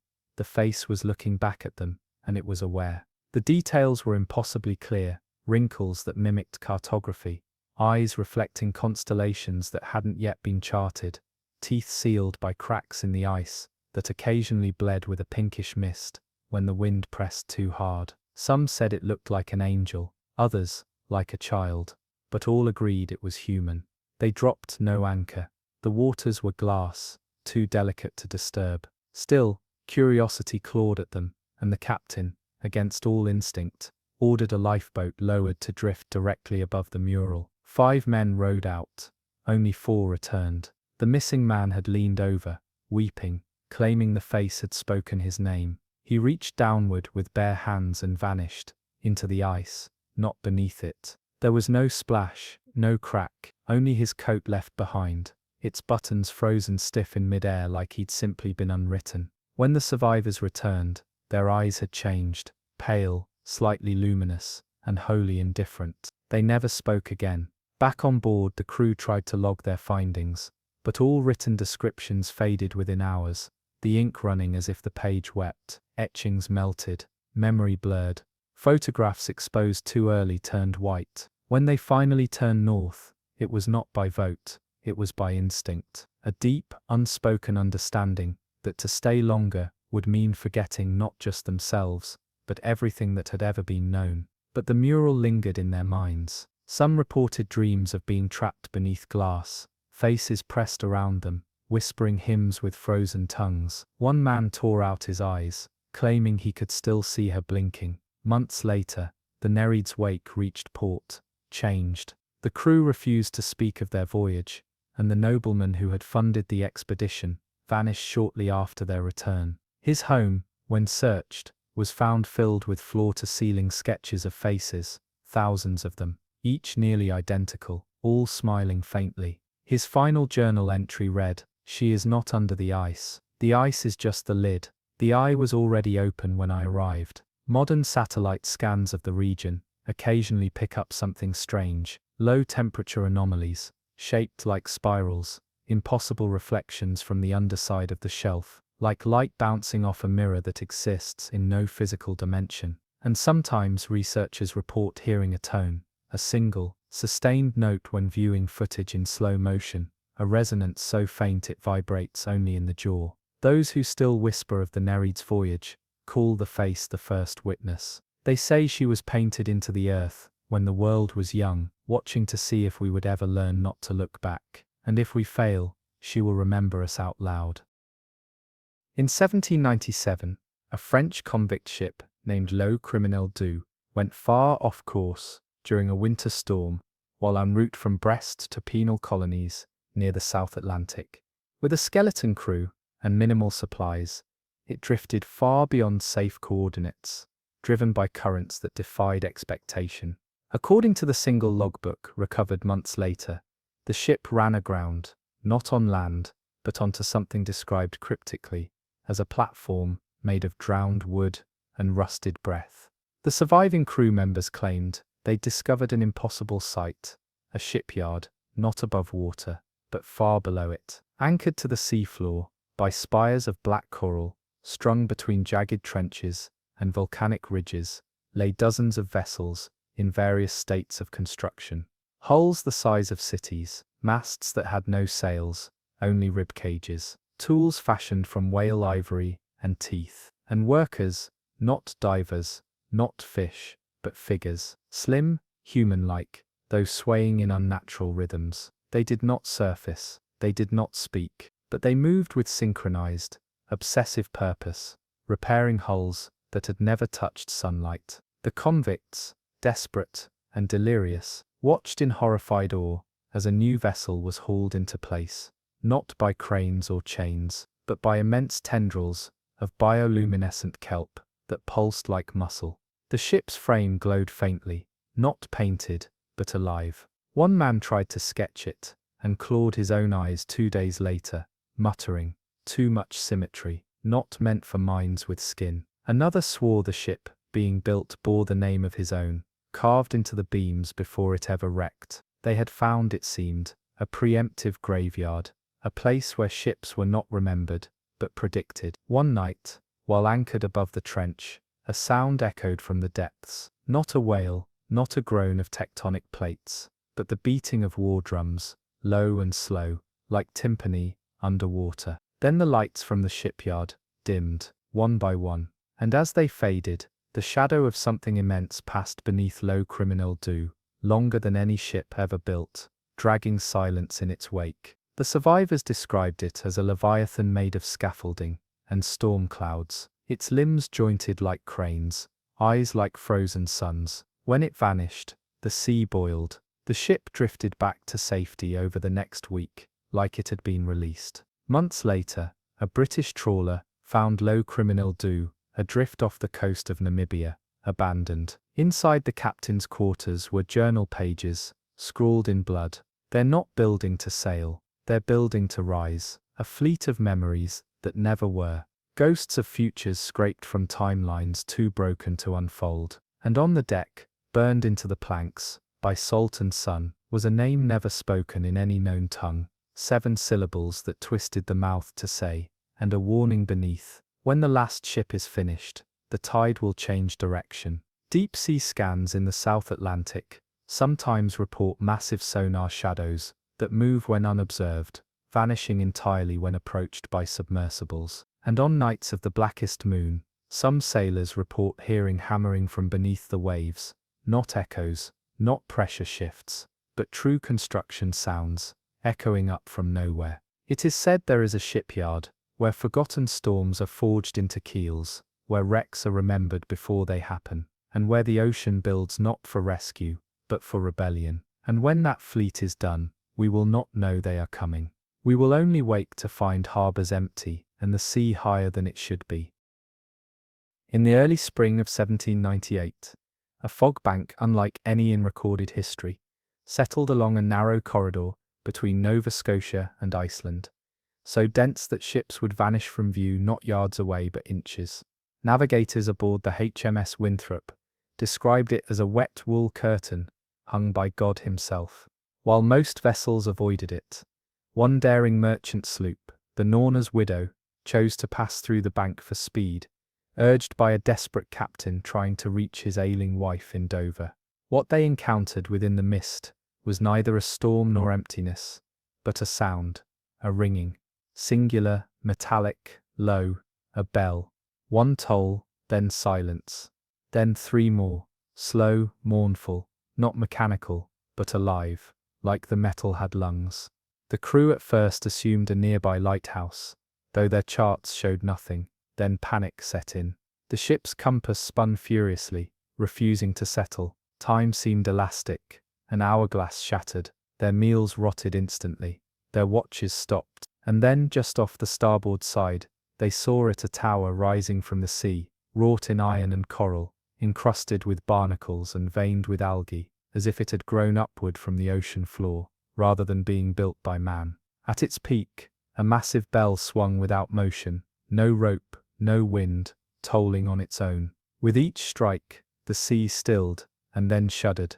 Those who approached the rail said they saw faces in the fog, feminine, translucent, mouths open not in song, but in grief. They didn't move, didn't blink, just watched. One sailor, drunk on terror, threw himself overboard, only to rise to the surface again moments later, standing upright, as if on solid earth, speaking in his mother's voice. The tide remembers, she never forgives. The rest of the crew scrambled to turn the ship, but the wind failed. The fog thickened, until even their own hands vanished from view. The bell tolled again, and one by one, the men began to forget. Names, ranks, prayers. The first mate forgot his wife's face. The navigator forgot how to read maps. The cook wept over a fire he could not light, swearing he was back in childhood. It was as if the fog was not erasing the ship, but rewriting the men. Then silence. The bell stopped, the fog lifted, and the Norna's Widow drifted, empty, into the Bay of Biscay 3 weeks later. No signs of struggle, meals half prepared, logs abandoned mid-sentence. But on the mast, newly carved with a blade none could find, were the words, "I rang for her, and she rang back." Since then, the area is known among sea folk as Hollow Reach, a place where lost love echoes through mist, where ships are weighed not by tonnage, but by regret. Naval reports refuse to confirm the phenomena, but merchant sailors leave bells out on their sterns at night, muffled with cloth, hoping they are never heard. Because to hear the widow's bell is to be remembered by the ocean, not as a traveller, not as a guest, but as something it once loved and lost, and will never let slip away again. In 1799, just off the craggy coast of Western Ireland, fishermen from the village of Liscannor began reporting something strange below the tide. Flickers of green beneath the water, not the murky moss of kelp, but a vibrant glow, like stained glass lit from below. At first it was dismissed as phosphorescence, or the whim of tired eyes, until one morning, after an especially low tide, a shepherd walking the cliff's edge looked down and saw spires, towering shapes beneath the surface, geometric and deliberate, arched windows, twisting domes, walkways of polished stone, stretching in a perfect circle. For a moment the ocean had receded too far, as if retreating to show something long buried. He ran to the village shouting, and soon, dozens stood breathless along the edge, watching what could only be called a city, a cathedral of glass and stone beneath the sea. They called it Caislean Glass, the Green Castle. For 3 days, the tides ebbed in unnatural rhythm, revealing the city more clearly each time. Children claimed they could see figures walking its streets, slow, tall, robed in water. A priest described hearing bells beneath the wind, chiming in keys not found in any hymnal. One woman fainted upon seeing a window shaped exactly like the one in her parish, but inverted, upside down, like the memory of a church never built on land. Yet when authorities from Galway arrived with scholars and skeptics, the sea surged back with fury, dragging 2 men under. Their bodies were never recovered, but the scribe's journal washed ashore, soaked and sealed with salt. Its final entry: they knelt when we arrived, as if court were in session. We were not guests, we were judged. Then, silence. The city vanished. The tide returned to normal, and yet, once every 7 years, a green glow stirs beneath the waves, and the cliffs of Liscannor fill with whispers once more. Fishermen stay ashore, bells are silenced, and some swear that if you peer long enough into the surf, the sea looks back, not with malice, but with memory, as if it remembers the court, the verdict, and the trespass that has not been forgiven. Locals say Caislean Glass still holds trial under the ocean's skin, that it rises not to be seen, but to judge the living for what they have forgotten. Some say it is a city drowned not by water, but by sin. Others believe it is waiting for one more name to be read aloud in its submerged halls before it rises in full, not as a vision, but as a reckoning. In the final days of 1800, a small Baltic mail courier known as the Henrika vanished between Stockholm and Riga, taking with it 7 crewmen and 13 sealed letters addressed to European aristocracy. The weather had been calm, visibility clear. There were no distress flares, no driftwood, no sign of wreckage. But 3 weeks later, a lifeboat washed ashore in Saaremaa, Estonia, upright and undamaged. It carried only one thing: a sealed iron urn, bolted to the floor.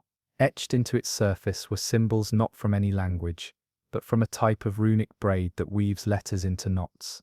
A language meant never to be spoken, only kept. The villagers who found it brought it to their local priest. The moment he touched the urn, he screamed, and his hands blistered with salt as though freshly submerged. He swore he heard a voice, not in his ears, but in the marrow of his bones, thanking him for remembering. He ordered it buried in consecrated ground, but the sea came for it. That night, the tide rose nearly to the village square. Despite clear skies, every mirror in town fractured. The church bell rang 13 times on its own. By morning the urn had vanished from its grave, leaving behind only a trench of silt that led directly back into the sea. 2 months later, the Henrika was sighted, not by sailors, but by lighthouse keepers stationed along the Gulf of Finland. It never came close, never responded to signals. It simply sailed past each outpost, its sails slack, its hull entirely blackened as if scorched, but without fire. And in the lantern glow of one watcher's telescope, a woman stood on the deck, not a crewwoman, not a passenger. She wore a wedding dress woven of seaweed and frost, and she was not alive. Her face was porcelain smooth, her eyes pale, and blinking at uneven intervals, and in her hands, she held the urn, clutched like a bouquet. When she looked at the lighthouse, its lens cracked. No record exists of the ship after that. But all 13 recipients of the missing letters aboard the Henrika, dukes, land barons, even a prince, were dead within the year, each under mysterious circumstances. The priest who first handled the urn disappeared, leaving behind only a wet cassock folded in his empty church. And every 7 years since, reports surface of a black ship with no wake, drifting just beyond harbours across the Baltic, visible only on moonless nights. If seen, all letters aboard the local mail courier that week are lost, without explanation. The legend calls her the widow of the deep vow, a promise made between the sea and something once buried in its coldest trench. They say she waits for those who make pacts they never honour, that she is not a ghost, but a witness, and the urn she holds is not for ashes, but for names. Each toll of the tide adds another. Each letter lost is a warning. You cannot send words across water without offering something back, and if you forget, she will come dressed in salt and silence, to deliver your answer. In 1801, a Dutch whaler, named De Laat's Roe, the Last Cry, disappeared north of the Svalbard archipelago, after reporting a whale larger than any they'd ever encountered, not merely in size, but in design. The crew's final transmission, etched in charcoal, into a flask found months later, described a creature with a jaw of bone like cathedral doors, and teeth not for chewing, but for listening. It wasn't hunted, it waited. According to the note, when the crew harpooned the beast, the air changed. It spoke through its teeth, the log read. Not words, but futures. Then silence. The ship never returned. Years later, in 1812, Russian ice fishermen discovered something buried beneath the permafrost of a newly cracked fjord. A line of teeth, not fossilized, not decayed, but perfectly arranged in the shape of a mouth 20 meters wide, as if a creature had grinned and died mid-sentence. The jaw had no skull, no spine, just teeth, each carved with scenes. One showed a ship entering a fog, and not returning. Another depicted a man clutching his ears while snow fell around him. Some bore faces no one recognized, etched in agony or joy. One tooth, at the center, had an image of a door beneath the sea, with a small ship at its threshold. The local priest called it an oracle too vast to speak. The jaw was removed, dragged inland by dog sled, and housed in a barn near the coast. But strange things began to happen. People stopped sleeping. Villagers reported hearing chattering, not from mouths, but in the walls. The priest's infant began repeating sentences he could not have known. The ocean forgets, but her teeth remember. The jaw was blamed and sealed beneath the ice once more. Still, fishermen continued to vanish from that coast. Then in 1830, a British polar expedition sent a diver to explore the same fjord. His tether snapped. He floated free under the ice for 13 hours, before resurfacing unscathed, his eyes milk white. He had no frostbite, but he was humming a tune, one matching the notes etched into a tooth, discovered years earlier. He claimed the creature wasn't dead, it was never alive, he whispered. It is memory sharpened into bite. Since then, sailors speak of the oracle of the teeth, a place, a beast, a relic, perhaps all three, that doesn't swim, doesn't breathe, but waits for sound, and if you speak near it, if you dare hum, sing or cry, it listens, and it offers back. Some have received premonitions, others, madness, but none return unchanged. The Arctic winds sometimes carry clicks too rhythmic to be ice. Sonar sometimes detects grins, and whalers to this day carve their initials into their boats, not to claim ownership, but to confess, to remind whatever waits beneath the frozen sea, that they know who holds the future, and they are only borrowing it. The ocean is not a place. It is not a direction. It is not a depth. It is not even water.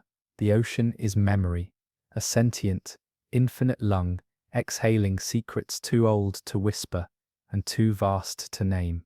You have now sailed through over 100 of her legends, swam beside her griefs and follies, glimpsed the shadows that flicker behind sunken windows and under ancient coral thresholds.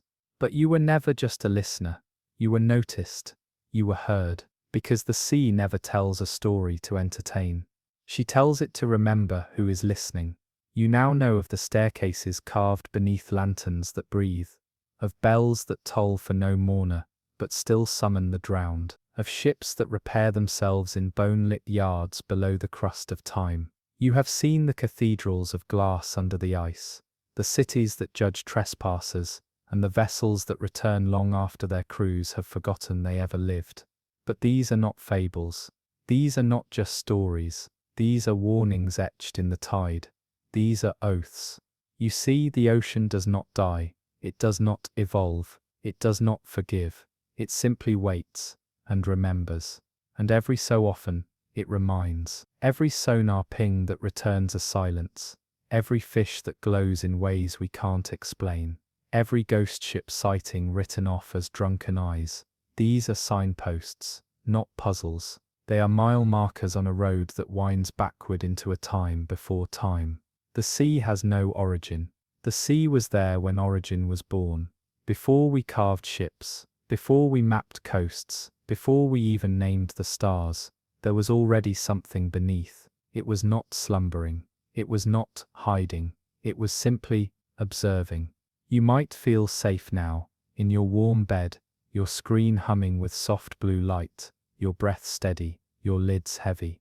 But remember this, every glass of water you drink contains molecules that once touched the Mariana Trench, that passed through the belly of something impossible, that once drifted through the very heart of the Widow's Bell, or soaked the deck of the Lothair before she fell. The ocean is inside you now, in your cells, your blood, your dreams. She told you 100 stories, but what did you tell her back? Did you gasp? Did you tremble? Did you scoff and call them fiction? Because the sea loves fiction. It's how she hides her truths in plain sight. You've heard of the old sailor's adage that the ocean grants no second chances, but that's not quite right. She gives infinite chances, because she knows eventually the listener forgets. She knows the lighthouse will be abandoned, the ship unmoored, the warning carved into wood will be sanded smooth. She knows that humans are arrogant, and time-wrapped, and beautifully foolish. And so she waits, patiently, beneath every port and island and wave, with her mouth wide open. But the real secret, she is not waiting to swallow you, she is waiting for you to come home. Every shipwreck is a conversation. Every sonar anomaly is a sentence. Every bioluminescent flicker from a trench is punctuation in a sentence still being written. And you listening now have become part of the syntax. She is writing you in. She already has. The storm that didn't happen last week. She held it back for you. The seagull that lingered too long on the wire today, watching you with one eye. That wasn't coincidence. That was a question. The salt in your mouth right now. You haven't eaten anything salty. That's her, saying goodnight. But you're not done. No, because tonight while you sleep, you will dream of water without horizon. You will walk beside ships whose sails are made of sighs. You will see an island shaped like a jaw, and it will smile at you. You will hear voices that sound like bells melting. You will follow footsteps down a staircase carved into the ocean's rib cage, and at the bottom you will find a door, not locked, not sealed, just waiting. Will you open it? Because the ocean never knocks. She only whispers, "You're already here." Let's imagine now. It's 3:17 a.m. The lights are off. Your room is quiet, except for the faint hum of the modern world. But below that, do you hear it? The faint rhythmic lapping. The creak of a wooden hull that isn't there. The sound of ropes tightening in a ship that doesn't belong to this century. That's her. She's remembering you. You listened. You stayed. You heard the 100+ ocean mysteries, and in doing so you've become one. When your windows fog for no reason, when your mirror has sea spray across it after a dreamless night, when your bathtub drains slowly as if reluctant to let go, just smile. You're not haunted. You're invited. The sea calls not with threats but with stories, and stories are not ends. They're beginnings disguised as conclusions. Tonight, sleep deeply. Let the tide of your breath pull you under. Let the current of dreams carry you to the edge of a shelf not found on maps. Let the shadows under your bed hum with the voices of shipbuilders you'll never meet. Let the ocean roll over your consciousness like a silk sheet soaked in stars. Because the mysteries you've heard, they were never about the sea, they were about you and the sea. She just wanted you to remember what it feels like to be looked at by something that has no eyes, to be called by name, though you never offered one, to be heard in your silence, and to be kept, just as you are now, kept. Good night, drift well, and if you wake with wet footprints by your bed, don't worry, she always walks you home.